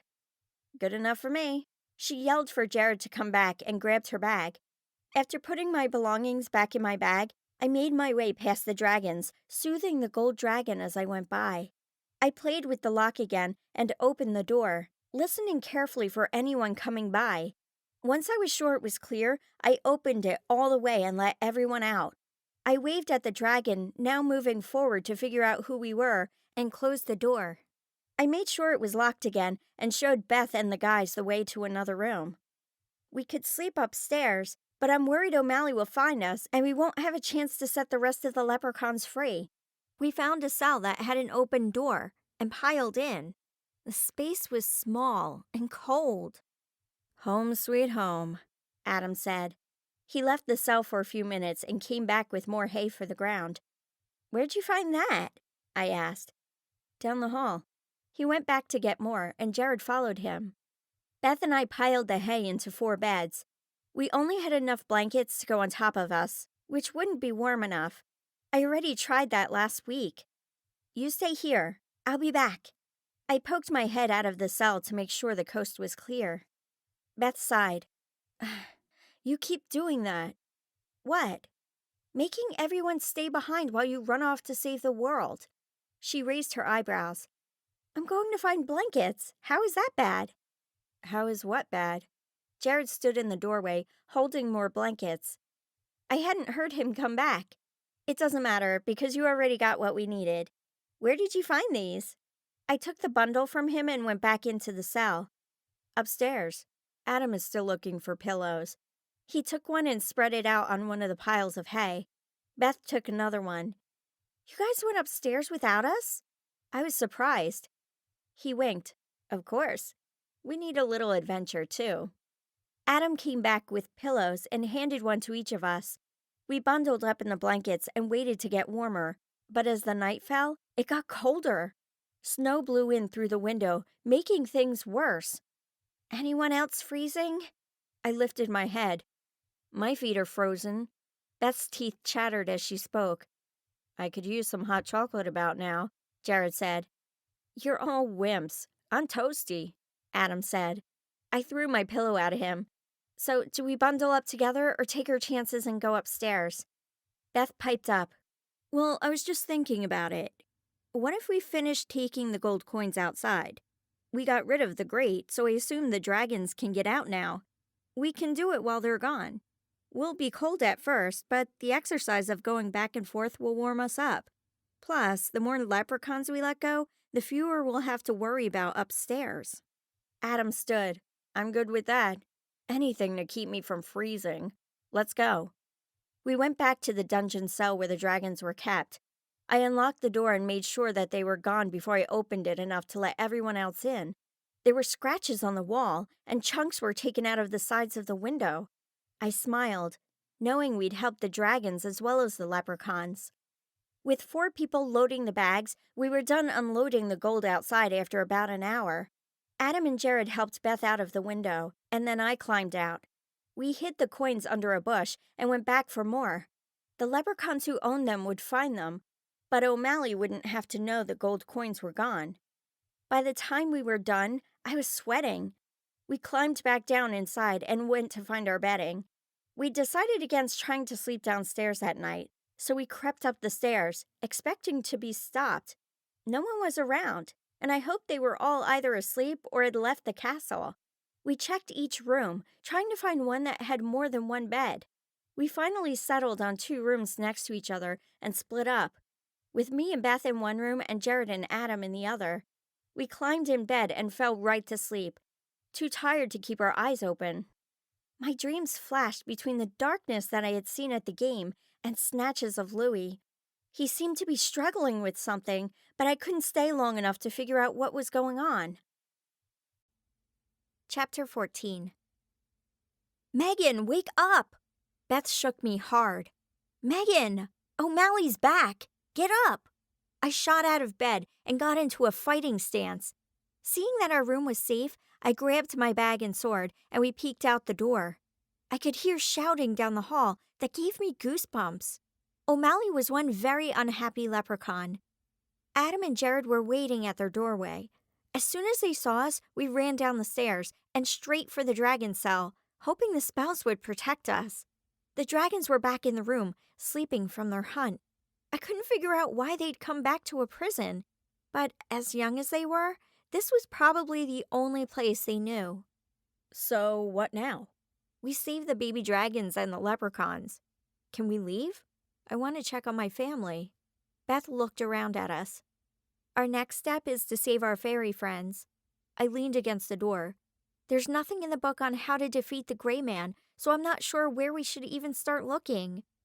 Well, we're in Ireland. The Gray Man is Irish, isn't he? Maybe we can learn more from the people in the nearest city, Adam suggested. But we don't even know where we are. And we don't have our passports. Or at least I don't. Won't we look suspicious? Jared asked. I glanced at Beth. Well, we do have our wishes. I only have 1 left. Adam has 2. Beth has 3. I do? She looked surprised. I rolled my eyes. You apparently didn't get my text. Remember the leprechaun in my room? Her eyes lit up. You mean I can wish for whatever I want? Well, you could, but I suggest you save the fun ones until after the bad guys are gone. Could you please wish our passports here? I asked. She sighed. Fine. But that means you get to buy me a Valentino purse for my birthday. That would have been my first wish. She closed her eyes. I wish that Jared, Adam, Megan, and I could have our passports here with us. There was a flash, and the passports appeared on the ground in front of us. We put them in our backpacks and then climbed through the window using a stool Adam had found in the hallway. Most of the gold coins were gone when we checked on them, but there was still a good amount left. I was sad to see how many leprechauns must have been lost in the fights between us. I gathered them up and put some in each of our bags so we could ask Louis what to do with them. Okay, so which way do we go? Jared looked around. Good question. We need a higher position so we can try to find a city. I looked up at the battlements and groaned. Oh, we're going to have to go up there again, aren't we? No, I say we just head that way. Adam pointed to the front of the castle. It's facing that way for a reason, right? Let's go see what we can find. Jared nodded. Sounds reasonable to me. Let's run, though. I don't want to mess with O'Malley while he's so angry. We took off at a jog, weighed down by supplies and the gold coins. I spotted an old cabin at the bottom of the hill. Hey, do you guys think we should stop there? Creepy cabin in the woods. No way. Beth shook her head. Maybe that'll change your mind. Jared pointed behind us. The leprechauns had been set free, so it looked like O'Malley had recruited other creatures. Huge, scary creatures. Cabin it is. Beth sped up. We reached the door and knocked. The wait for anyone to answer was agonizing as we watched the army get closer. Megan, is there anything you can do? Beth pulled out her bow to be ready, but they had to get closer before she could do any good. The door opened slowly. Yes? The voice was weak and raspy. Can we, come in, please? I asked. No, go away. Her voice was stronger this time. I put my hand out to stop her from closing the door. Wait, we have things chasing us. Not my problem. She slammed the door. I pounded on it in frustration before turning back to my friends. Looks like we're fighting. I pulled out my sword and stalked toward the army coming toward us. Beth and Adam jogged in front of me and aimed. They weren't quite close enough to the leprechauns to do any good with the arrows, but this way they could shoot as soon as the creatures were in range. I lifted my hand and concentrated on a troll near the front of the group. I pulled on its luck, causing it to trip. I kept that luck and turned to the smaller creatures. Once our enemies were close enough, Adam and Beth fired their arrows. Adam took out the larger creatures, while Beth caused devastation among the smaller ones. I looked back at Jared, who seemed disappointed. You ready to fight, Jared? I squeezed his hand. You'd better believe it. I thought you'd have it all done before it was my turn. And not let you save the damsel in distress? Never. I didn't tell him that I'd released luck into him when I touched his hand. I just prayed that the ring would really protect him. Let's go. I turned and ran toward the army. Probably not the best thing I could have done, but I wanted this battle to be over.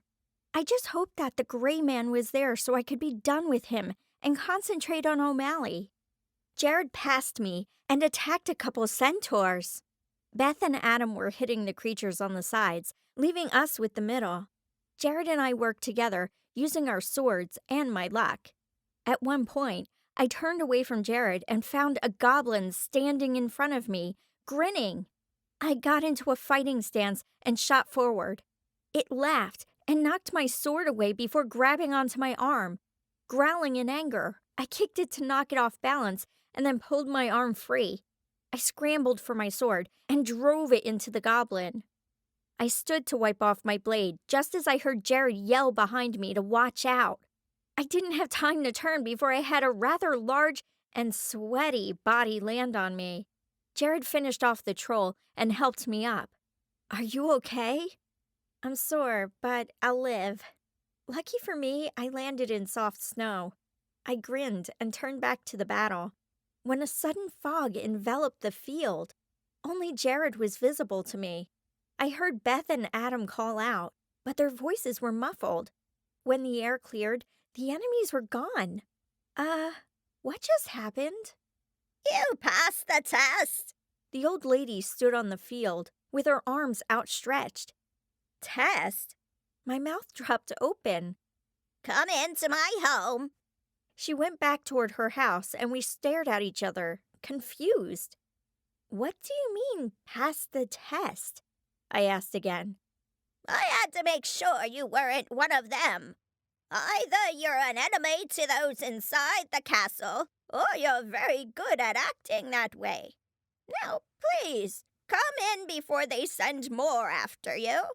She went back into her cabin. That was strange. Jared stared at the cabin. I know. Do we trust her? I looked back at the castle and saw no signs of pursuit. I guess there's one way to find out. Keep your weapons handy. Adam went in the lead. We entered the small home, unsure what we were supposed to do. It was cluttered and smelled musty. There were jars of strange items throughout the kitchen. After studying what looked like an eyeball, I decided to ignore the jars and concentrate on the woman. She was old and stooped, and almost looked like the lady at the portal. Beth poked at something in a bowl and jumped back when it let off a puff of smoke. She wiped her hands on her coat before moving to another part of the kitchen. Jared studied papers taped to the wall, while Adam looked at a book on the counter. A cauldron sat in the fireplace, shooting off purple sparks. Who are you? I asked. I might ask you the same thing. What were you doing on my property? Your property? Beth pulled her hand away from a jar that sat on the table near the old woman. Aye, that castle is on my land. The only reason no one has set foot on it, to try to make it into a hotel. She looked disgusted. And the leprechauns? I raised an eyebrow. They have only been there for a short time. I meant to kick them out, but these old bones couldn't make it that far. She cackled. Have you sensed a dark magic there? She seemed to sense magic pretty well, so I hoped she could answer my questions. Aye, they're up to no good. She moved to the fireplace and pulled the cauldron off that had been boiling and shooting off strange purple sparks. She pulled cups down from the shelf and scooped some of the liquid into them. She tried to hand one to Beth. No thanks. I already ate. You'll be needing this. You have a tracker on you. All of you do. We patted ourselves down, causing her to laugh again. It's not something you will see or feel. You touch something in there that you should not have. Something with a strong spell. The gold. I took one of the cups. Is this stuff safe? It looked awful, and the smell was worse. This woman was strange, but somehow I felt comforted being with her. Safer than having those creatures after you. You say you touched their gold. I explained to her what had happened with O'Malley and how he sent horrible creatures after us. She studied me for a moment. I knew there was something fishy going on. Too many leprechauns in one place. No wonder he summoned the Gray Man. What do you mean? So I'd been right about the creature. I shivered. The Gray Man comes to one full of darkness. If this O'Malley fellow has done the mischief you say he has, that would be good enough reason. Okay, but how do we stop it? Jared leaned forward and took one of the cups. He and Adam downed the potion at the same time. The disgusted looks on their faces were priceless. You don't. You'd have to be the luckiest person alive to destroy it. I grinned. Well, it just so happens that I am the luckiest person alive. I sense that. Well, may it work for you. Drink, and then you must leave. Leave? Where will we go? Beth made a face before drinking her potion. She gagged and searched her bag for a piece of gum. Home? How did you get here? The woman took the cups from the others. Dragons. But we need to find out where our friends are being kept. Most of them should be around here somewhere. They were taken by this gray man. I set my cup down and threw the gum Beth offered me into my mouth. Oh. The old woman raised her eyebrows in surprise. Yes. He captured them after they helped me. They're from around here. I don't think he would keep them anywhere else. Interesting. I have not heard of the Gray Man acting in this way. But you really must be off. A few people are coming here for cures, and I must get the charms prepared. She shooed us out the door. But wait, do you know where the creatures could have been taken? Jared looked back at the woman. If they're not in the castle, they should be in the forest to the east of us. Be careful. You're tampering with a magical world that does not like the interference of humans? Yes, well, they should have thought of that before they interfered with me. Thank you for your help. I waved and walked down the path before stopping. Do you by chance have a car? If this thing is still coming after us, I don't want to be walking. She studied me for a moment. I don't, but I have a friend who might be able to help you. He's very odd, though. And she's not? Beth muttered. I elbowed her. That would be great. And he would help us? I asked. Yes, but he might ask you for a small payment. Watch what you bargain with. It could come back to haunt you. What would you suggest? Adam asked. We don't have a lot of money on us. She shook a finger at him thoughtfully. It needs to be something unique. We glanced at each other. "What about leprechaun gold?" I asked. The woman's eyes grew big. You have some. "Meg," Jared started. I turned to him. "Do you have any better suggestions?" "Well, no." He sighed and shook his head. His home is the third house in the village. You'll know it when you see it. She went inside her house and shut the door. I walked toward the main road, determined to find the man she told us about. "Wait, Megan. Where are you going?" Jared caught up and took my hand. "To get the car." "But you can't drive here. You don't have a license. And I don't like the thought of asking for a car from someone I don't know. Do you want to walk?" I stopped. "No." He looked back behind us uneasy. "I feel like something isn't right here." "What do you mean?" I followed his gaze, but didn't see anything. "I don't know, but something feels wrong." "Dark." Jared shoved his hands in his pockets. "I guess that means we'd better run then." Adam took off, and we all caught up to him. We jogged down the road, avoiding the deeper patches of snow. I didn't know how far we had to go before the next village, but I began to feel the same uneasiness Jared did. Someone or something was following us, and I was pretty sure it didn't want to be friends. It was near sunset when Adam finally caught sight of a town. The air was cold enough that we could see our breaths. The sweat from running only made us colder. As we neared the first few houses, we found the home the old woman had told us to look for. Strange statues sat in the yard. Vines, bushes, and herbs covered the ground and climbed up around the house. A small dragon snored on the front porch, blowing out puffs of smoke. This had to be the right place. "It's here." Jared's face was pale. He pulled out his sword and turned in a circle, watching for the gray man to appear. Goosebumps rose on my arms. "Yeah, I can feel it too. Let's get in the house." I pulled out my sword and concentrated on my luck. Beth and Adam went ahead of me, bows at the ready. We entered the yard, and suddenly the dark feeling left us. An old man stood in the doorway. Hurry! You must get in here. I can only hold them off for so long. Chapter 15. The old man's house held similar cluttered furnishings that the woman's did. They both had to be sorcerers by the look of the ingredients lying around. The old woman up the road told us you could possibly help us with a car. I rubbed my arms, trying to get some warmth into them. She called to let me know you were coming. I have a car you can borrow, but it will cost you. "What do you have in mind?" Adam asked. What have you got? He rubbed his hands together. Jared hesitated before he reached into the bag and pulled out some of the leprechaun gold.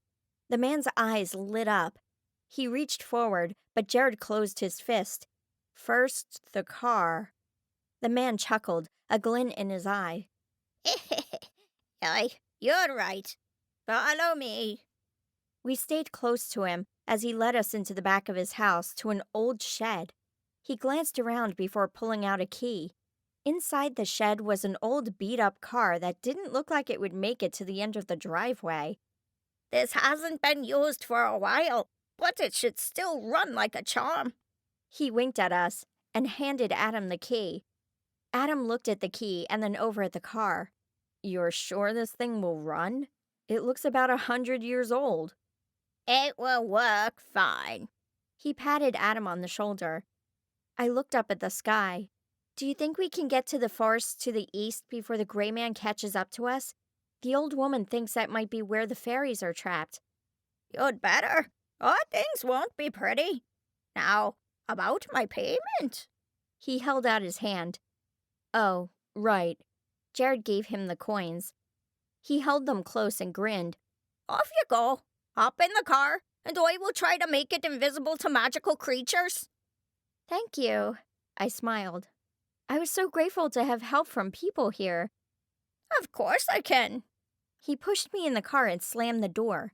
Beth sat up by Adam, who was behind the steering wheel, on the wrong side of the car. "Whoa, we're not in the States anymore, are we?" Jared said. "No, this could be interesting." I put on my seatbelt and prayed my luck would hold out. Adam started the car and pulled forward. The car ran surprisingly well for how old and beat up it looked. He waved to the old man and made it to the road. Which way? Let's go through the village and grab some food. That drink the old lady gave us is not enough to fill me up. Jared held his stomach. I agree. Adam pulled onto the road. Things were going smoothly until a car came straight for us and honked. Adam swerved to stay on the road. After sliding a bit on the ice, we came to a stop. Maybe you should drive on the correct side of the road from now on, I suggested once I could speak. That had been freaky. Yeah, thanks, Megan. He continued down the road and stopped at a small restaurant that was still open. Act natural. We're just 4 normal teenagers out to get some food, Beth advised. She was the only one who had been out of the country before. Of course, she had been with her parents all of the other times, but at least she had some idea of what we were dealing with. I zipped up my coat and climbed out of the car. I'm pretty sure we are 4 normal teenagers. Jared took my hand again, squeezing it tight. His jaw was clenched. It's okay, Jared. We'll be fine, I whispered. It's back, and closer than ever, he said softly. I will not let him take you. We're at a restaurant. It wouldn't come in here, would it? I glanced around, but didn't see anything out of the ordinary. It still surprised me that Jared could sense this thing better than me. I'd have to ask April if she knew why. We saw it at the basketball game, right? Why not here? He put his arm around me and pulled me closer. You do realize that if you hold me like this, you won't be able to fight. Not that I mind being this close. I smiled up at him. I'll take my chances. He kissed my forehead and followed Beth and Adam to our table. We discussed plans for how to save our friends, but finally decided that we needed to wait until morning. All of us were exhausted and wanted to sleep in an actual bed that night. It was just a matter of finding a hotel that had open rooms. Hopefully that would go better than it had in Montana. I texted Mom and Dad and let them know where we were and that we were safe. We enjoyed our lamb stew and rolls, and we were all full by the time we left the restaurant. There was a hotel not far away where we were able to book 2 rooms. The beds were a little hard, but after sleeping in a cold, drafty castle, they felt heavenly. I grabbed some brochures about Ireland on our way up to the room, so I looked through them while Beth showered. One brochure had a few photos of trees that seemed very familiar to me. I set it aside and kept reading. Find anything? Beth came out of the bathroom, drying her hair. Does this picture look familiar? I handed her the brochure. Yes, that's our forest. We had fought Louis in an Irish forest just a few months before. She flipped the brochure over. Problem is, there's that hiking trail through it. I'm not sure it's the right one. Check this out, though. I pointed at the map. There are large areas where there aren't walkways. I bet April and the other creatures are being kept there. I feel like this is where we need to go. She stared at me for a moment. You mean to tell me we were that close to civilization? We could have gotten out of there. I think we were a little preoccupied with staying alive. You read through these again. I'm going to hop in the shower. It felt good to get all the dust and sweat off of me. The hot water seemed to take a little of my stress away as well. When I got out of the shower, I heard voices in the other room. I dressed quickly and brushed my hair before coming out. Jared had seen me at my worst, but that didn't mean I couldn't try to look nice. Hey guys. Adam and Jared were looking at the brochure with Beth and glanced up. Oh, hey Megan. We were just making plans for tomorrow. Adam looked back down at the brochure. So, what are the plans? I sat down next to Jared on the bed. First, we sleep. Then we find breakfast. Adam plopped down in one of the chairs and looked through the menu from the hotel. I shook my head. You guys are brilliant. No, seriously, that's all they came up with. Beth rolled her eyes. Hey, a guy's gotta eat. Jared winked at me. So what happens after the obvious? I yawned and sat back on the bed. Now that we were somewhere warm, I was ready to sleep for days. Oh, that. Jared pointed toward the brochure I'd shown Beth. I think we head off toward that forest. I doubt the creatures will be where Louis was last year, but I bet they'll be close. Adam stood and grabbed the remote. Great. Now that we have that settled, we can watch some TV. He flopped onto Beth's bed and flipped through the channels until he found a soccer game. Beth looked at him and then back at me. What? Our TV's broken. Adam's eyes didn't leave the television. Some people would call the front desk to get it fixed, but you're welcome to hang out in here. I scooted over and Jared joined me to watch the game. Beth rolled her eyes and pulled out her manicure set. She noticed my raised eyebrow. What? We traveled to another country to fight evil leprechauns, and you bring your manicure set? I giggled. Hey, I didn't want to be stuck with a broken nail. The game was a tough one. We didn't know who to cheer for, so we cheered for both sides. Beth had given up long before it was over and went to sleep. Once the game was over, Adam turned on another one. I yawned. Are you guys going to bed anytime soon? Can't sleep. Jared yawned. His eyes had rings under them. I sat up and looked between the two guys. I don't believe that. What's really going on? The gray man is here. We've seen him outside the hotel. I'm hoping our 2 rings are keeping him away from us.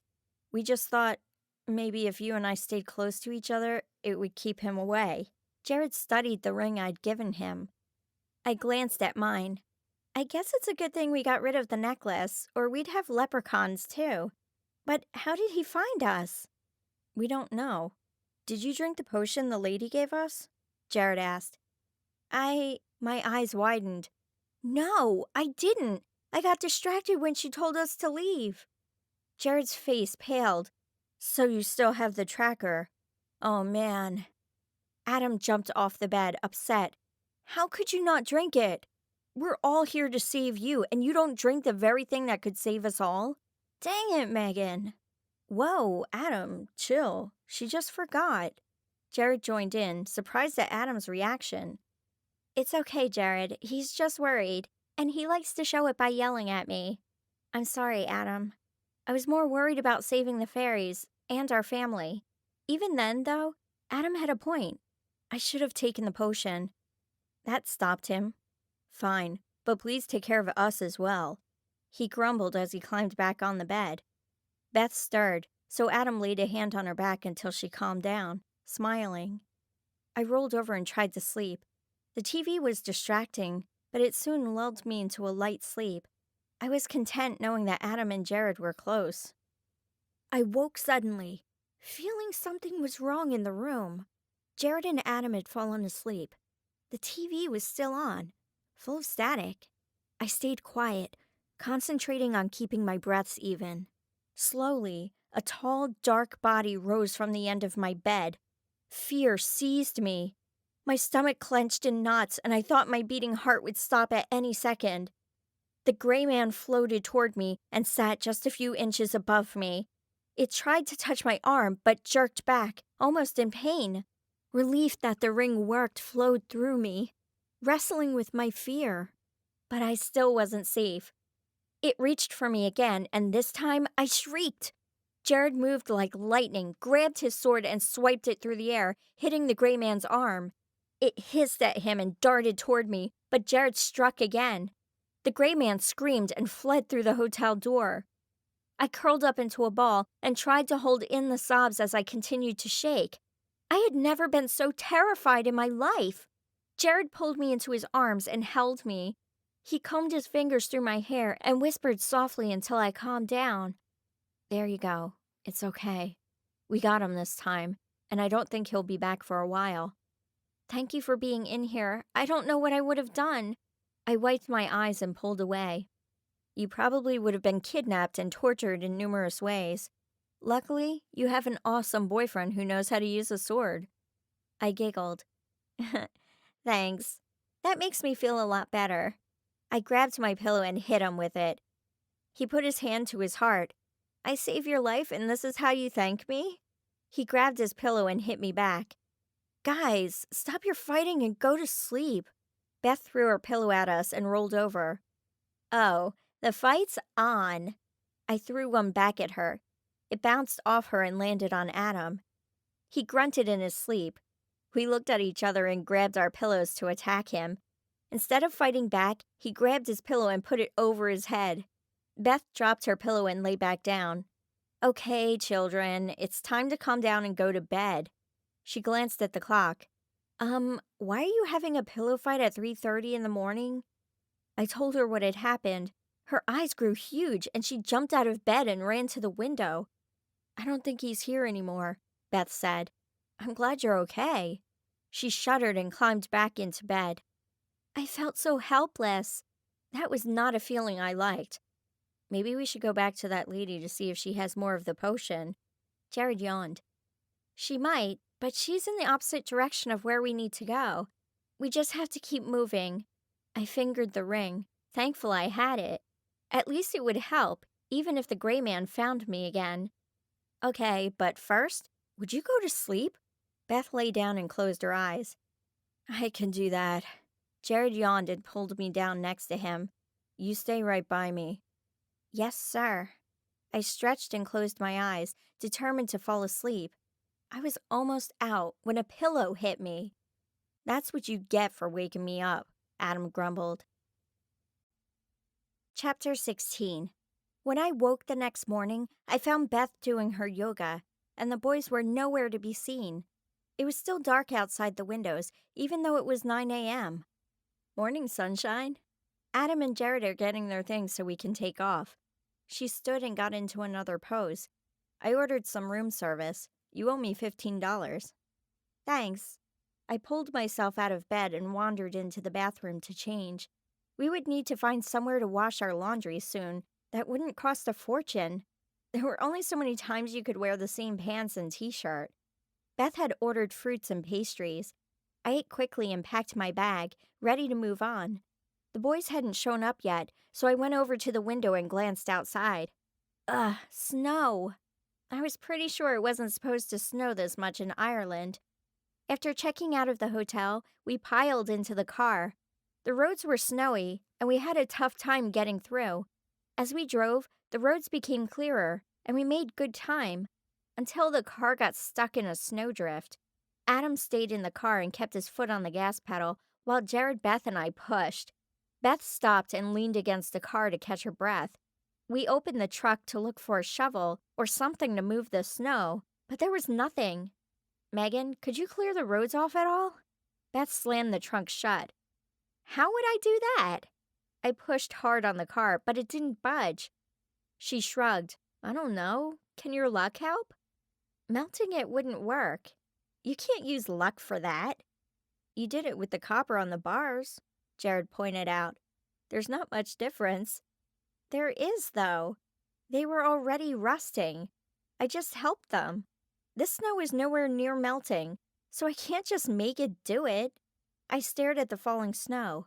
I can't do that, but maybe I can use it to get us through the snowbank. You guys start pushing. Beth and Jared looked at each other and then tried again while I pushed my luck into them. The car moved a few inches and then stopped. We tried a few more times, but we couldn't get through. While they rested, I went to the front of the car and helped Adam move the snow away from the tires so we could try again. It looks like you'll need more luck. Adam glanced at me. What do you mean? I pushed as much as I could into them. I grabbed a branch to help shovel snow, but it was too soggy and broke. Adam glanced back at Beth and Jared before answering. I wonder if you could borrow luck from them. I stared at him, eyes wide. What? I can't just take their luck. It's not taking. You ask them first. We need to get out of here. In case you hadn't noticed, that thing is on our tail. See? Jared feels it too. He nodded toward the back of the car where Jared looked behind him, fists clenched. I sighed. Fine, but it's your fault if I hurt them. Adam laughed. Whatever. Just get back there. We need to go. Jared and Beth saw me coming and got ready to push the car again. Wait, guys. Adam thought maybe I could borrow some luck from both of you to get us through this. It sounds crazy, but it could work. Jared nodded once. If that gets us free, I'm good with it. Really? I hadn't expected him to agree so quickly. You're not worried? What if I take too much? Then I'll fall over. He laughed at the look on my face. Don't worry, you'll do fine. Now, let's go. He glanced back behind us. Are you fine with it, Beth? I asked. She shrugged. Of course. Just be careful. They turned back to the car. I pulled on their luck, cringing as I saw their faces grow pale. Okay, go. At the same time as they pushed on the car, I used our luck and it lurched forward enough that Beth and Jared fell to the ground. I yelped and ran for them. Are you two okay? Oh man, I knew this was a bad idea. Panic turned to relief when I saw them laughing.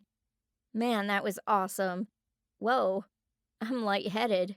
Jared held his head as he tried to stand. I'm so sorry. I helped Beth get up and opened the car door for her. Sorry, you just saved us. Let's get out of here. Beth flopped onto the front seat and I climbed in the back. Adam gunned the engine to make sure we could get through the last of the snow.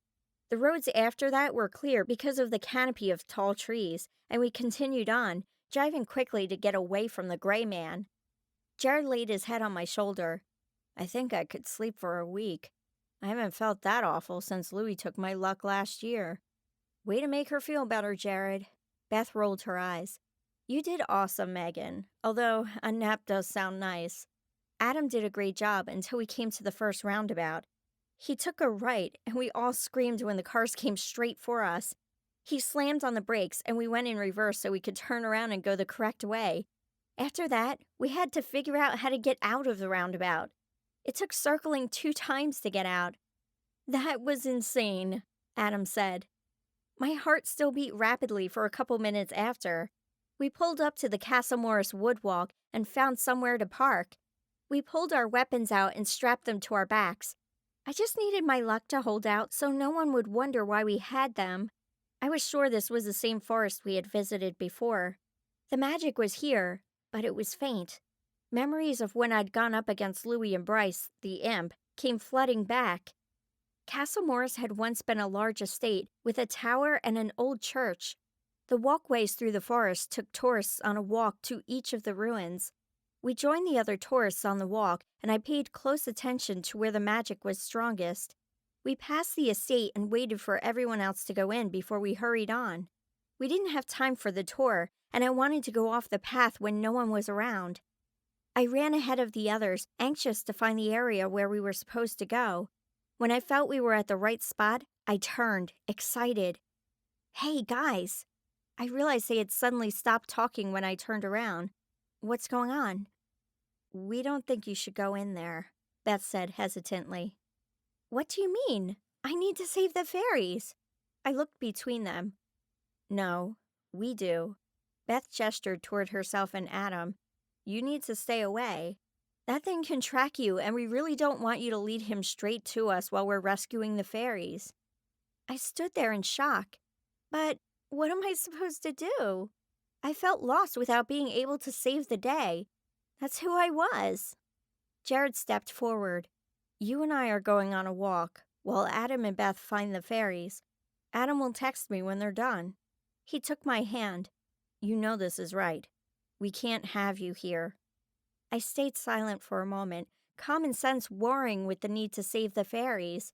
They were right, of course. But I'd come all this way. I didn't want to be left behind. Sometimes the way to save people is by walking away. You're being tracked. You need to go. Please, for Mom and Dad's sake. Adam pleaded. Let us do it this time. You go enjoy the view. Beth smiled apologetically. Jared pulled on my arm and walked away. I glanced behind me, tempted to run back and follow them into the forest. You know this is for the best, don't you? Jared asked. I nodded. Yes, but that doesn't mean I have to like it. No, you don't. Come on, let's go do the tour. I grumbled, but followed anyway. The forest was beautiful with the snow among the trees. I breathed in the smell of wet leaves and plants, and they helped to calm me. So where are we going? I felt Jared relax next to me. He must have been worried that I'd turn and run or put up a fight, both of which I actually wanted to do. I don't know. There's a church up ahead of us, or we could go the other way and tour the manor. He stopped. On second thought, going back the other way probably isn't a good idea. You're right. Let's go check out the church. I took his hand and decided to enjoy the time I had alone with him. Excellent. He squeezed my hand and headed down the trail. You know, we should be taking a Spanish test right about now, right? I hoped they'd let us make it up when we got back. I missed so much school already because of leprechauns. Any more, and I'd be lucky to graduate. Yep, I missed a basketball game yesterday. Coach won't be very happy when I get back. I'm sorry. I hated to take him away from sports. He'd been hoping for a scholarship. Hey, I'm in Ireland with my favorite girl. What's there to be sorry about? It is pretty awesome. I just want things to be normal. Sometimes I think this luck is a curse. I kicked out a stone on the path. Jared stopped walking and pulled me around to face him. Why do you think that? Leprechauns and imps are coming after me. My family is in danger. I'm spewing luck, and even that hasn't stopped me from being laughed at. I just want to be a normal teenage girl. He tilted my head up to look at him. You had a normal life before all of this, right? I thought for a second. I guess. There was still that super lucky, had everything going for me thing that no normal person has. Yes, but this was normal for you, right? Were you happy when things were normal? His blue eyes searched mine. I guess. I got bored. I couldn't even write a paper about having a bad day because I'd never had one. But at least I wasn't chasing leprechauns. I was pretty sure I'd termed it too much perfection. Exactly. I've seen you when you're fighting. You're happy. Not happy to be fighting, but happy to be doing what you can to save me, or Maddie, or yourself. Would you really change that? Well, no. I feel like I'm doing something important, and not having my luck, that was the worst thing ever. A large chunk of me had been missing. Yes it was. But that brought us together. I don't regret that. Do you? No, I like that part. I laughed. Even with all my luck before, I could never get you to pay attention to me. Beth and I tried to come up with great ideas to get you to notice me. Who knew it would take throwing food on you before you'd notice me? He laughed. To be honest, Matt made me ask you. I drove him crazy talking about you all the time. I was surprised. Really? Yeah. You were pretty intimidating. He rubbed his hand across my cheek. I suddenly noticed that something was off. I whipped around. Do you feel that? Jared stopped. Yes. Let's run.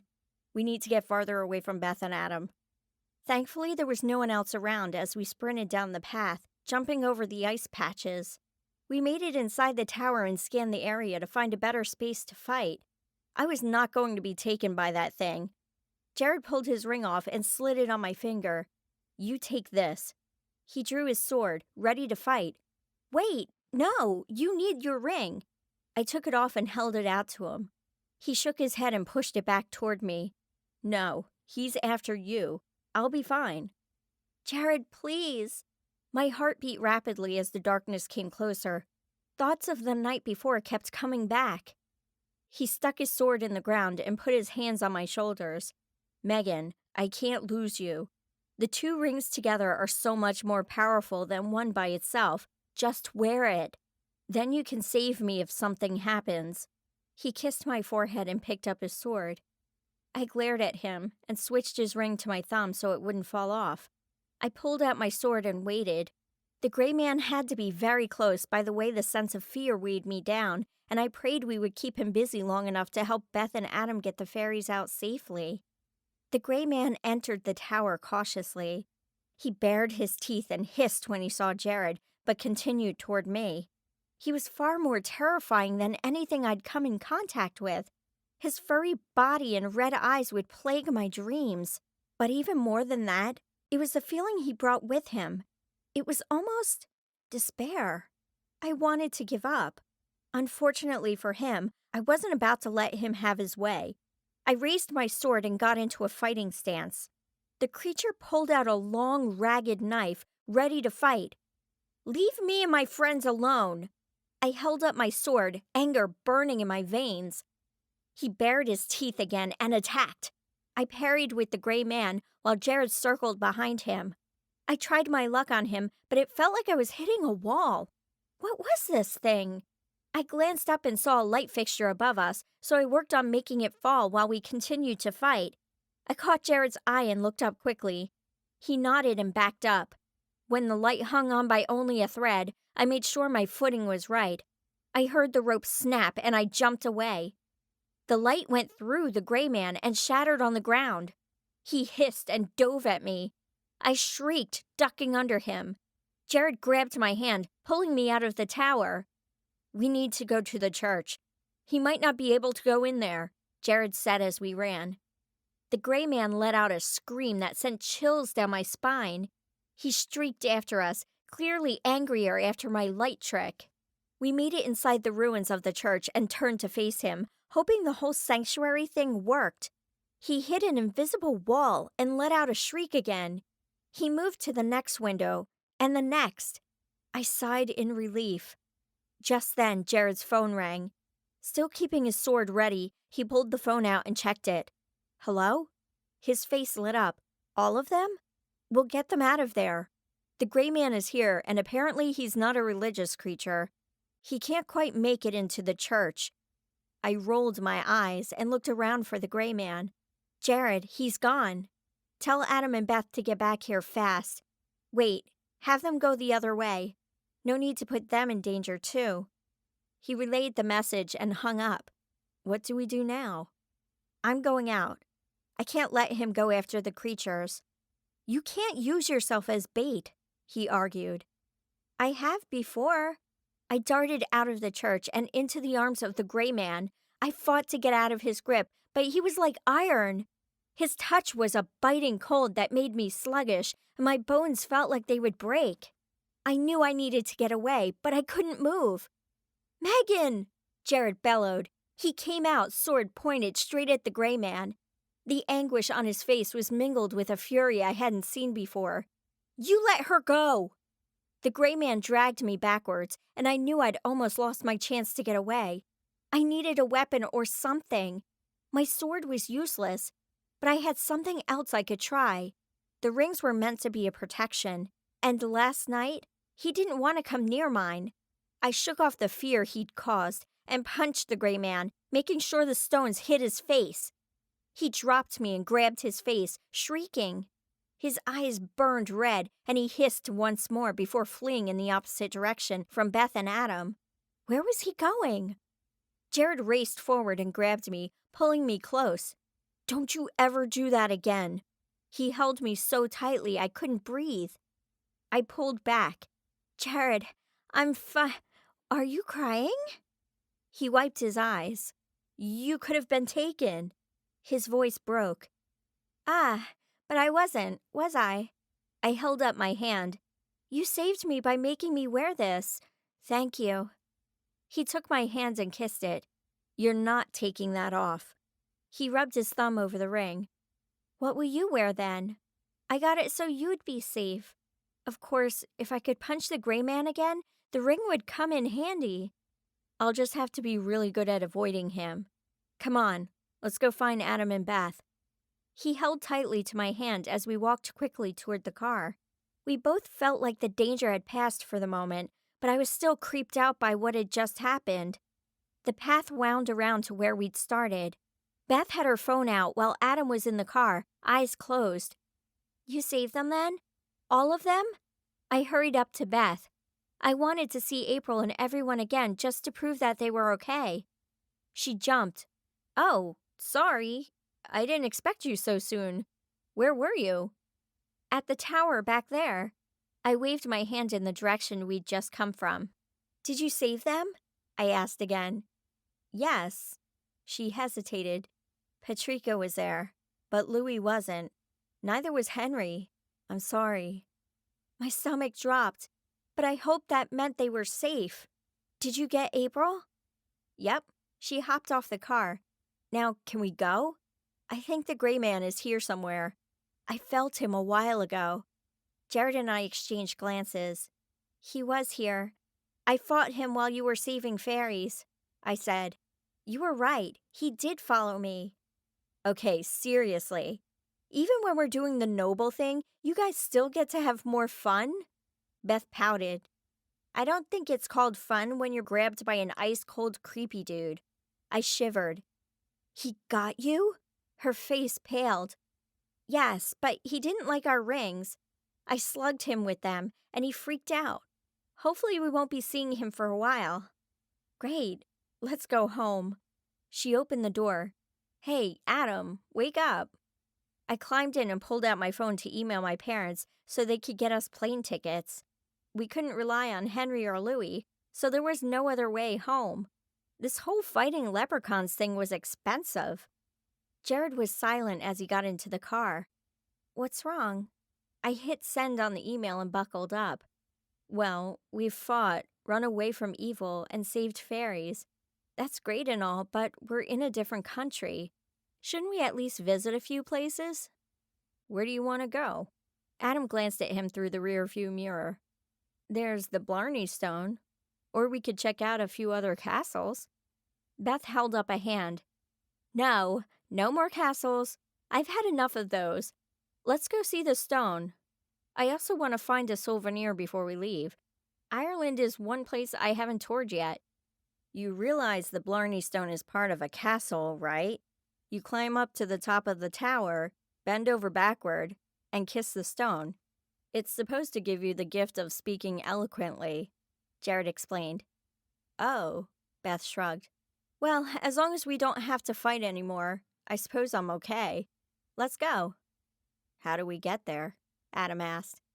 I pulled out my phone. It looks like we need to head south. Which is... Oh, sorry. Take a right. I continued giving him directions until we got to a main road. I settled back and laid my head on Jared's shoulder. I was exhausted from the fight and soon drifted off. I was in Louie's destroyed house, but this time the lights were on. I searched the house for Louie and his wife and found them in the bedroom. Louie was in bed, not looking much better than he had before. Patrika sat next to him, feeding him soup. She looked up and smiled. Megan, welcome. Thank you for sending your friends to save me. You're welcome. I'm sorry I wasn't there myself. I had the gray man after me. I forgot to drink the potion the old woman gave us. Old woman? She asked. By the castle where O'Malley is staying. She told us where to look and gave us a potion to get rid of the tracer from the gold. Louie's eyes sparkled. Gold? You're not touching it. It's not yours. I shook my head. Still the same old Louie, I see. I'm a leprechaun. That's what we do. Where did it come from? Remember the cauldron in the castle? We pulled all the coins out and gave them back to the leprechauns, and they left. O'Malley had used their gold to make them his slaves. But I lowered my head, ashamed.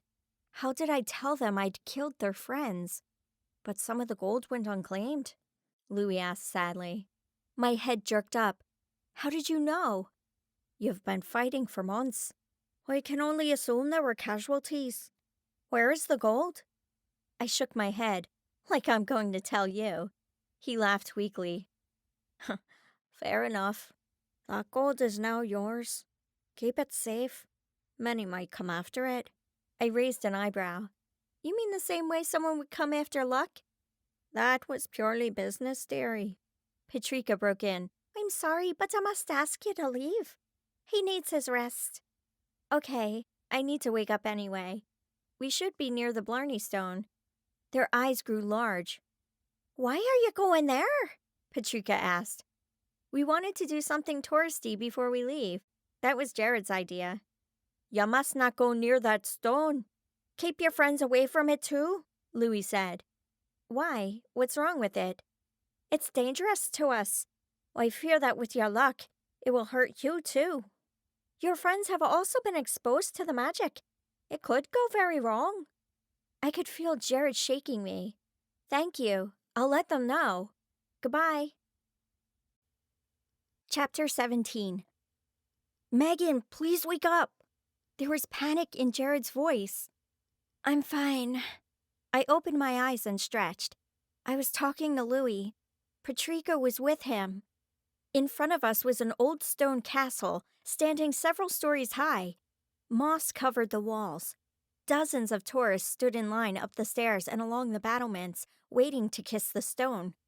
Wait! Louis wanted to warn us not to touch the Blarney Stone. I undid my seatbelt and opened the car door. Really? Beth and Adam already left. You were pretty out of it, Jared said. Yeah, Louis seemed pretty freaked out.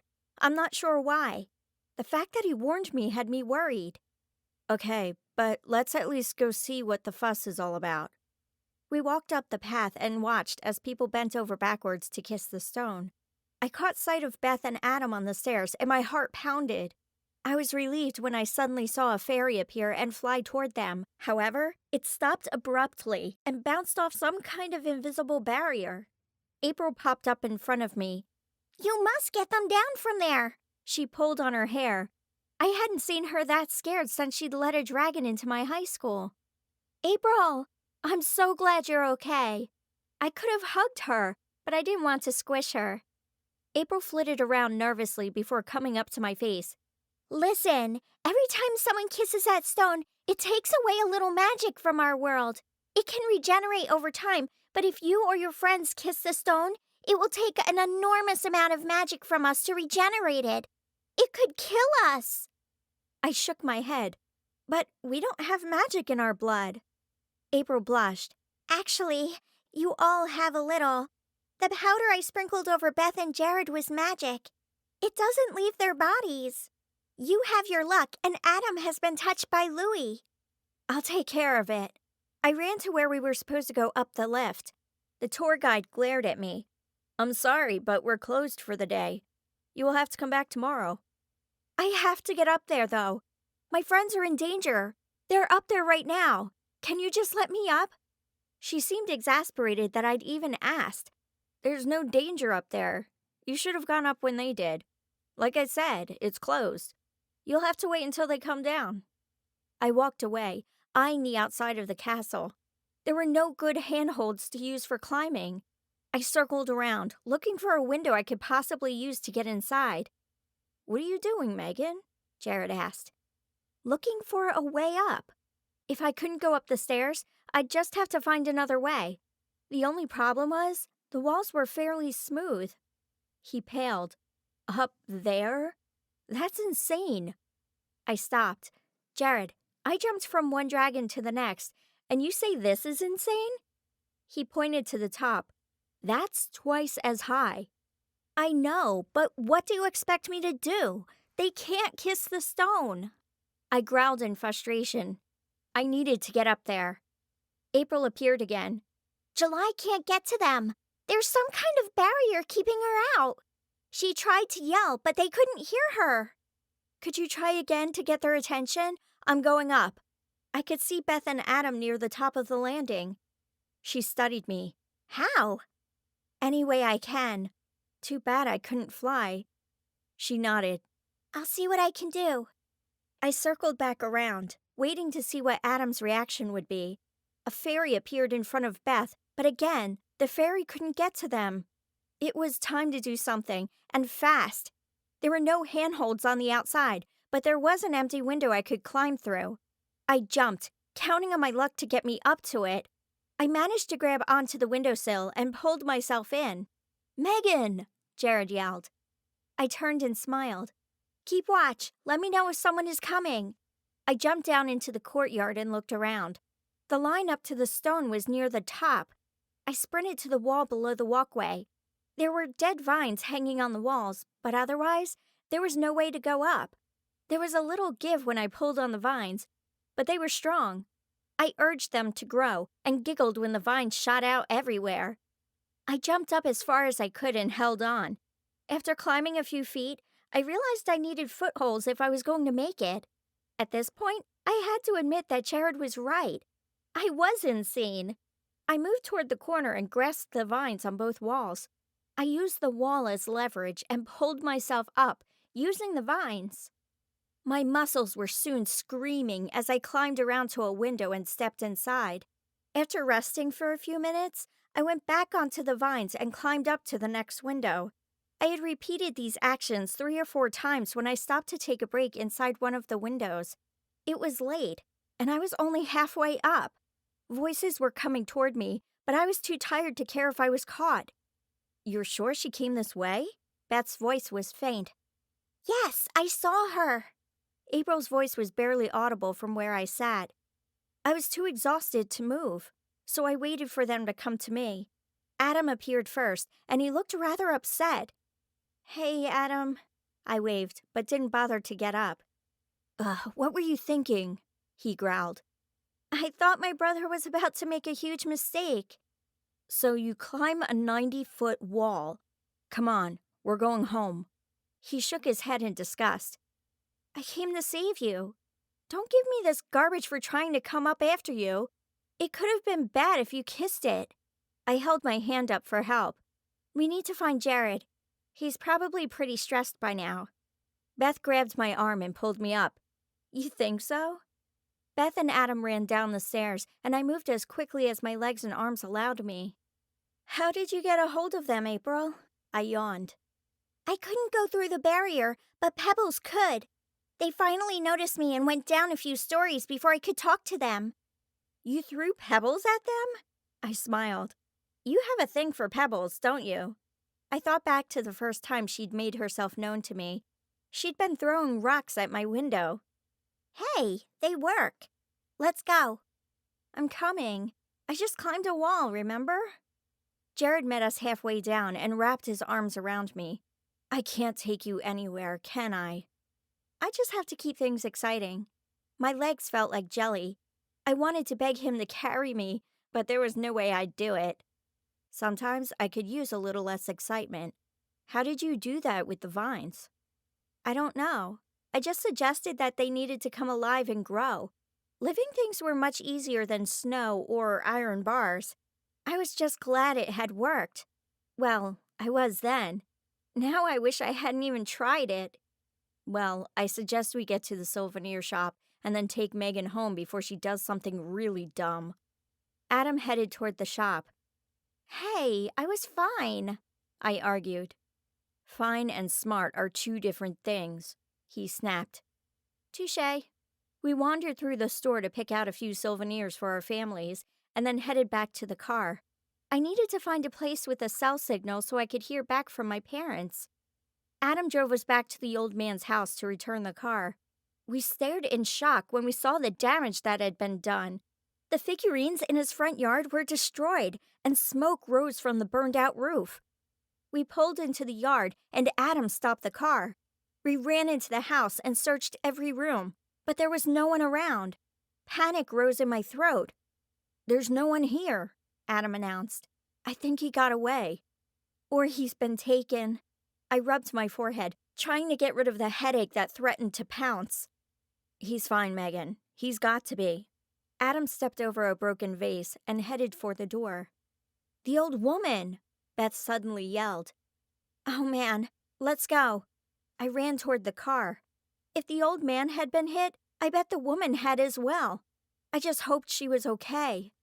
The drive to the old woman's house seemed to take forever. Our fears were confirmed when we pulled up. Her house had also been damaged. I opened the door and jumped out before the car had come to a full stop. I ran past the door, which was barely hanging by its hinges. Most of the potions that had lined the walls were on the floor. I picked one up that had survived the damage and examined it. I set it aside and stepped on a piece of broken glass. That was quite valuable, dearie. The woman's voice came from behind me. I whirled around to find her lying on the floor. "Oh, I didn't see you there." I helped her stand. "Are you okay? Who did this?" She chuckled. I'm fine. I've been through worse. You made some enemies in that castle up there. "I know. And their anger passed on to you.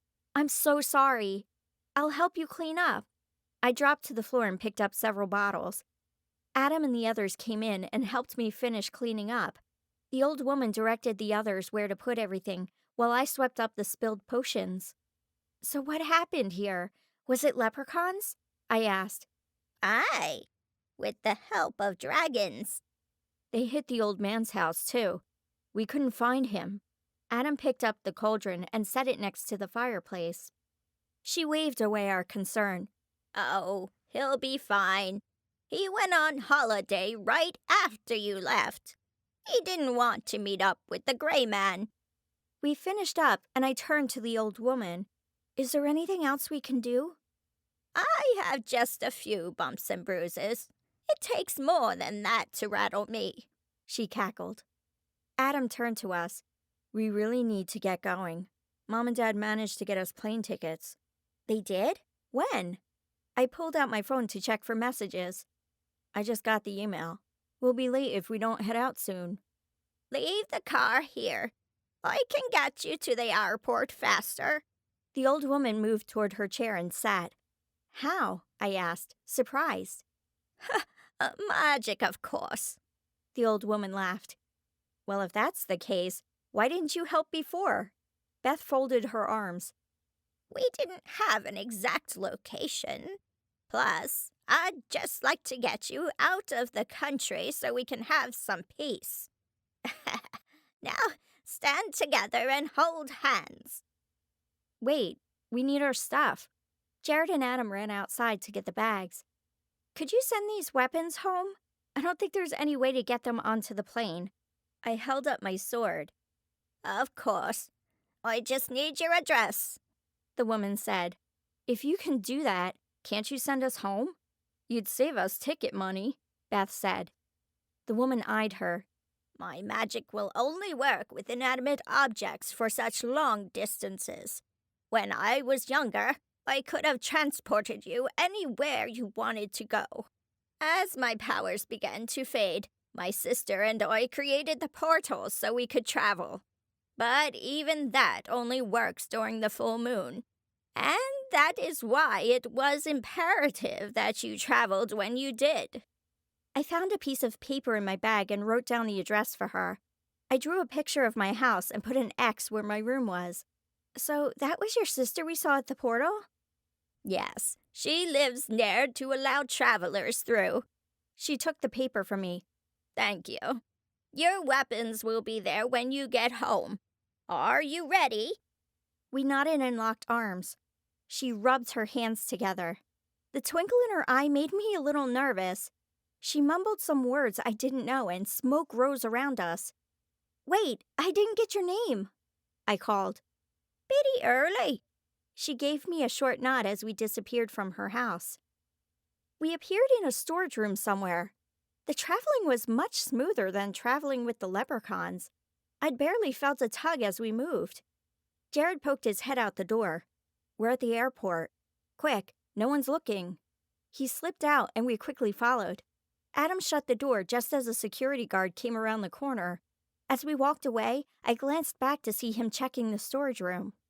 We hurried over to the ticket area and checked in. Beth pulled me aside while Jared and Adam found somewhere to sit. Do you have any idea who that woman was? Her eyes were bright with excitement. No? She's a famous witch, and she supposedly died a long time ago. That's great, but how in the world do you know this? It couldn't have been from Mrs. Brooke, or I would have remembered.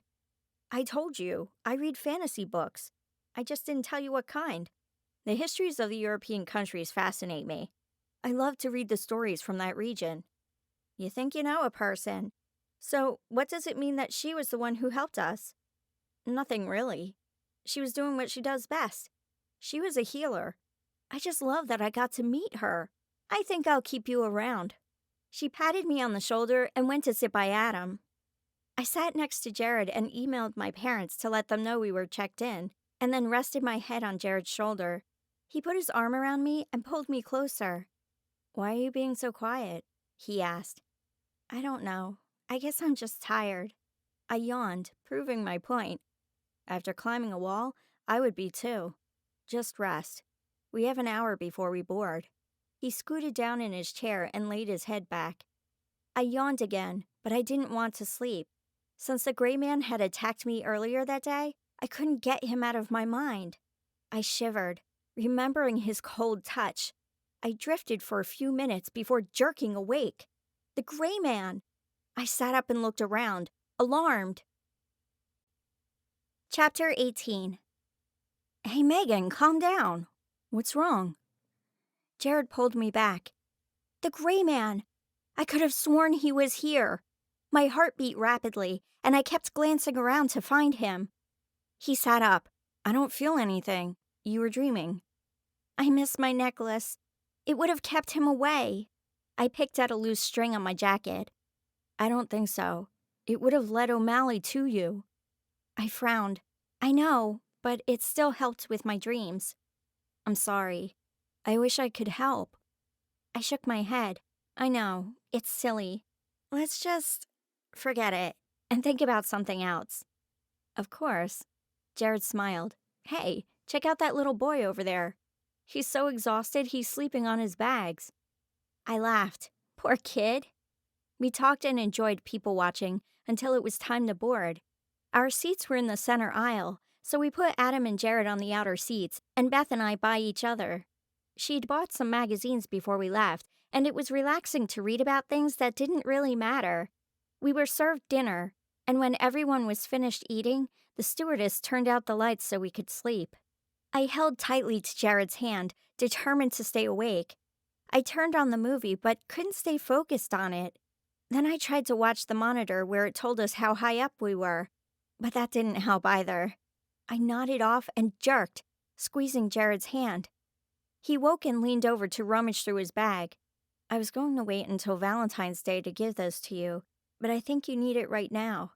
I found this in the souvenir shop. The necklace took my breath away when I saw it. There were 2 small charms on the chain. A 4-leaf clover charm that had the same stone as our rings, and a small heart locket with a diamond in the cover. It was beautiful. I fingered the locket. My eyes filled with tears, and I was unsure of what to say. I knew you were missing your necklace, and I saw this one. It's not quite the same, but it's perfect. It's completely, wonderfully perfect. I hugged him tightly and kissed him. So, I take it you like it? He grinned, his blue eyes dancing. I giggled. A little. He took the necklace from me and put it around my neck. Ah, it's just as beautiful as the person wearing it. Would you two be quiet? Your mushiness is making me nauseated. Beth shook her head and rearranged her pillow and blanket. Her grumpiness was spoiled by the smile I caught as she went back to sleep. I laid my head on Jared's shoulder, already feeling more at peace. Thank you. Anything for my girl. He kissed the top of my head and pulled his blanket up over him. Oh, wait. I pulled his ring off my thumb. Here, you can have this back. He slipped it on his finger and took my hand. Thanks. I fell asleep soon after. Dreams came, but they were fuzzy and made little sense. We were awakened a few hours later and served breakfast. We had layovers in New York and Salt Lake, and then we went on to Boise where our parents would meet us. Since it was a smaller plane, Beth and Adam sat a few rows ahead of Jared and me. Beth was happy that she didn't have to listen to any more mushy talk from us. After the long flight across the Atlantic, the final leg of the trip seemed like the blink of an eye. The plane began its descent, and an uneasy feeling washed over me. The darkness, stronger than before, pressed on me. How had the gray man gotten here before us? I clenched my fists, determined not to panic, but the turbulence made that rather difficult.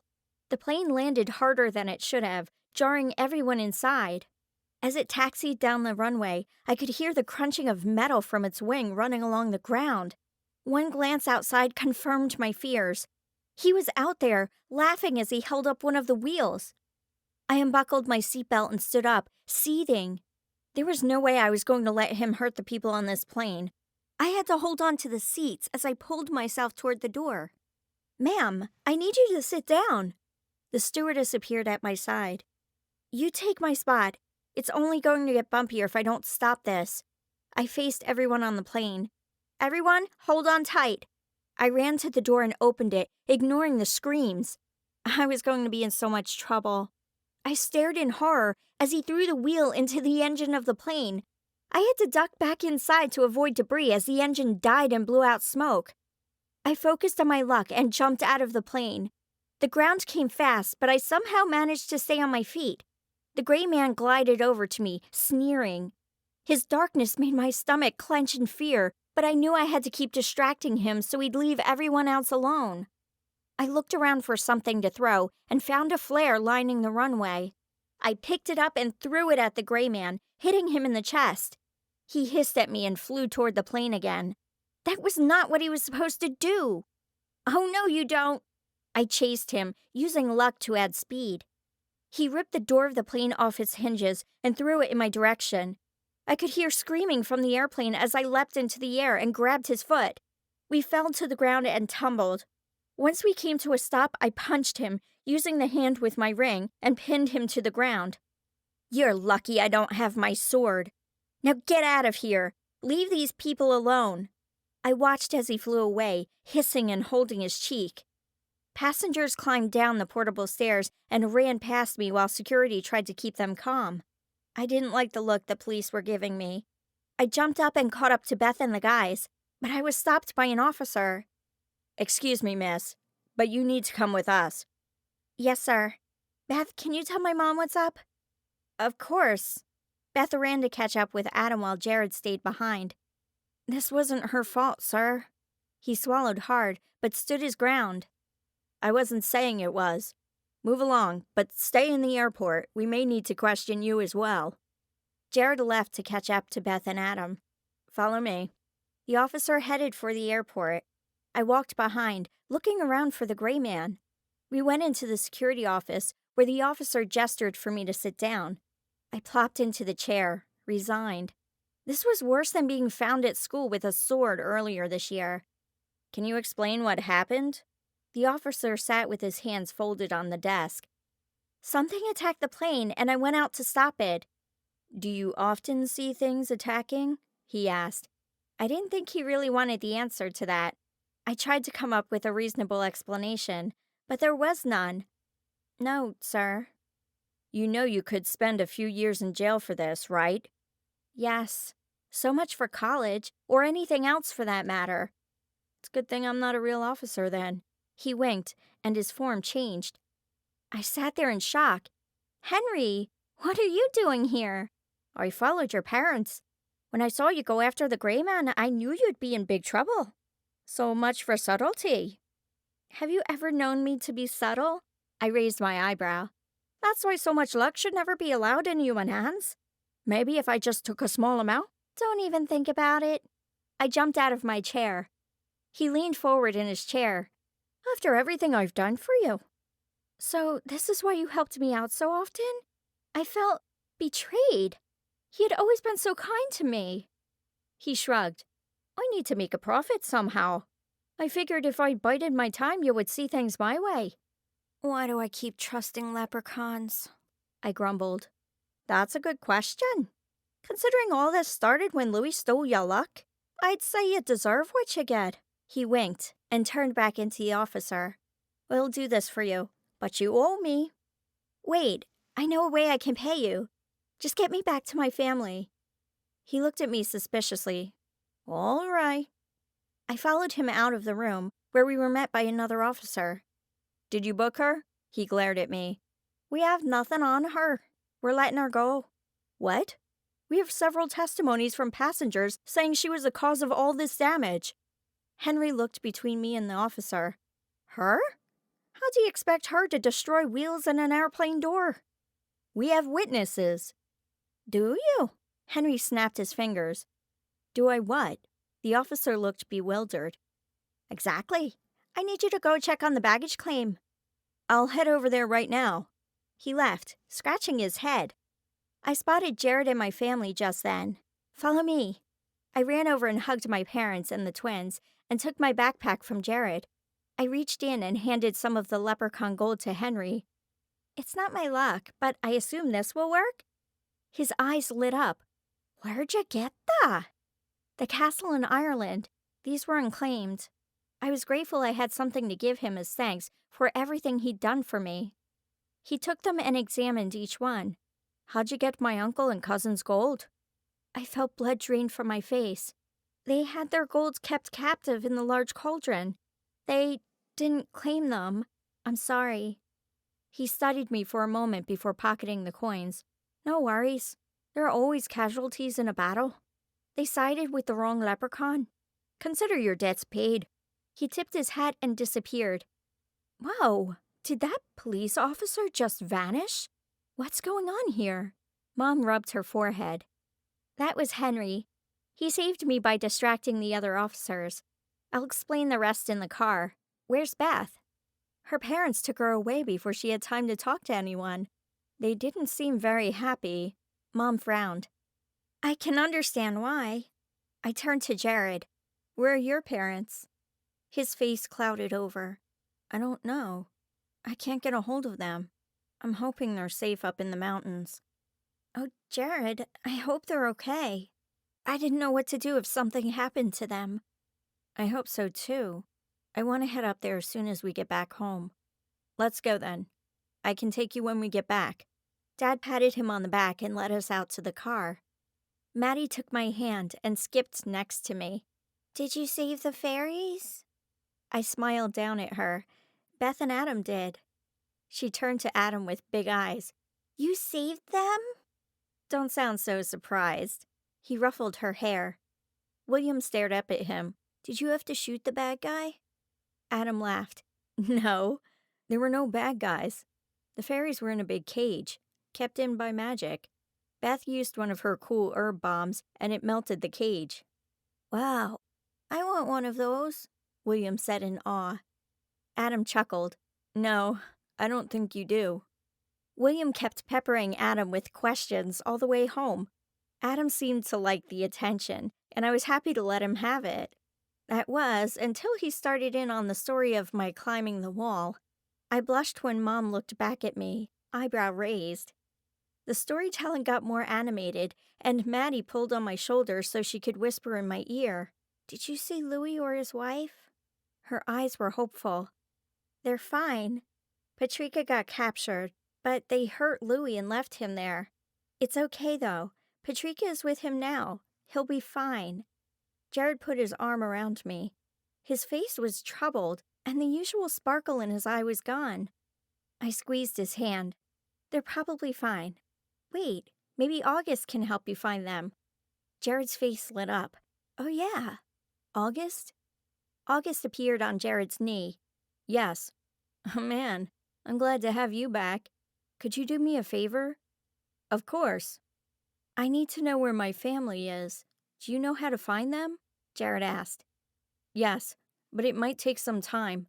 I'll do what I can. Thank you, August. I owe you one. I could feel Jared relax next to me. For saving me and my family, I owe you this. He disappeared. I told you. We'll find them. I smiled up at him. Do you want to head up to the cabin tonight, Jared? Dad asked. No, I'll stay at my grandma's, I guess. Just drop me off at home first so I can grab my truck and a few other things. Are you sure? You're welcome to stay with us, Mom said. I'm sure. Thanks, though. Dad pulled into Jared's driveway and waited for him to go inside. We pulled away and had been driving for a few minutes before I realized we were going the wrong way. Where are we going? Adam asked. There was silence. Guys, what's going on? I was starting to panic at the lack of answers. We can't go home right now, Dad said. What do you mean? Why not? Let's just say we get a full remodel. Mom's voice was quiet. I want to see it. I clenched my jaw, trying to control the burning anger. No, honey, you don't. Yes, I do. Please. I gritted my teeth. Dad sighed and circled back around to our house. I wasn't prepared for the damage that had been done. There were holes in the roof, and parts of it looked like it could collapse at any moment. Windows were missing downstairs, and there was a large burned area close to where my room should have been. I climbed out of the car and ran for the house, ignoring my dad's yells. The door was locked, so I used my luck to get through. I went straight for my room and dropped to my knees. There wasn't much left of it. My computer was destroyed, and my bed was broken in half. What in the world had come in here? The only items that were undamaged were our weapons, leaning against the wall. I picked them up and grabbed a few things to take with me. This had been my room for as long as I could remember. Whoever had done this was going to be very, very sorry. Chapter 19. Mom was outside my door when I had finished gathering up most of what I wanted to take. I went back to grab my teddy bear, and Mom hugged me tight with tears in her eyes before taking my bag and the bear for me. I bundled up the weapons and left the room, looking back one more time.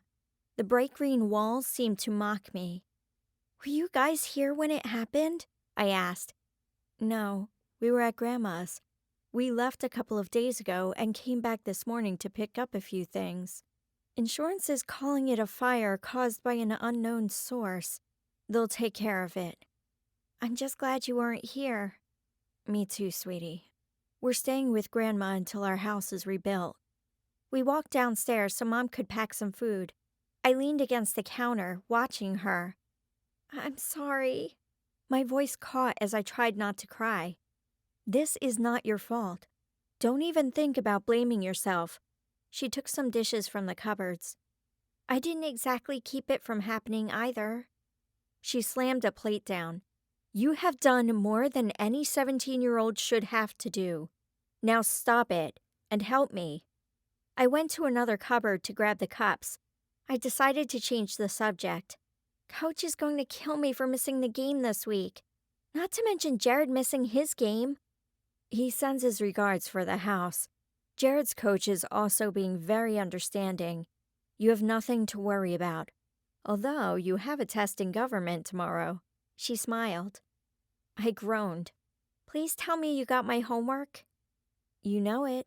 You have a lot of catching up to do." She closed the box. "Did you at least take pictures?" "That never crossed my mind. I was too busy saving the dragons and other creatures. I do have brochures, though, and souvenirs." "Did you get Grandma a spoon?" "Wouldn't dream of forgetting it." Grandma collected spoons from all over the world.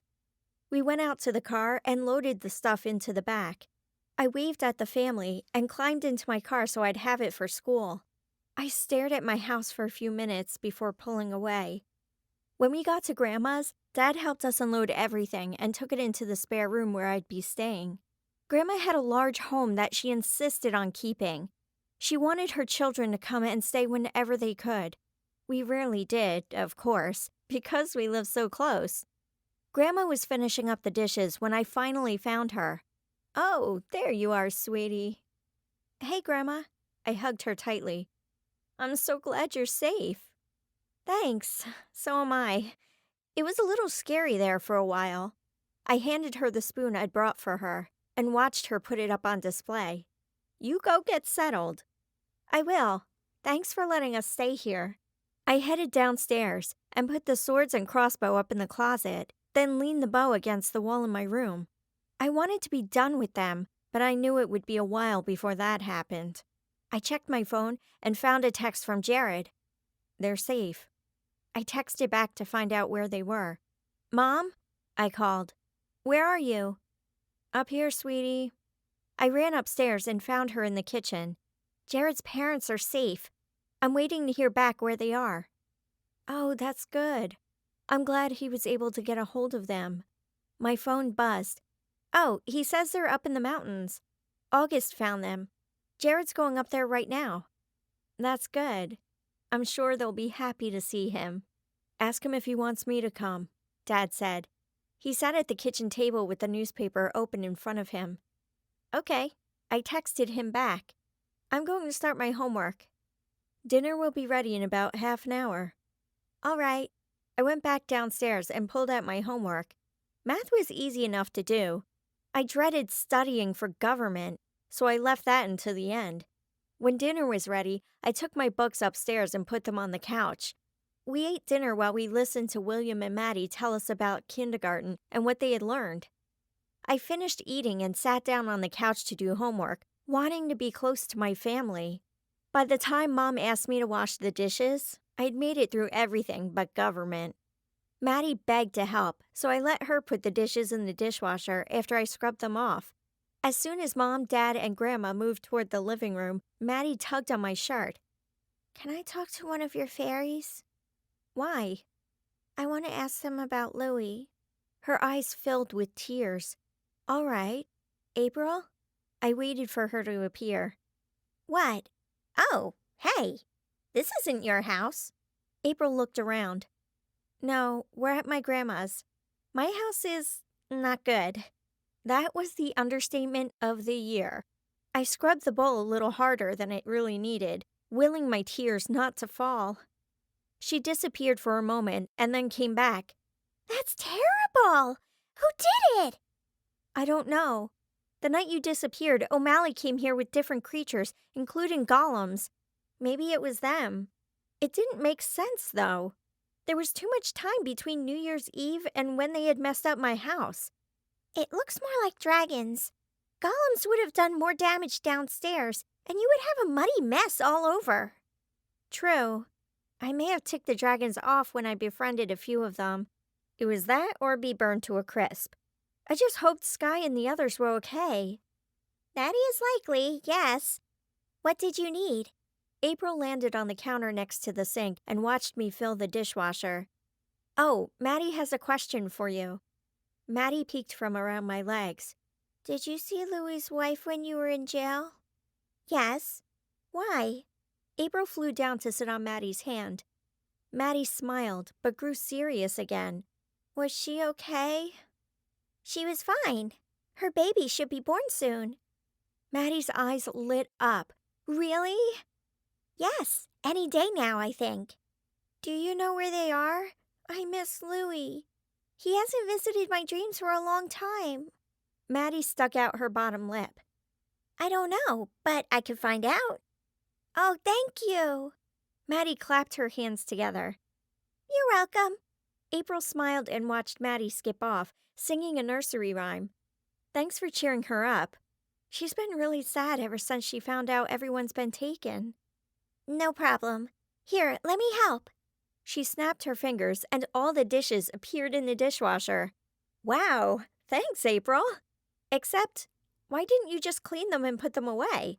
Too bad I didn't know how to do her trick. It would make housework so much easier. She shrugged. I didn't know that's what you wanted. See ya. She disappeared before I could say goodbye. I finished up with the counters and headed downstairs to study. By the time I felt like I was ready for the test, I could barely keep my eyes open. I brushed my teeth and went upstairs to say goodnight to everyone. Jared had never responded, so Dad was still at home. I hoped that meant Jared was with his family and that everything was okay. Megan, hurry up. You're going to be late, Dad called. Almost ready. I shoved the last bite of toast in my mouth and grabbed my backpack. Dad was heading off to work when I ran outside to my car. Part of me wanted to drive past my house on the way to school, but I avoided it. It would have taken longer, and I wanted to know what had happened with Jared.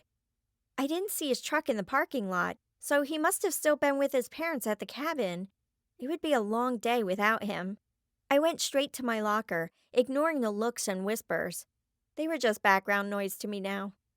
Megan, I heard what happened to your house. That's terrible. Matt stood next to me. I jumped. Oh, hey, Matt. I'm just glad no one was there. You were gone? Ha, I knew it. Jared and Beth weren't at school either. He leaned against the locker next to mine. Where did you three go? I grimaced. Somewhere. I don't want to get into it, okay? Ugh, why had I just said that? Especially to Matt. He had been nothing but nice to me. Matt's face fell. Right, okay. He turned to leave, but I grabbed his arm. Wait, Matt, I'm sorry. This has been a very long few days. I missed 3 days of school in the last week. I'm exhausted, and now I have no house. I felt tears coming to the surface, and I slammed the locker shut. Whoa, Megan, it's okay. He put his arm around me and pulled me away from curious eyes. He hugged me until I could stop crying. I'm sorry, I'm tired. I took deep breaths to calm down. I couldn't believe I'd just lost it like this in school. It's okay. You've had a rough year. It's understandable. I pulled away and wiped my eyes. Thank you. I needed that. Jared's not around. I noticed the look on his face and turned around to see Amber glaring at me. Jared's not enough for you? You have to go after my boyfriend, too? She clenched her fists. Matt moved past me, hands up. Amber, she's having a hard time right now. I comforted her. It was nothing. You were hugging her. That's nothing? Her eyes blazing, she stomped off, growling at people to move out of her way. Wow, good luck with her. Sorry. Hugging Matt certainly hadn't won me any friendship points with Amber, but it had been what I needed. Well, sort of. I needed Jared, and I needed my house back. Yeah, I'd better go apologize. Are you okay? He put his hand on my arm, his eyes concerned. I'm fine. Thanks again. I went to the locker room to clean up before class. My mascara had run, and my eyes were red and puffy. So much for avoiding embarrassment. There was a pop, and April appeared right in front of me, making me jump. Hey, Megan. Whoa, what happened to you? I wish you'd give me a warning before you pop in here. I splashed water over my face to clean up the mascara I'd just smeared all over my eyelid. Sorry, but you probably want to hear what I have to say. She landed on the counter and watched me with her hands behind her back. I grabbed some paper towels to dry off my face. If I have to go to save the day, I refuse. I need to focus on school. This was one day when I didn't need to be the hero. Okay, but I thought you might want to know that your necklace is gone. I stopped what I was doing and stared. What? O'Malley tried to track you down using the necklace, and when he got to the cabin, he found out you weren't wearing it. He took the safe and disappeared with it. Is everything else okay up there? I gave up on trying to look good and shoved my makeup in my gym locker. Yes, although Fergus and Barney are a little shaken up. They feel like they failed you and your grandma. It wasn't their fault. To be honest, I'm glad the necklace is gone. I was worried about the cabin. Especially after my house, I hadn't thought much about my locket since Jared had given me the new necklace. My guess is that your house happened after O'Malley went to the cabin. The protections on the cabin were stronger because it was your grandma who brought in the leprechauns. Plus, she probably had other spells over it that I didn't know about. I think your family is actually safe. She paused for a moment. Where did your grandma find leprechauns? I don't know. I haven't had a chance to ask her. The bell rang. Thanks for letting me know, April. Please keep an eye out. I need to know where the gray man is, but I'm more worried about O'Malley. He has got to be stopped. You weakened him by giving away the gold. He'll have power reserved from it, but he can't gather anymore. She smiled proudly. Well, that's good news, at least. I'd better go before anyone sees me talking to you. I waved at her and left the locker room. I ran to class and slipped in right after the bell rang. I hoped Miss Hahn wouldn't notice, but she seemed to zero in on me as soon as I sat down. Miss Crenshaw, up here. Now. She pursed her lips. But the bell just rang. It's not like it was halfway through class or anything. Class, read the next chapter while I speak with Miss Crenshaw. Everyone immediately obeyed without question. It was almost scary. I glanced at Beth to see if she'd noticed. She raised her eyebrows and shrugged before turning to her book. What had happened while I was gone? I watched everyone closely, noticing how tired and pale they looked. Strange.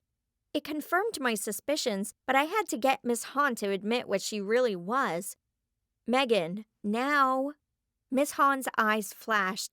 I jumped, realizing I hadn't moved. I walked to Miss Hahn's desk, dreading what she had to say. Tell me where you have been, she demanded. Clearly, she was used to being listened to. I don't think it matters. I have all my homework done. The way she ordered an explanation put me on my guard. She stood straighter. I'm the teacher. I have the right to know. No, the principal has the right to know.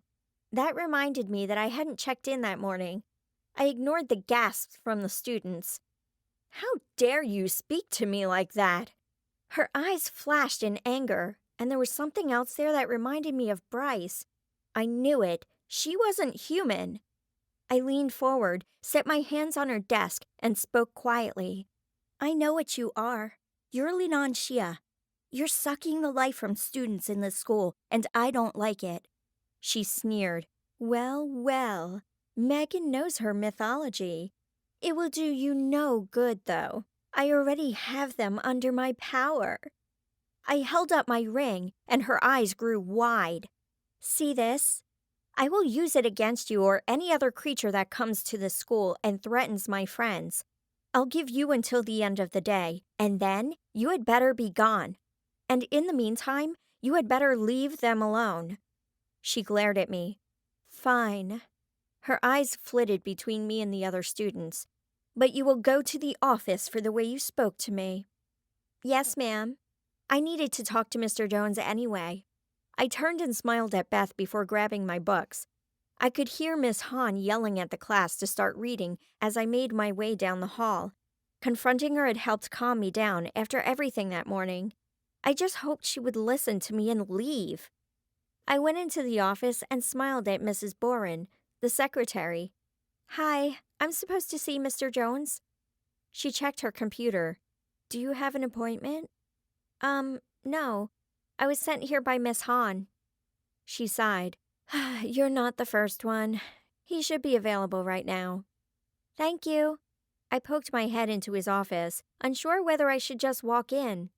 Hi, Mr. Jones. Megan, come on in. He gestured to the seat in front of him. How are you holding up? Holding up? It took me a second to figure out what he was talking about. Oh, right, the house. I miss my bed. He looked confused.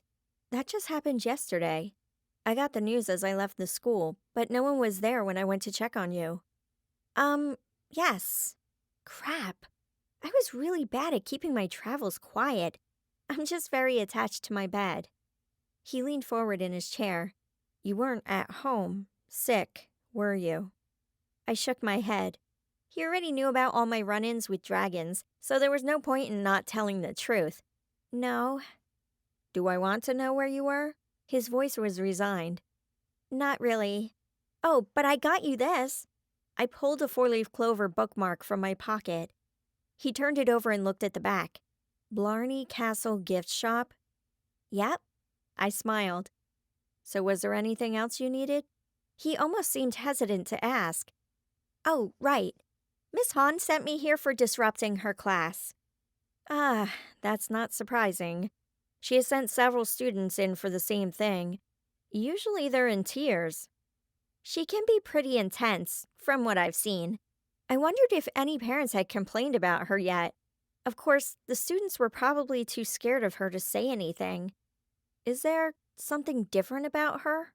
He played with the ribbon on the bookmark. Yes, but I took care of it. You're going to need another teacher by tomorrow. Miss Hahn will be officially retired from teaching today after school. Or she'd better be. I muttered the last part. I see. He rubbed his forehead with 2 fingers. Do you happen to know where Mrs. Brooke is? I was surprised. You haven't heard? Heard what? Mrs. Brooke's home was destroyed the same day that Miss Hahn showed up. I knew that much, but we can't find her anywhere. She was supposedly hurt, but she never went to the hospital here or in Twin Falls. She's just gone. I hesitated for a second. She's not in a hospital. He cocked his head to the side and grabbed a pen, ready to write.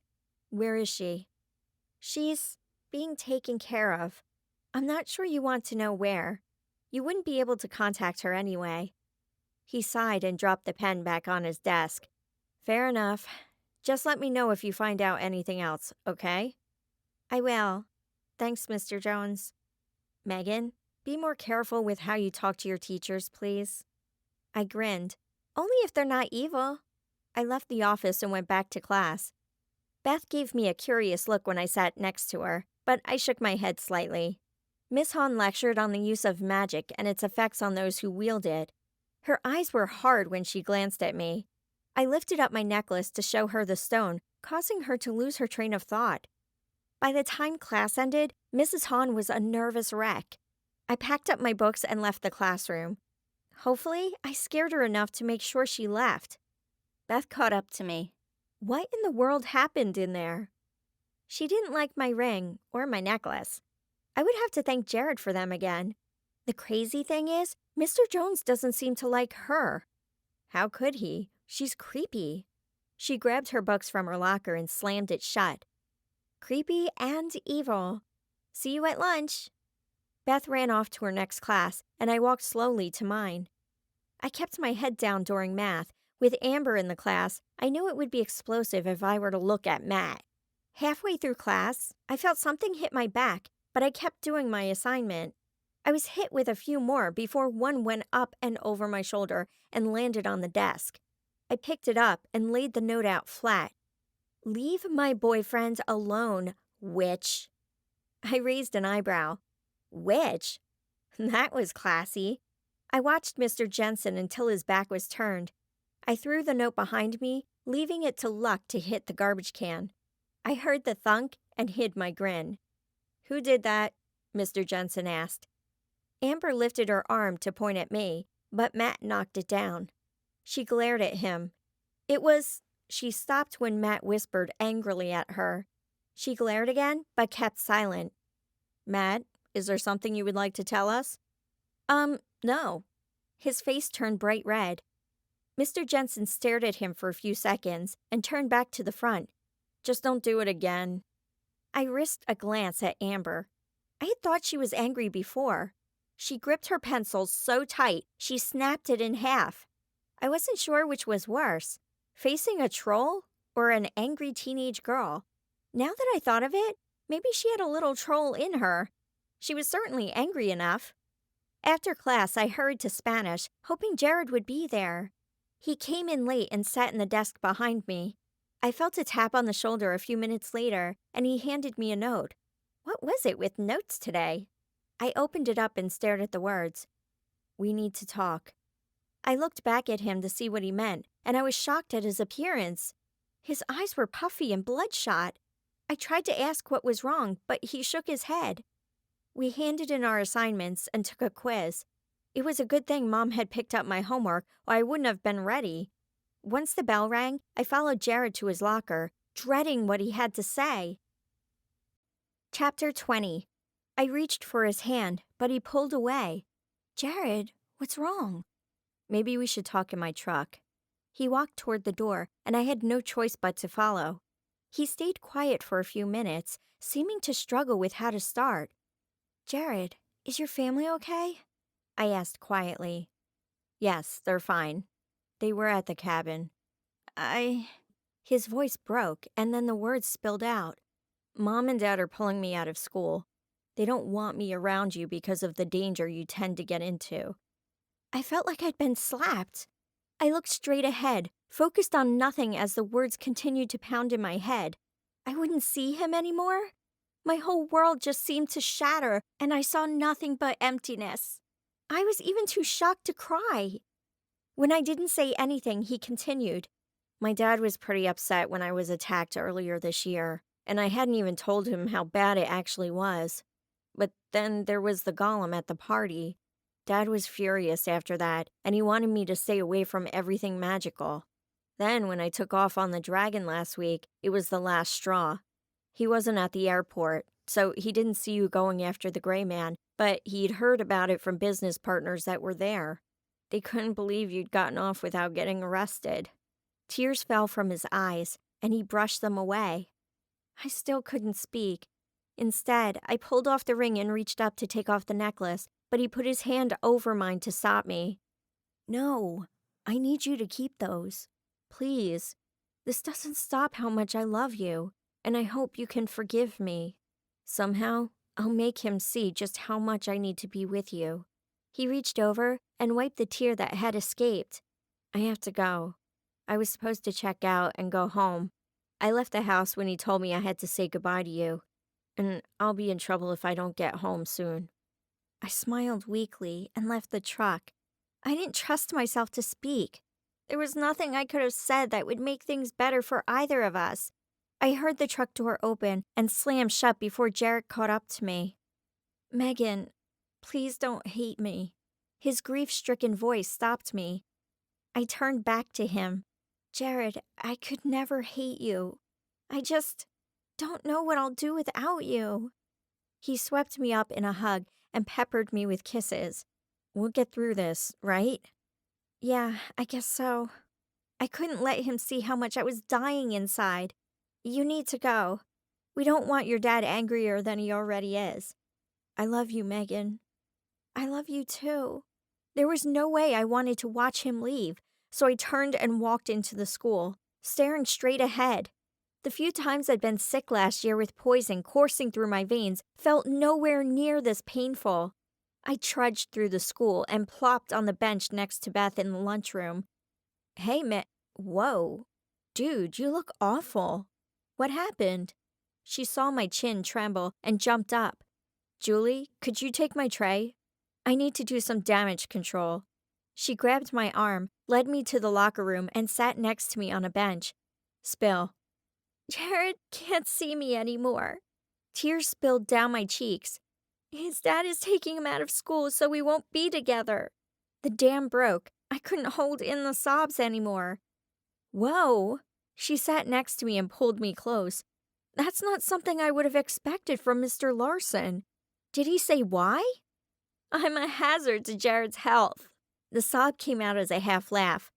I can't help but agree with him. Beth laughed and wiped her tears away as well. Yes, he does have a point. So what are you going to do now? I shook my head. I don't know. I feel like my heart was ripped out. This is usually when Jared steps in with a witty comment and makes everything all better.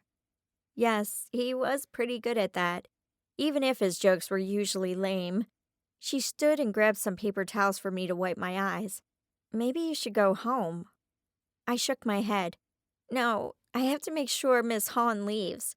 Besides, I have no home to go back to. What? Beth's mouth dropped open. I looked at her in astonishment. I hadn't said anything because I figured her mom would have said something. You didn't hear? Dragons or something ripped apart my house. We're staying with my grandma.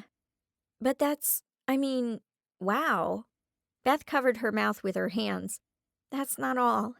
They also got my necklace from the cabin. Thankfully, they couldn't damage that house. April thinks that's why they got my house instead. I crumpled up the paper towel and threw it at the garbage can. It missed by 3 feet. Hate to tell you this, but it's not sounding like your luck is so lucky. I'm sorry about everything, Megan. Sometimes I really don't like my luck. But I'm not sure it could get a lot worse. Maybe things will only get better from here. Unless you decide to ditch me. I raised an eyebrow. Of course not. Granted, Mom's tried to ban me from you a few times, but it never sticks. She pulled out my makeup and worked on my face. Makeovers always make things better. Or so she liked to say. I appreciate you sticking around. I stopped talking and applied the lip gloss she handed me. I don't know why you're doing this. Can I just curl up in a ball for a minute? Beth snapped my makeup bag shut. Of course you can. I'll tell your government teacher you won't be there. I groaned. I can't miss that class. I have a test. You're a little crazy. You know that, right? The world drops a bomb on you and it still doesn't keep you from taking a test. She pulled me up. I guess this means I better get to my class too.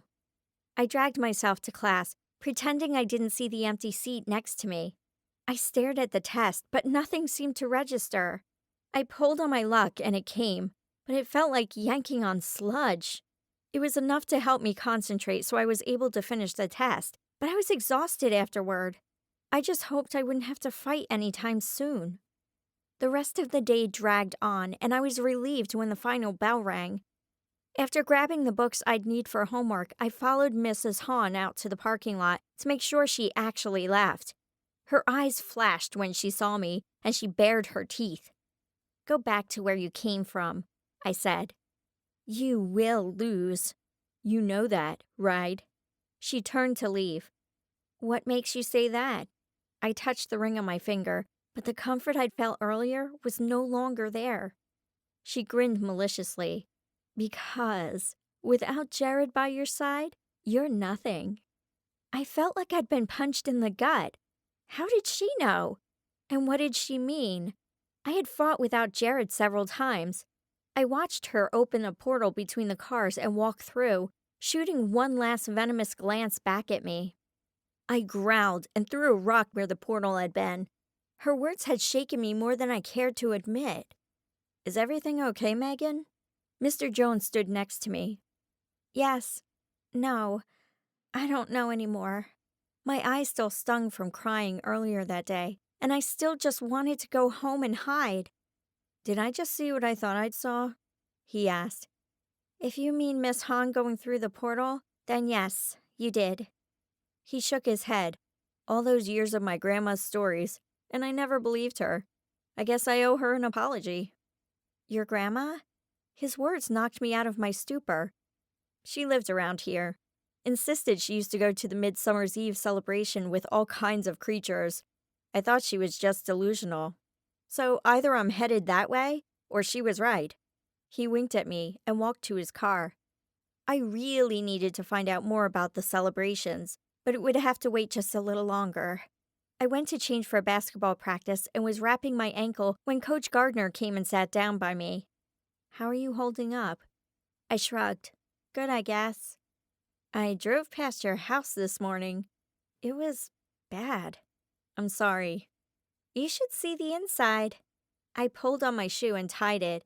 "I'm sorry for missing the game." "Quite frankly, I'm surprised to see you here.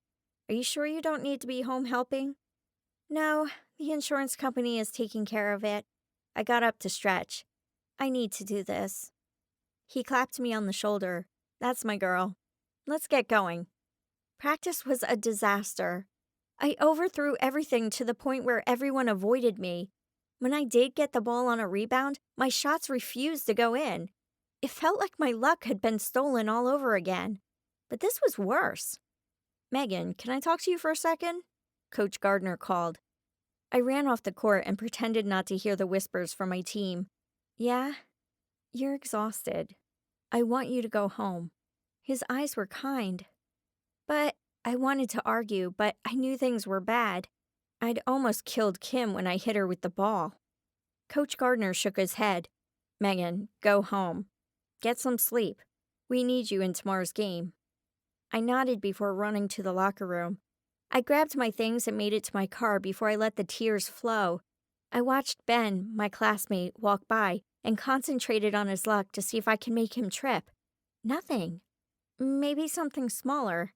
I found a quarter and flipped it over, calling heads or tails. I was wrong every time. I tried to push away the horrible thoughts of what would happen if I failed to beat O'Malley, but they came in waves. Me losing my luck forever, not that it was doing me any good right now, him taking my family away from me, Jared turning on me, the fairy world being taken over by O'Malley. I gripped the steering wheel and pushed those thoughts away. They weren't helping, and I had stuff to do. Luck or not, I needed to at least try to beat O'Malley. I couldn't let him destroy my life and the lives of those around me. I started the car and headed to Grandma's. It was time to find out about the midsummer celebrations. "Grandma?" I called, setting my keys on the kitchen counter. "In here, Megan," she called back. I dropped my bag by the door and headed to the living room where she was playing cards with the twins. It was their favorite activity to do with her. I watched for a minute while William made match after match. "Can I talk to you for a bit, Grandma?" "Alone?" I asked. She caught the look on my face. "Maddie and William. Go find your mom and tell her I made some cookies for you." "Okay." Maddie hopped up and ran for Mom and Dad's room. William took his time putting away the cards and then wandered off. "What's wrong, honey? You look very upset." She patted the seat next to her on the couch and waited for me to sit. I picked up one of her frilly pillows and played with the tassels. She'd had them for as long as I could remember. How did I even begin? "Grandma, do you know anything about my luck?" She patted me on the knee. "Of course I do." She stood, picked up an album from her shelf, and brought it over. I opened it and flipped through it silently. The book was filled with newspaper clippings of everything from when I'd fought the dragon for the first time to the golems at Jared's party. I didn't know any of this had been in the news. I touched the article about the golems, and a tear escaped. The pictures of Mrs. Lincoln's and Mrs. Brooks' houses brought back the fear of finding them dead. Grandma rubbed my back in a soothing motion. You've had a busy year. With everything you've done, you should be very proud. I guess I should. I smiled through my tears. So why are you crying? Jared was told to stay away from me. His parents pulled him out of school. Grandma shook her head. Ridiculous. The safest place to be is by your side. I laughed in disbelief. Oh, Grandma, do you see these articles? Every one of these things happened because of me. I pointed out the picture of me riding the dragon. See this? I should have never climbed up there. It's probably better if he's not near me. That dragon was there to hurt you and your family. If you hadn't climbed up there, bad things would have happened. But the golems, I argued, would have come anyway. They ransacked several places like that. If Jared's dad wanted to blame you for that, he should be ashamed of himself. Her voice had taken on an angry tone. They were there for me, though. The dragons were at the football game because Bryce told them I'd be there. They attacked the gym because I was there. It is my fault. I shut the book, not wanting to see any more reminders. Oh, honey. Grandma patted my arm. Do you know why they're after you? I made Louis mad by not taking his luck when he offered me his services. The council is after me for letting Louis free, or at least that's part of it. She shook her head and smiled sadly. You underestimate yourself. What do you mean? I knew what I could do. It just wasn't working right then. They're going after your power. You have more luck than most of these leprechauns put together. That's why O'Malley gathered them and stole their gold. He had to build himself up to beat you. How do you know this? I hadn't even told my parents what had happened in Ireland. Her smile was mischievous. I have my ways. You met one of my oldest and dearest friends while you were there. I thought back, trying to figure out who she was talking about. You mean Biddy? Yes. She smiled and picked up a picture on her mantel that I'd never paid attention to before. She would come to all the celebrations. That's so cool. Except that she wasn't willing to help us at first and made us fight a bunch of leprechauns to prove ourselves. She held up a finger. Once she knew who you were, she was more than willing. But how did she find that out? My mind raced through everything that had happened that day. She left the room and came back with a mirror. Once they stopped the celebrations, she left this with me so we could still talk. She handed it to me. You look enough like I did when I was your age that she asked me about you. Wow, why didn't you ever tell me any of this? I held the mirror carefully. She laughed. Would you have believed me? Probably not. I thought I was the only one in the family who liked fantasy stuff. Oh, no. Your dad participated in the celebrations many times. It was around the time that you were born that he stopped. Her eyes were distant. The time when everyone stopped. But why? I keep hearing that it ended, but no one will tell me why. I wondered why Dad didn't mention that he'd stopped going just before I was born. No one knows. Something happened and a fight broke out. Biddy and I decided that it was time to end the celebrations to preserve the friendships between the fairy world and our world. There are still creatures here, though. I know. I fought them. I held a book of articles to prove it. Oh, I didn't say that there were no more creatures here. They just chose to stay quiet until now. It's disturbing, really. All because I chose not to take a leprechaun's deal? Yes, well, I'm glad you didn't. Think of the adventures you would have missed out on.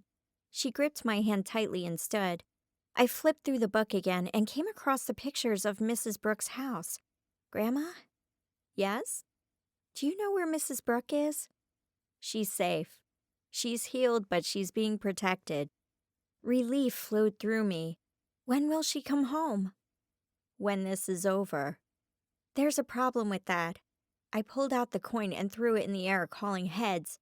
It landed on tails. You've still got it. I have faith in you. She headed toward the kitchen. I'm glad someone does, I muttered. April? She appeared. Lose your luck? Yep, how'd you know? I smiled at her guilty expression. You've been following me again, haven't you? She nodded. I saw something you didn't, though. What's that? I just hoped it didn't involve other people laughing at me. That had happened way too often. When you told that boy to trip, did you feel any pull at all? No, that's what had me worried. Why? How hard did you actually try? She paced back and forth with a thoughtful expression. I shrugged. Not very hard. I didn't think it would work. Huh! She smiled triumphantly. I figured. As you were driving away, that boy tripped for no reason at all. Know what that tells me? That he's clumsy? But I couldn't help the smile. No. Your luck still works. You just forgot the rest of it. You have to want it, and you have to have the faith that it will work. That's the only way it will do what you want. Now, it's time to build it up again. I stared down at the pages before meeting her eyes. Know how to do that? She grinned. Yes, but you may not like it. What do you mean? I had learned to be a little cautious about her surprises. Meet me outside in 10 minutes. Bring your sword. I don't know if I could fight anymore, though. I mean, sure, I made that kid trip, but it was 5 minutes later? She flew close to my face. Don't you dare give up. You have 2 worlds counting on you. She jabbed me in the nose. So, no pressure or anything. You have a gray man and a very angry leprechaun coming after you. Do you really want to give in now? After all the damage they've done to your house? And to Jared? What she said hurt, but it did the trick. Images of my house and the others that had been destroyed danced in front of me, along with the broken-hearted expression on Jared's face as he told me he couldn't be near me anymore. I clenched my fists. My heart was still broken, but I wasn't going to let it stop me. There it is. April smiled triumphantly. Now, I want to see you in 10 minutes. I could feel power running through my veins. I picked up the coin, threw it in the air, and smiled as it landed on its edge. Much better. Chapter 21. I grabbed my sword from downstairs and pulled it from its sheath. The first time I had found the sword in my hands, it had felt good. Awkward, but good. Since then, I had fought many creatures, injuring instead of killing whenever possible. I went to my dresser and pulled out the gold coins. These were from leprechauns I'd defeated to get at O'Malley. I wanted to avenge their deaths as well, even if they had come by my own sword. The leprechauns had only done what they'd been ordered to do.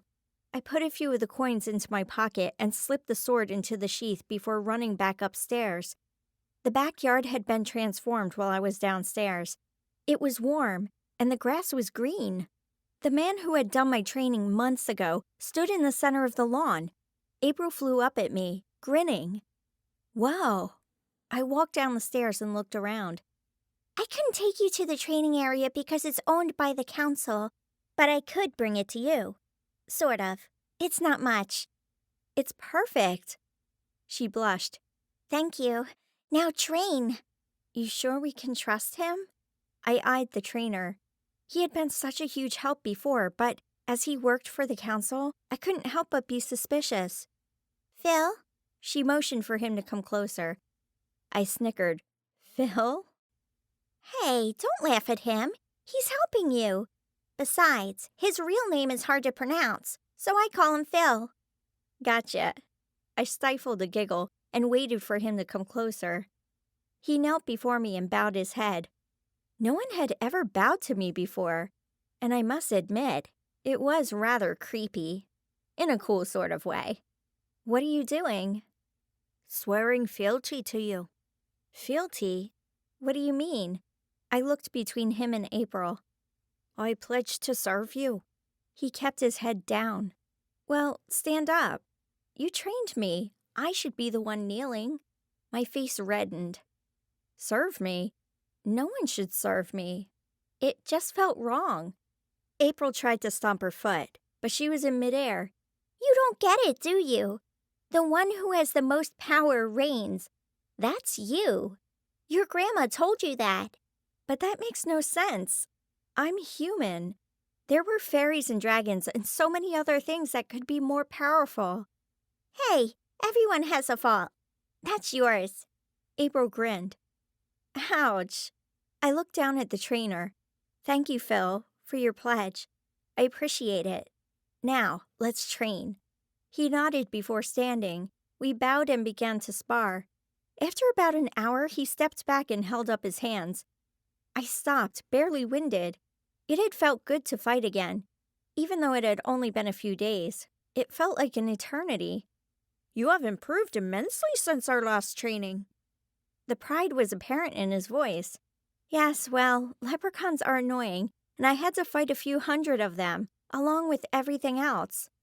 He chuckled. That was a first. He was usually so formal. It is not just that. Your confidence in your moves has grown as well. Now, try again. This time, using your luck. We began again, and I had his sword pulled from him within seconds. I threw it back, and we went again with the same results. He turned toward April. I thought you said she lost her luck. She had. Reminding her of everything she fought for brought it back. This was just for fun. Did you mean what you said? I asked Phil. About what? He asked, confused. That you swore fealty to me. I'd had time to think while we fought, and I still didn't understand why he would do that. You let Louis go when you had every right to execute him.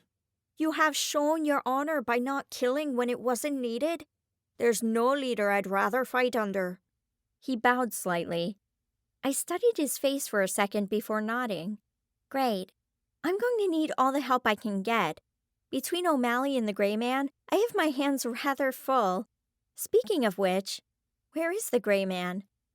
Your grandma has very strong protective spells around her house, thanks to Biddy. This world just keeps getting more confusing. I looked at my watch. Thank you both for believing in me. Phil bowed again. It's my pleasure. April, you might want to make this go back to how it was. The neighbors would start asking questions. Oh, right. I'll get on it. She lifted her arms to the sky and snow dumped to the ground, covering Phil and me. That was quite a trick. How did you do it? I shook the snow off my arms and hair. I just lifted the snow up into the sky for the training. I didn't have anywhere else to put it. Didn't you notice? I guess I enjoyed the warmth too much. See you two. I ran into the house, energized from the workout. Grandma stood in the kitchen making dinner. Done so soon? Hey, Grandma. Yeah, we just finished. I'll be right up to help you. I hurried downstairs and dropped off the sword, but kept the coins in my pocket as a reminder. I grated the cheese while Grandma took the potatoes out of the oven. Maddie skipped around the table and put silverware at each spot, and William put out the plates. You seem much happier. Grandma watched me finish grating. I had help remembering what this was all about. I took the bowl of cheese to the table. Grandma nodded. Fairies are good for that. Mom and Dad were quiet at dinner that night while the twins chattered away. Adam had eaten quickly and left for work. He'd missed a lot while we were gone and had to make up for it. I waited for Maddie and William to finish eating before I said anything to my parents. Are you two okay? I asked them. Dad cleared his throat and glanced at Mom. Yes. Your mom is just trying to digest a few things she learned today. Things she should have learned years ago. She took his hand. I'm fine. I'm shocked a little, but I'm fine. It actually explains a few things. Dad smiled. He looked as though a weight had been lifted off his shoulders. He turned back to me. I saw you fighting outside. Who was that man? My trainer. April brought him here. She didn't think it would be wise for me to go into the council's territory. No, probably not. Why don't you head down to bed? It's been a long day. Dad smiled. Things will be better tomorrow. I yawned. I think I will. Good night, Mom. Good night, Dad. I kissed each of them before going downstairs. You're back? Patricia yawned. She sat on the edge of Louie's bed. I can't seem to dream about anything else lately. How is he? I nodded toward Louie. She shook her head. He's not improving. I don't get it. She groaned and rubbed her belly. Are you okay? I asked in alarm. I think the baby's coming, but I can't leave Louie. I bit my lip. Are you okay to travel? If I use a wish? She needed help, and so did Louie, but neither would get it at their house. I just hoped Mom would be willing to give them the care they needed. I'm not leaving him. She shook her head emphatically. You won't have to. I'm taking you both. How? She looked at me suspiciously. Please, just trust me. I reached out my hand to her. Hold on to Louie. She looked at me and touched it before taking Louie's hand. I didn't know if it would work while I was in the dream, but I had to try. I pushed hard on my luck as I spoke. I wished for Louie and Patrika to arrive safely at my grandma's house. Patrika looked at me in alarm as we faded. I woke to Louie and Patrika landing on either side of me in the bed. It had worked. I climbed out of bed and hurried to the door. You two stay here. I texted Beth to hurry over as I ran upstairs to get help and to bring her book. Mom? I knocked quietly. She opened the door. She blinked in the bright light from the hallway. What is it, Megan? I need you to come with me. She followed me downstairs, trying not to wake Maddie and William, who slept in the room next to mine. Now, don't freak out, okay? I opened my door and she gasped. Shh! I don't want Dad knowing they're here, but Louie isn't getting better from when he was attacked and, well, Patrika's about to have a baby. And you brought them here? She asked, staring at them with wide eyes. Megan, I have no idea how to do this. They're leprechauns. You know how to deliver a baby, don't you? Well, yes, but that's a human baby. I turned to Patrika. Is it any different from delivering a human baby? No, just much faster. It's time. She groaned again and leaned forward. Please, Mom, I begged. She rubbed her forehead. Fine, I'll do it. I'm going to need a bunch of towels. No need to ruin Grandma's bedspread. She moved in and took over. I ran upstairs, grabbed some towels, and took them to Mom. A couple of minutes later, I heard a light knock at the door and went to answer it. What's this all about? Beth asked. I shushed her before leading her downstairs. Did you bring the book? Yes, ma'am. Who are we saving this time?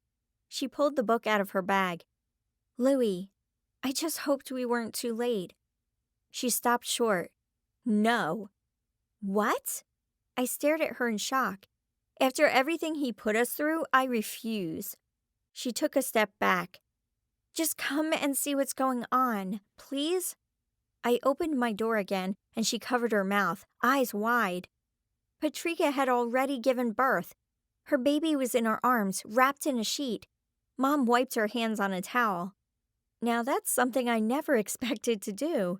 She smiled at Patrika. You did great. Do you have a name? I will wait for Louie to recover before we name him. She readjusted the sheets around the baby and held him close. I glanced at Beth. Now do you see why I need Louie healed? That's a baby leprechaun, she squealed and pushed past my mom to get closer. Can I hold him? Mom slipped out of the room with the towels and whispered that she would be right back. Aye. Patrika held the baby out so Beth could take him. Beth held him gently, and I moved closer to see.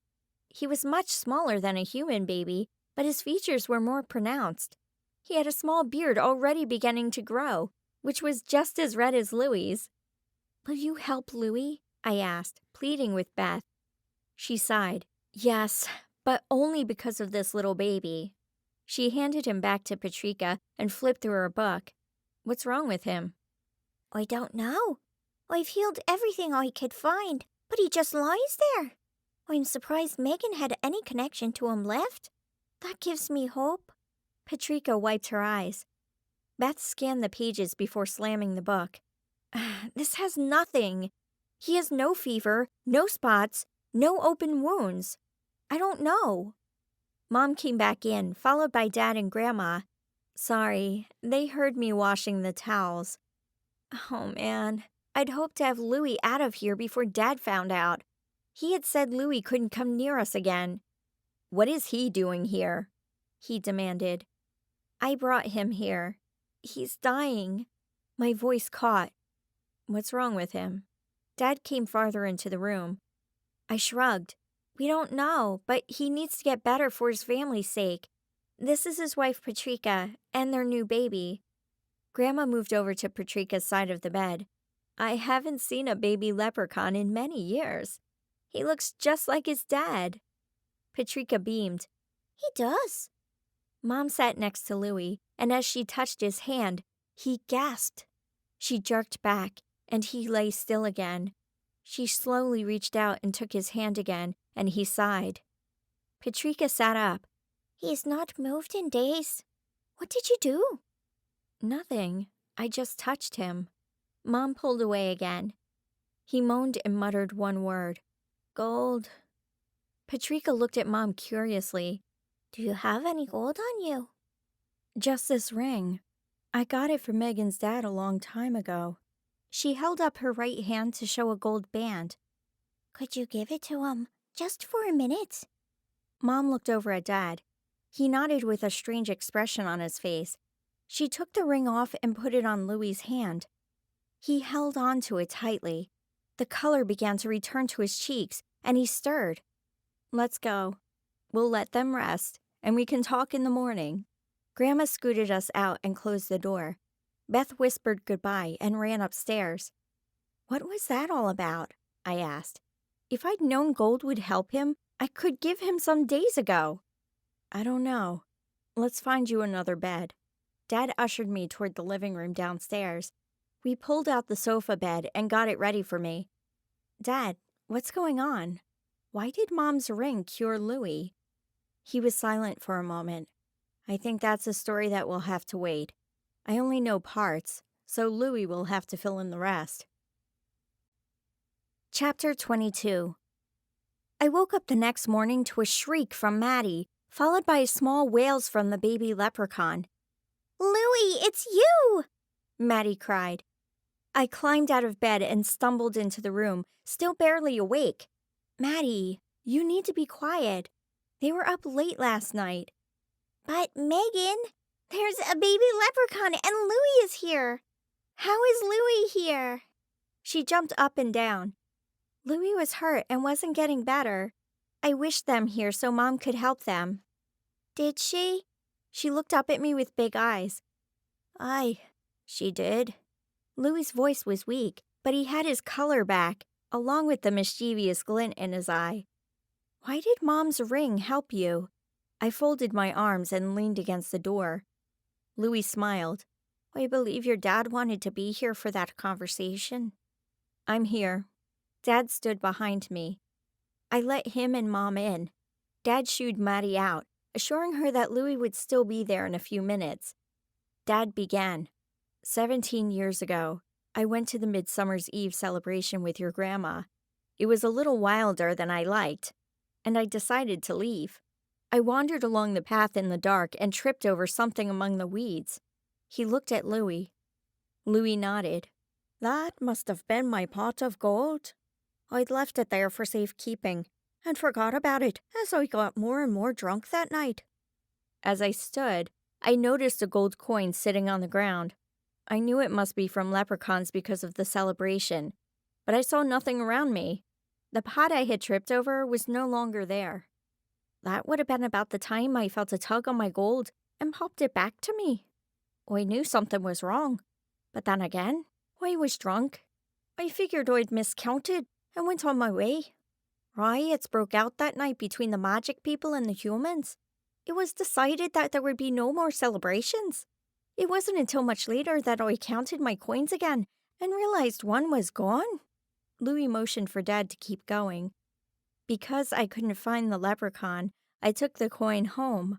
Mom was pregnant with you, and I wanted to do something nice for her. I had that coin made into the ring Louie has there in his hand. So my luck is really Louie's? I felt a stab of disappointment. No, the luck is yours. Louis said. I believe that when your mother put that ring on her finger, the magic, or luck from the ring, went into her bloodstream to you. It mixed with a large amount of luck that you must have already had. Mom looked at her hand and at me. So I've been wearing Louis's gold the whole time? I'm sorry. To both of you. Dad rubbed his forehead.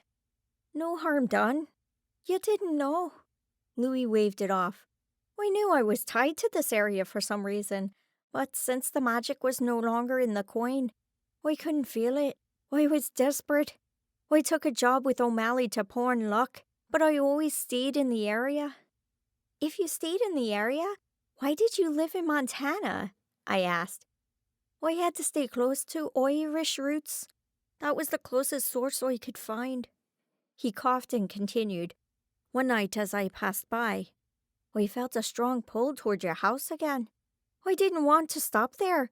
I'd already done business with Adam, and he had not been the person I wanted.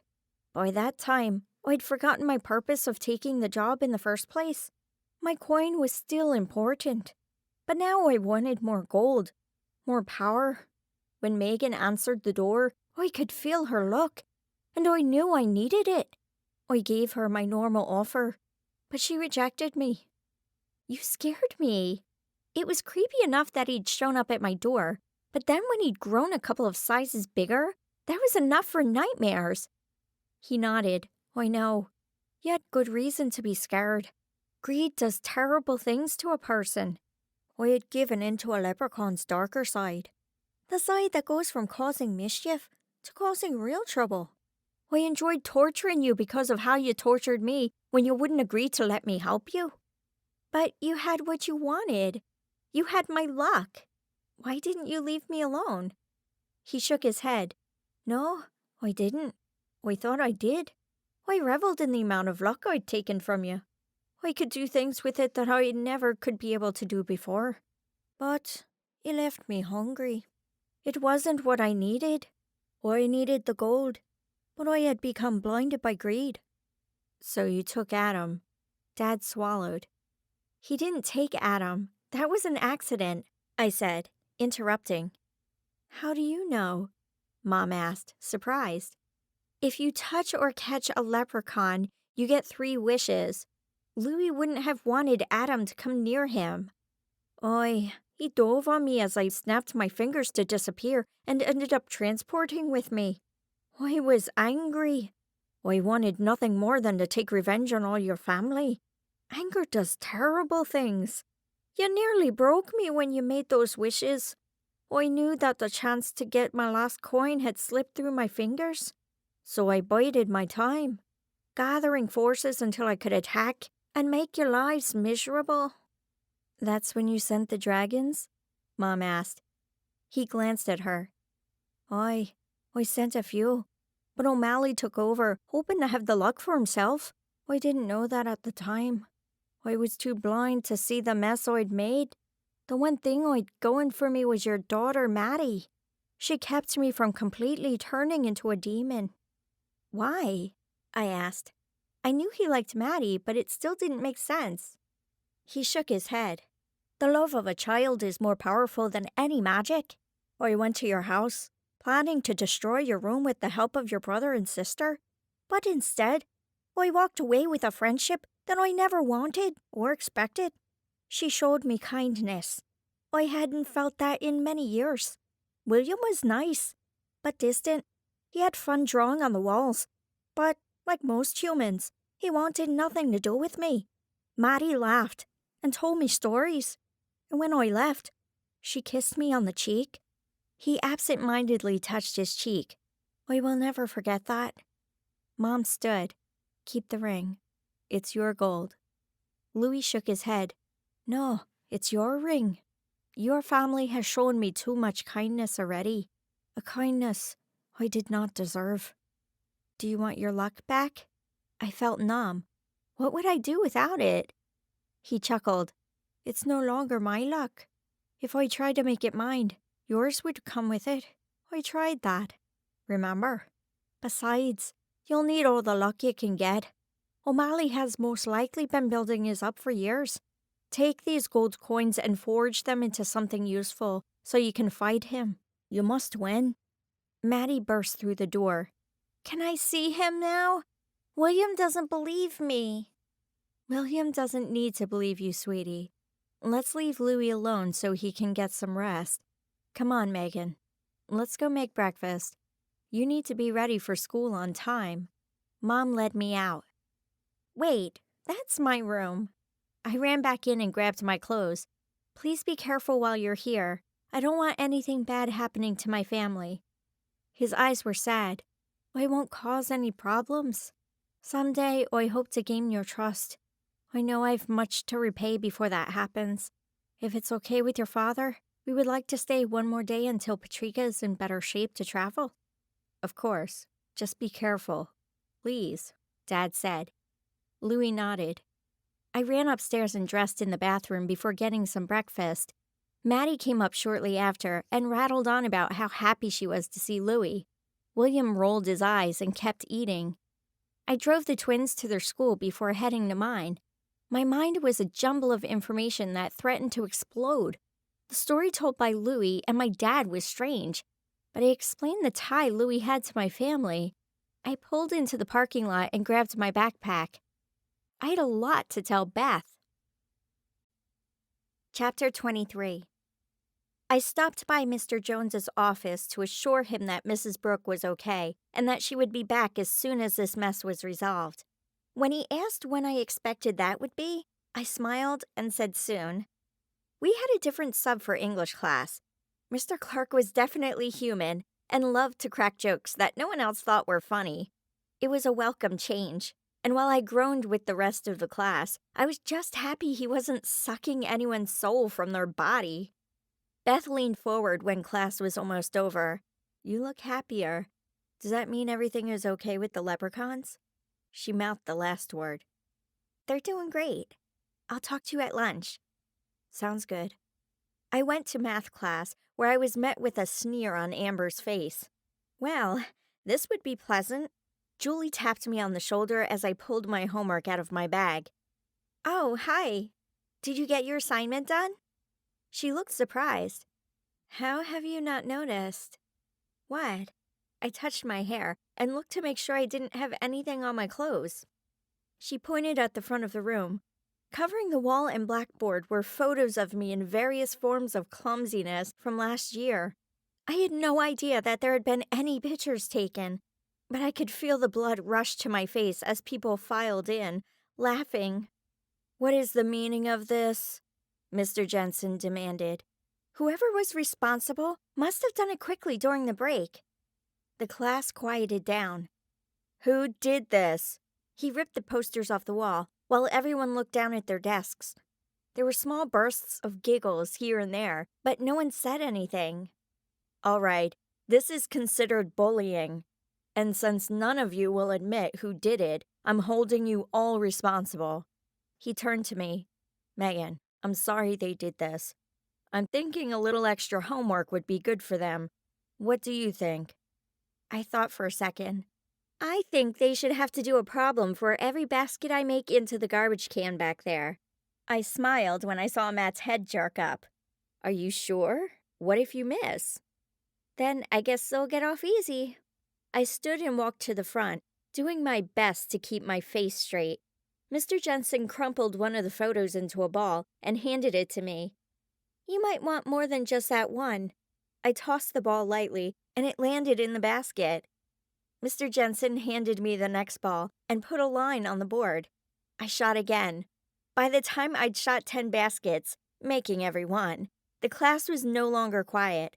They began raising their hands, jumping up as the ball was about to pass them, or yelling as I aimed. Nothing stopped balls from going in. I looked at the board in surprise when I saw that I'd hit 20. The basket was nearly full. Should I stop? I asked. The class yelled that I should, but Mr. Jensen shook his head. This was the agreement. You have 5 minutes left until the bell rings. I looked at the faces of my fellow classmates. Some looked angry, and others were impressed. I felt for them. This homework would take all night. The look on Matt's face told me he knew exactly what I wanted to do, and he shook his head slightly. I could take the easy way out and stop, or I could finish what I'd started. I turned away from the garbage can and threw the ball behind me, hearing the thunk into the can. There were 3 balls left, so I picked them up and looked at Mr. Jensen. This is an all-or-nothing shot. If any of the 3 balls don't make it in, they don't have to do it. He raised his eyebrows. Fair enough.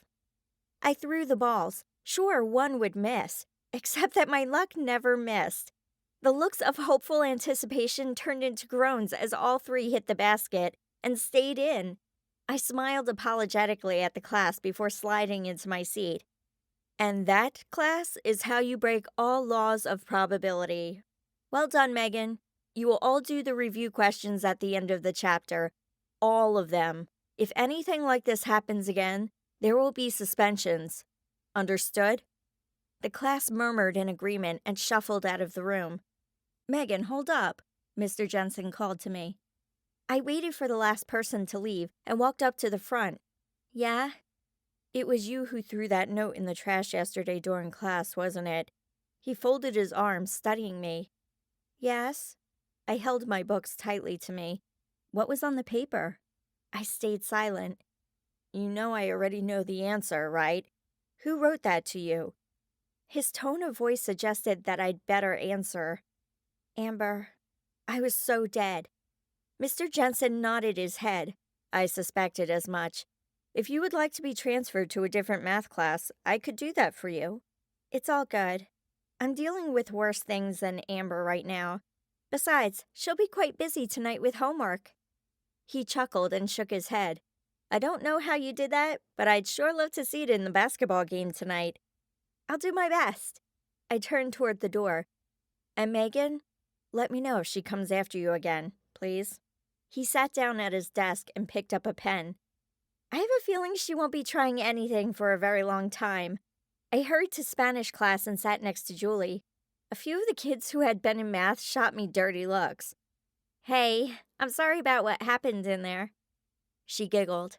I'll be fine. I wish you could have watched Amber's face while you were shooting. I was positive she was going to punch you at one point. So you knew it was her? I whispered just as the bell rang. She shrugged. She's the only one that it could have been. Why didn't you say something? She's Amber. I would never live it down. She pulled her books out of her bag and set them on her desk. I just told Mr. Jensen it was her. She already hates me, so how much worse can it get? I'm not sure you want to know the answer. Class started, and I took careful notes. I knew it was wishful thinking, but I hoped I could give the notes to Jared at some point. I needed this war to end so he would come back. Beth grabbed my arm as soon as I left the classroom. You really don't want to go to the cafeteria right now. Let's go out.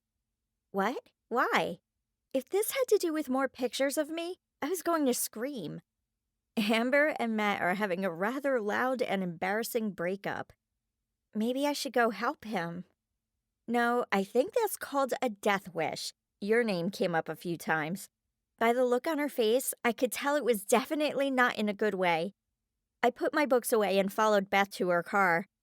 We drove to Burger King for lunch. It was out of the boundaries, but neither of us cared at the moment. We picked up food at the drive-thru and then took it to the park to eat, which was also out of the boundaries. It was still too cold to eat on the grass, so we stayed in the car to keep warm. I told Beth everything that had happened after she left the night before. She was almost done with her food by the time I finished telling her about Louie. She stayed silent for a minute. I figured it had to be something like that. What do you mean? I took a bite of my burger. Louie, he seemed to be a little too random. Why would he visit you but not other people in our town? If there were others, wouldn't we have heard about them? I suddenly thought of something. Wait, remember 3 years ago when a few of our neighbors moved away in a short amount of time? We joked that our street must have been haunted. Beth's eyes brightened. You're right. Maybe it was haunted by Louie. That would have been about the time Adam lost his luck, right? I think so. I'd have to ask him. I finished my burger and moved on to my fries. So Amber was screaming about you and math class in the cafeteria. What happened? Oh man, I wish you could have seen it. I told her what Amber had done and how Mr. Jensen had taken care of it. Beth wiped her eyes from laughing so hard. I can't believe you hit that many shots. It's a good thing Bryce isn't around anymore. That much good luck flowing around would have had him right at your... The car shook. Beth screamed at the angry face of the gray man staring in through the windshield. "Start the car!" I yelled. Beth turned the key, but the car wouldn't start. She pushed on the gas pedal a few times and turned the key again, but nothing happened. The gray man held up a small wire, laughing. "That does it."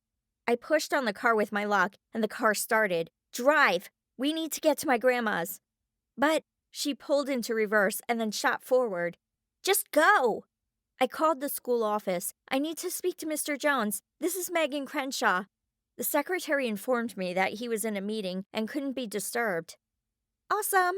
Well, tell him that Beth and I had to be checked out for reasons he may or may not understand. Tell him exactly that." I hung up. We were almost to Grandma's house, and the gray man flew right behind us. Beth whipped around the corner and up Grandma's driveway. "Ready?" I asked.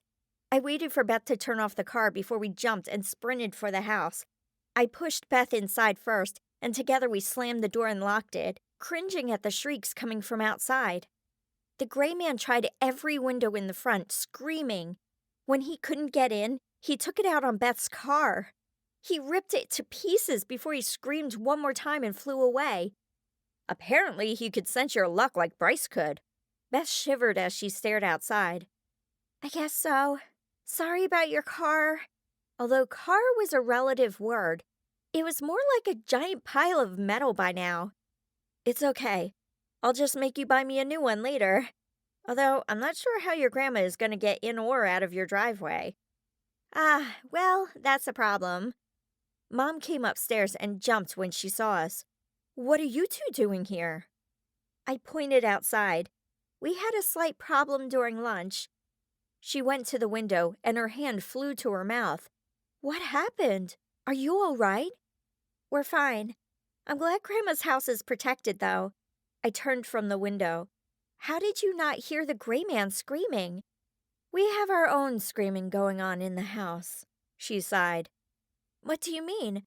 I didn't even think Maddie and William were home from kindergarten yet." "Leprechauns age differently than we do. It seems their baby Owen is going through his 2-year-old phase." "Oh, right, the leprechaun. But he's not even a day old." She laughed. "Louie taught him how to shave after you left for school." Beth ran downstairs, and I went after her. We followed the delighted shrieks into what used to be my room. It had been torn apart, and the pictures on the walls had fallen and broken all over the floor. Louie and Patrika looked like they could use a nap. And Owen sat ripping pages from my journal. "Hey, that's mine!" I pulled it from him. He stood and kicked me in the shin before laughing and running off to destroy something else. "And you two are staying for how long?" I gathered up what was left of my clothes and shoved them back in the drawer. "We'll be out of your hair soon." Patrika's doing well, and we need to get our little laddie out of your room. He needs space to run. "And some discipline," Beth muttered. "Okay, well, please don't let him destroy any more of our things. Beth and I need to make plans to finish this with O'Malley. The gray man found us, and I wanted it all stopped." Louie's head jerked up. "He's here?" "Yes. You didn't hear it either? Man, there had to be some kind of sound barrier down here or something." "No," he turned to Patrika. "You go. We'll be there as soon as I can help them out." She nodded and wandered off to go find her son. "How can you help us?" I wasn't even sure what we were going to do, and I was worried about getting him involved now that he had Owen. There's only one place in this area that will help rid you of both O'Malley and the Grey Man for good.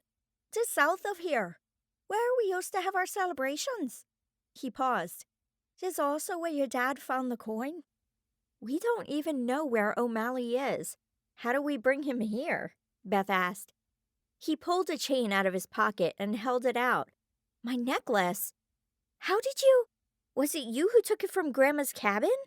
That didn't make sense, though, since it was used to block Louis from finding me.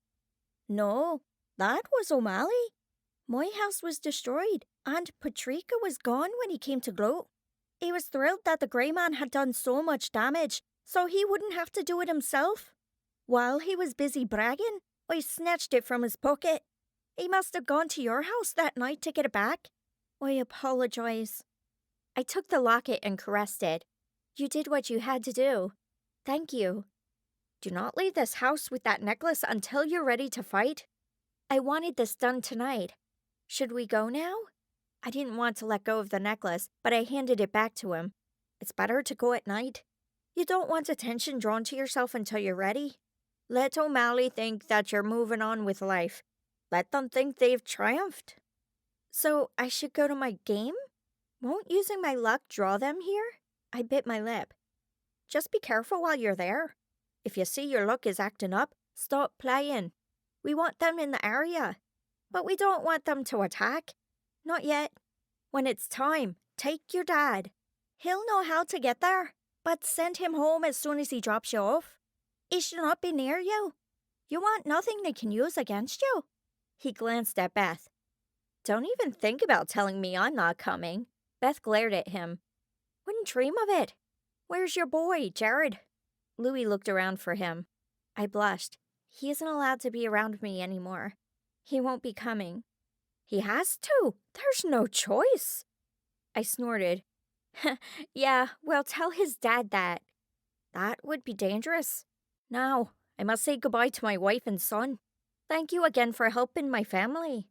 He walked past Mom, who stood in the doorway of my room. This is almost done? Her eyes had rings under them. Yes, tonight after the game. It was so close, and I knew I was ready. She nodded. And I assume you have to be there. You know I do. She sighed. Adam? Only if he wants to. Of course, if Beth was involved, I knew he'd be there. I'll call him. You get ready for your game. Where's your car? At school. We'll need a ride. Okay. Dad will be home in 20 minutes. I'll make sure the twins are ready to go. I went into my room, hoping my basketball uniform was in one piece. It wasn't. Louis! He appeared. Ah, well, I apologize for that. He snapped his fingers, and it was fixed. Wait, you need to do the rest, too. He grumbled and snapped again. My room was spotless. I checked the closet and drawers and found everything folded and repaired. Much better. Thank you. I pulled my uniform off the hanger. You're welcome. He started to snap his fingers to leave, but Beth interrupted him. Hey, what about my car? Your car? Yes. The Gray Man destroyed it. He stared at her for a moment. You'll beat O'Malley? And I'll think about it. He snapped and disappeared. I changed and put my hair into a ponytail before packing a bag with supplies for that night. I went for my sword and bumped into Jared's. I picked his up and unsheathed it, again admiring the workmanship. I wanted to fight alongside the sword again. I put the sheath back on it and picked up my bag and sword. I set everything by the door and went to find Maddie and William. They were reading books with Grandma, so I waited until the book was over and sat down next to Maddie. Grandma smiled at me and left the room. I hugged the twins tightly. I'm going to my game and then to beat the bad guys. I want you to guard Mom and Dad, okay? Can you do that? William pulled away. Of course we can. I'm strong. See? He flexed his arms. You are so strong. I gave him a high five. I can't fight? Maddie asked quietly. No, Maddie, this is not a good place. Remember the imp? This time will be worse. She shivered. I don't want to see any more imps. I'll make sure Mommy and Daddy are safe. You'll be okay, right? Yes, I'll be just fine. Now, who's ready for dinner? I smell spaghetti. They jumped up and ran to the kitchen. I followed them and sat down at the table. Everyone else came in while Grandma served the food. Dad ran us through what he knew about the area where we'd be going. We were all quiet as we cleared the table and got ready to leave. I hugged Grandma and thanked her for everything. Oh, stop the goodbyes. You'll be back tonight. No more sounding like you'll never see me again. She kissed me on the cheek. We drove to the game and I waved before running to join the rest of the team on the court. I closed off the rest of the world. I had a war to end. But first, I had to be a typical teenage girl playing in a basketball game. Chapter 24. The game was a blowout. My luck hadn't fizzled since earlier in the day, and my shots couldn't miss. It seemed to have an effect on the rest of the team because we all played well. I felt bad for Miniko by halftime. We went by the locker room during the break. Spirits were high, but I felt wrong continuing to play. I pulled Coach Gardner aside as we left the room. "Take me out." I wanted to keep playing, but I knew it wasn't right. It wasn't fair to Miniko, and it was dangerous to let my luck run wild. "Why? You're killing them out there." "I know. Just take me out. I need a break." I was actually fine. I could have kept going all night, but he didn't need to know that. "If that's what you want, I'll put you back in if we need you, though." We did a team cheer, and I sat on the bench. Our team was still on fire. Poor Miniko did everything they could to hold on, but the game final was 77-40. I hadn't let Coach put me in the rest of the game. We cheered for Miniko and ran through to give them all high fives. I jogged over to my family and grabbed the bag with my clothes in it and couldn't help but look in the crowd to find Jared. I knew he wouldn't be there, but I needed to know. Mom caught my eye and smiled sympathetically. "I'm sorry, sweetie. You know he'd be here if he could." I smiled weakly, fighting back tears. Now was not the time. "I'll be right back." The locker room was quiet as I changed, pulling on my boots and making sure they were tight. After redoing my ponytail and putting on my jacket, I grabbed my bag, ready to go fight some bad guys. Wait! April appeared, holding something out to me. Louie had this made for you. They used iron and then coated it with the leprechaun gold from the castle. It was a piece of chainmail. I tried it on and then covered it with my shirt and jacket. It fit perfectly to my body, and surprisingly light. Magic must have gone in to make this. You look good. She smiled proudly. Thanks. Wish me luck. I would, but you don't need it. You can do this. Thank you. I went back to the gym and found my family waiting for me. Adam met us at the car. Mom took the twins home after giving us all hugs. We drove south through Oakley. I stared out the window, missing a piece of my heart. I always rode into battle with Jared. Beth patted my hand, knowing what I was thinking. He'll be here. He's Jared. I smiled at her. I would love to think so, but he doesn't even know where we're going. Beth patted my shoulder. August won't let him miss this. We headed up into the southeast mountains. The winding roads were unpaved and had many icy spots. We got out at the parking lot, and Dad handed us a piece of paper. This is where I stop. I marked the path for you on this map, so don't lose it. You'll know you're there when you hear the falls. There's a waterfall up here? Adam asked. Yes, Phantom Falls. Appropriate, don't you think? Please don't destroy it. He laughed, but I could tell he was worried. I hugged Dad. I love you. We'll do our best to cause as little destruction as possible. Now go. Mom needs you. I'll be right here waiting in the car. Louis said you need to go. I could tell he was having a hard time leaving. My stubbornness came from the guy standing in front of me. Dad looked down at his hands and sighed. I know. I just miss this place. Dad, go back to Mom. This will be easier knowing she's okay. I pulled my sword out of the car and waved as he drove away. Beth, Adam, and I faced the entrance to the trail. So, here we are again, going off to battle. Beth leaned on her bow. The saddest part is I don't get to tell anyone at school. Hey, at least you've escaped with a reputation. I'm just the crazy person. I chose to leave the other choice words out of it. Beth laughed. I'm the crazy person's best friend. Not sure how much better that is. Are you two finished? I want to get home sometime tonight. Adam took a step, but Beth grabbed his arm. Hey, Megan's supposed to go first. Adam turned back. Says who? Beth rolled her eyes. It's in the rules. She's the hero. Adam shook his head. Whatever. He bowed and gestured for me to go ahead. A flash of red and green smoke appeared behind me just as I took a step forward. Wait! I stopped in shock. I knew that voice.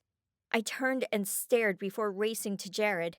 I jumped into his arms, sobbing. You came! Of course I came. I'm supposed to save the day, right? His voice shook as he held me tightly. Why are you here?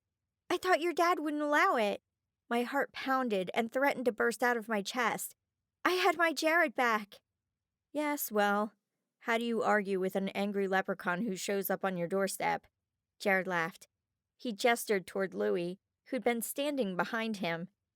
Louis? I looked down at the leprechaun. I thought you said it would be dangerous to go up against Jared's dad. He grinned mischievously. You should know by now that I live for danger. I bent down and kissed him on the cheek. Thank you. Louis blushed furiously and backed up toward Adam and Beth. Hey, where's mine? Jared asked. I pulled him down and kissed him, feeling my heart become whole. I wondered if I would ever feel his kiss again. Beth cleared her throat. Let's go. The day isn't going to save itself, you know. August appeared. Here's your chainmail and your sword. He handed them to Jared. Fight hard. Save us. He bowed and disappeared. Jared was surprised. Did he just bow? I shrugged. They keep doing that. Jared slipped on his chainmail, and we started down the trail, with Beth and Adam close behind. The path was narrow, and we could hear a small stream running along beside us. When we came upon rocks to climb, Jared would help me up. Louis would point out easier routes to go when the ice made it hard to follow the map. Are you staying the whole time? Jared asked. No, that wouldn't be wise. But I have something you'll need. Once we get closer, I'll give it to you. Now listen closely. They won't make this easy for you. Both the Grey Man and O'Malley are powerful. But always remember, Megan is more so. Keep her protected at all costs. Adam and Beth have wishes. You'll both use one to open the portal, since it only opens on its own in the summer. It's important that you both wish at the same time, or the magic will not be strong enough to open it. You must trap O'Malley and the Grey Man, and throw them into the portal back to the fairy world. They will never leave you alone otherwise. Once they get there, Queen Titania will take care of them. The sly grin on his face told me that it wouldn't be pleasant. You will then use your last wishes to close the portal once they've gone through. Since when do you get to choose what we wish for? Adam folded his arms. I glared at him. Do you have any better ideas? Well, no, but I wanted to at least have some say. He took a step back. If you make this happen tonight, we'll give you one wish for whatever you want. Anything, Louis said. Adam stared at him for a second. Fair enough. But you've only told us how to open and close the portal. How do we get them into it? That depends on you. But Jared's got his wishes, and Megan needs to use her luck. I have wishes? Jared grinned. Sweet. Where'd I get them? Louis slapped his forehead. Who was the one who trapped me last year? I was. Jared's eyes lit up. But I didn't touch you. You didn't have to. You trapped me. Same rules apply. Now let's get on with it. Megan, you'll need this. He pulled out the necklace. It's time for me to leave. Thank you, Louis. Now go back to your family. Louis tipped his hat and winked before disappearing. Jared touched the locket. So, it comes back to that. Yep. Hey, do you hear that? I hurried toward the sound of running water, climbing over rocks and dodging branches. The falls were beautiful. I could feel the magic flowing in the area. Jared took my hand and we enjoyed the sound of the rushing water. Adam and Beth were getting their weapons ready. It's here. Jared stiffened. He pulled out his sword and moved in front of me. A shadow passed over the valley. That's not the Grey Man. That's a dragon. The dragon landed and it shook the earth. It was massive. I recognized it as the dragon from the football field a few months back. It was the only one I hadn't defeated. I met its eyes as it crouched down so O'Malley could dismount, and then tipped his head toward me before it flew off. We meet again. O'Malley stood proudly. Are you going to stop this? I took a step forward. He cackled. The sound sent shivers up my spine. It had a madness to it that hadn't been there before. When you're willing to hand over your luck, I'll stop. Hand over what luck? I forced myself to sound confident, even though I was scared inside. The luck you stole from us. No human is this powerful. We want what's ours. He shook his fist at me. Hate to tell you this, but every ounce of luck I have is mine. The only one who has claim to it is Louis, and he relinquished it this morning. Man, it felt good to know that. Very well, then. He snapped his fingers, and a rather small army of leprechauns appeared. Seriously? This is your big fight? I gathered luck from the leprechauns and clapped my hands together. The leprechauns smacked heads and fell to the ground. You will not make me kill any more leprechauns. He scoffed. That didn't stop you before. That's because I didn't know they were held captive by you. I thrust the rest of the luck I'd been holding at him, knocking him to the ground. Now, dear, no need to get physical. Let's try these on for size. They sure had fun with Mrs. Lincoln's house. He snapped, and 2 large golems and a troll appeared. Beth and Adam had the troll down in seconds, writhing in agony. I yanked on the center of the golems like I had before, and they dropped to the ground, becoming a pile of mud. An army of satyrs were next, and they had fire in their eyes as they attacked. I yelped and backed up, letting Jared take the lead. I concentrated on one group while he fought with another. I managed to steal a few of their knives, but they were quick and could dart out of the way. Beth, Adam, now would be a great time to fight. They didn't reply. I finished off the last 2 satyrs and looked around for Beth, panic rising. She was tied to a glacier that had been formed by the falls. Mermaids surrounded it, with small knives pointed at her. Adam was fighting off a minotaur, so he couldn't save her. He switched to using a knife because the crossbow was too awkward. Jared fought a small group of satyrs behind me. No one had told me I'd have to choose which friend to save. I said a small prayer and called out to April for help. I knew Jared would be fine for the moment because I'd seen him fight. Adam seemed to be holding his own for now. Beth was pretty feisty, but couldn't do anything while she was tied up. I'd save her first. I ran for Beth. I pulled on the water, causing it to flow faster so it would get rid of the mermaids. Wrong choice. It knocked the mermaids away, but it also made the water rise and pour over the glacier above Beth's head. I stepped gingerly over the ice and pulled off the gag. Watch out! She screamed. I swung out blindly, catching a mermaid in the face. Her eyes rolled back in her head, and she fell into the water. Nice shot. Beth's teeth chattered. Thanks. How'd this happen? I worked on the knots, but they were too wet to grip. April, wherever you are, I need you. I pulled on the luck from the other mermaid and loosened the bonds before pulling Beth out of the water. The minotaur grabbed me from behind and threw me in the water, and the mermaids captured me and tied me up. She pointed toward Adam. We should probably go help your brother. April appeared just then. You called? Is there something you can do for Beth? She's drenched. Easy. She went through her bag and pulled out a flask. Move back. She opened the cork and a large gust of wind hit Beth, almost knocking her to the ground, but she was dry in seconds. Where'd that come from? I asked. Hurricane, go! She gestured toward a large field several yards away from the falls. Oh, right, Adam. I jumped into the battle with my sword. The minotaur was fast and strong, making him difficult to fight. Adam had small cuts on his arms, and sweat poured down his face. Beth picked up her bow and got ready. Once the minotaur's head was in sight, she shot.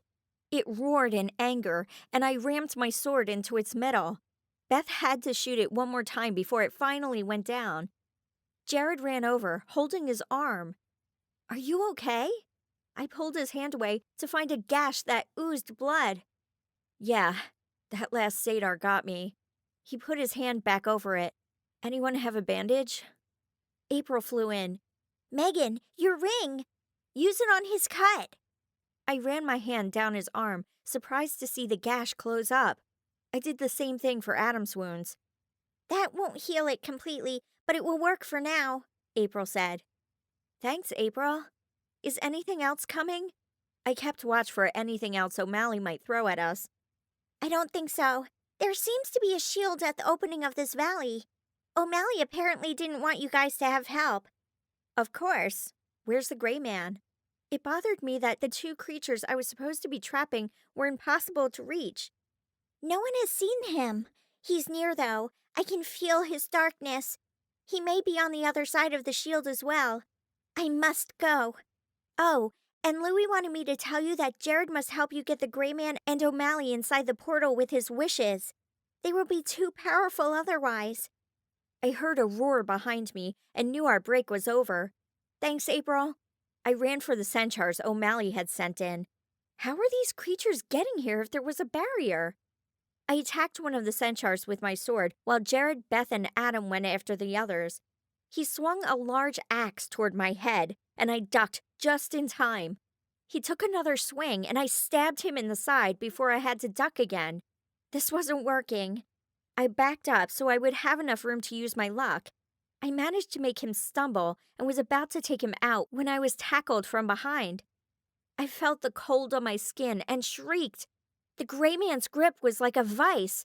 I didn't know how I could free myself. The others were in their own battles. I struggled under his weight, but managed to turn over and get my hand free. I punched him hard and flipped him, pinning him to the ground. Beth, Adam, now is a good time for that portal. I punched him again. Beth and Adam broke away from their fights and joined hands. They shouted together, "I wish for the portal to open to the fairy world." Nothing happened at first. The gray man struggled under my hands, but I refused to let go. Slowly, the portal opened. It moved in a circle behind the waterfall. I stood, dragging the gray man with me. It hissed and shrieked, but I ignored it. When it tried to bite me, I switched hands. "Jared, I need you now." He pulled his sword from the centaur and ran over to help me carry the gray man to the portal. "Okay, you need to wish that he'll go in and never come back. I'll do my best to push the wish and make it work. Are you ready?" Yes. He counted down while I focused on getting the gray man through. "Go." He made his wish, and I pushed with my luck as we tossed the gray man through the portal. We could hear its shrieks grow quieter. "One down?" I shuddered, still feeling his cold hands. "Right. And the other one is a pain who can make more problems appear. We need something to stop him." Jared whipped around and fought off a group of brownies that had attacked. When they all tried to gang up on him at once, I pulled on their luck and made them fall over. With a small push, I dumped them down into the stream. Okay, back to O'Malley. We needed something he couldn't get out of. Memories from months ago in a dark, smelly cave came to me. The net! April? I waited for her to appear. Is he gone? She had her eyes covered. Yes, he's through the portal. Look, I need you to go to Louis. Henry made a net that we used to catch Louis. Can you see if he knows where it is? Of course. I'll be back as soon as I can. You may want to go help your friends, though. We heard their shouts and ran to help them. Adam and Beth were fighting two rather large trolls. Jared joined in, but I kept back. Where was O'Malley? He had to be around here somewhere.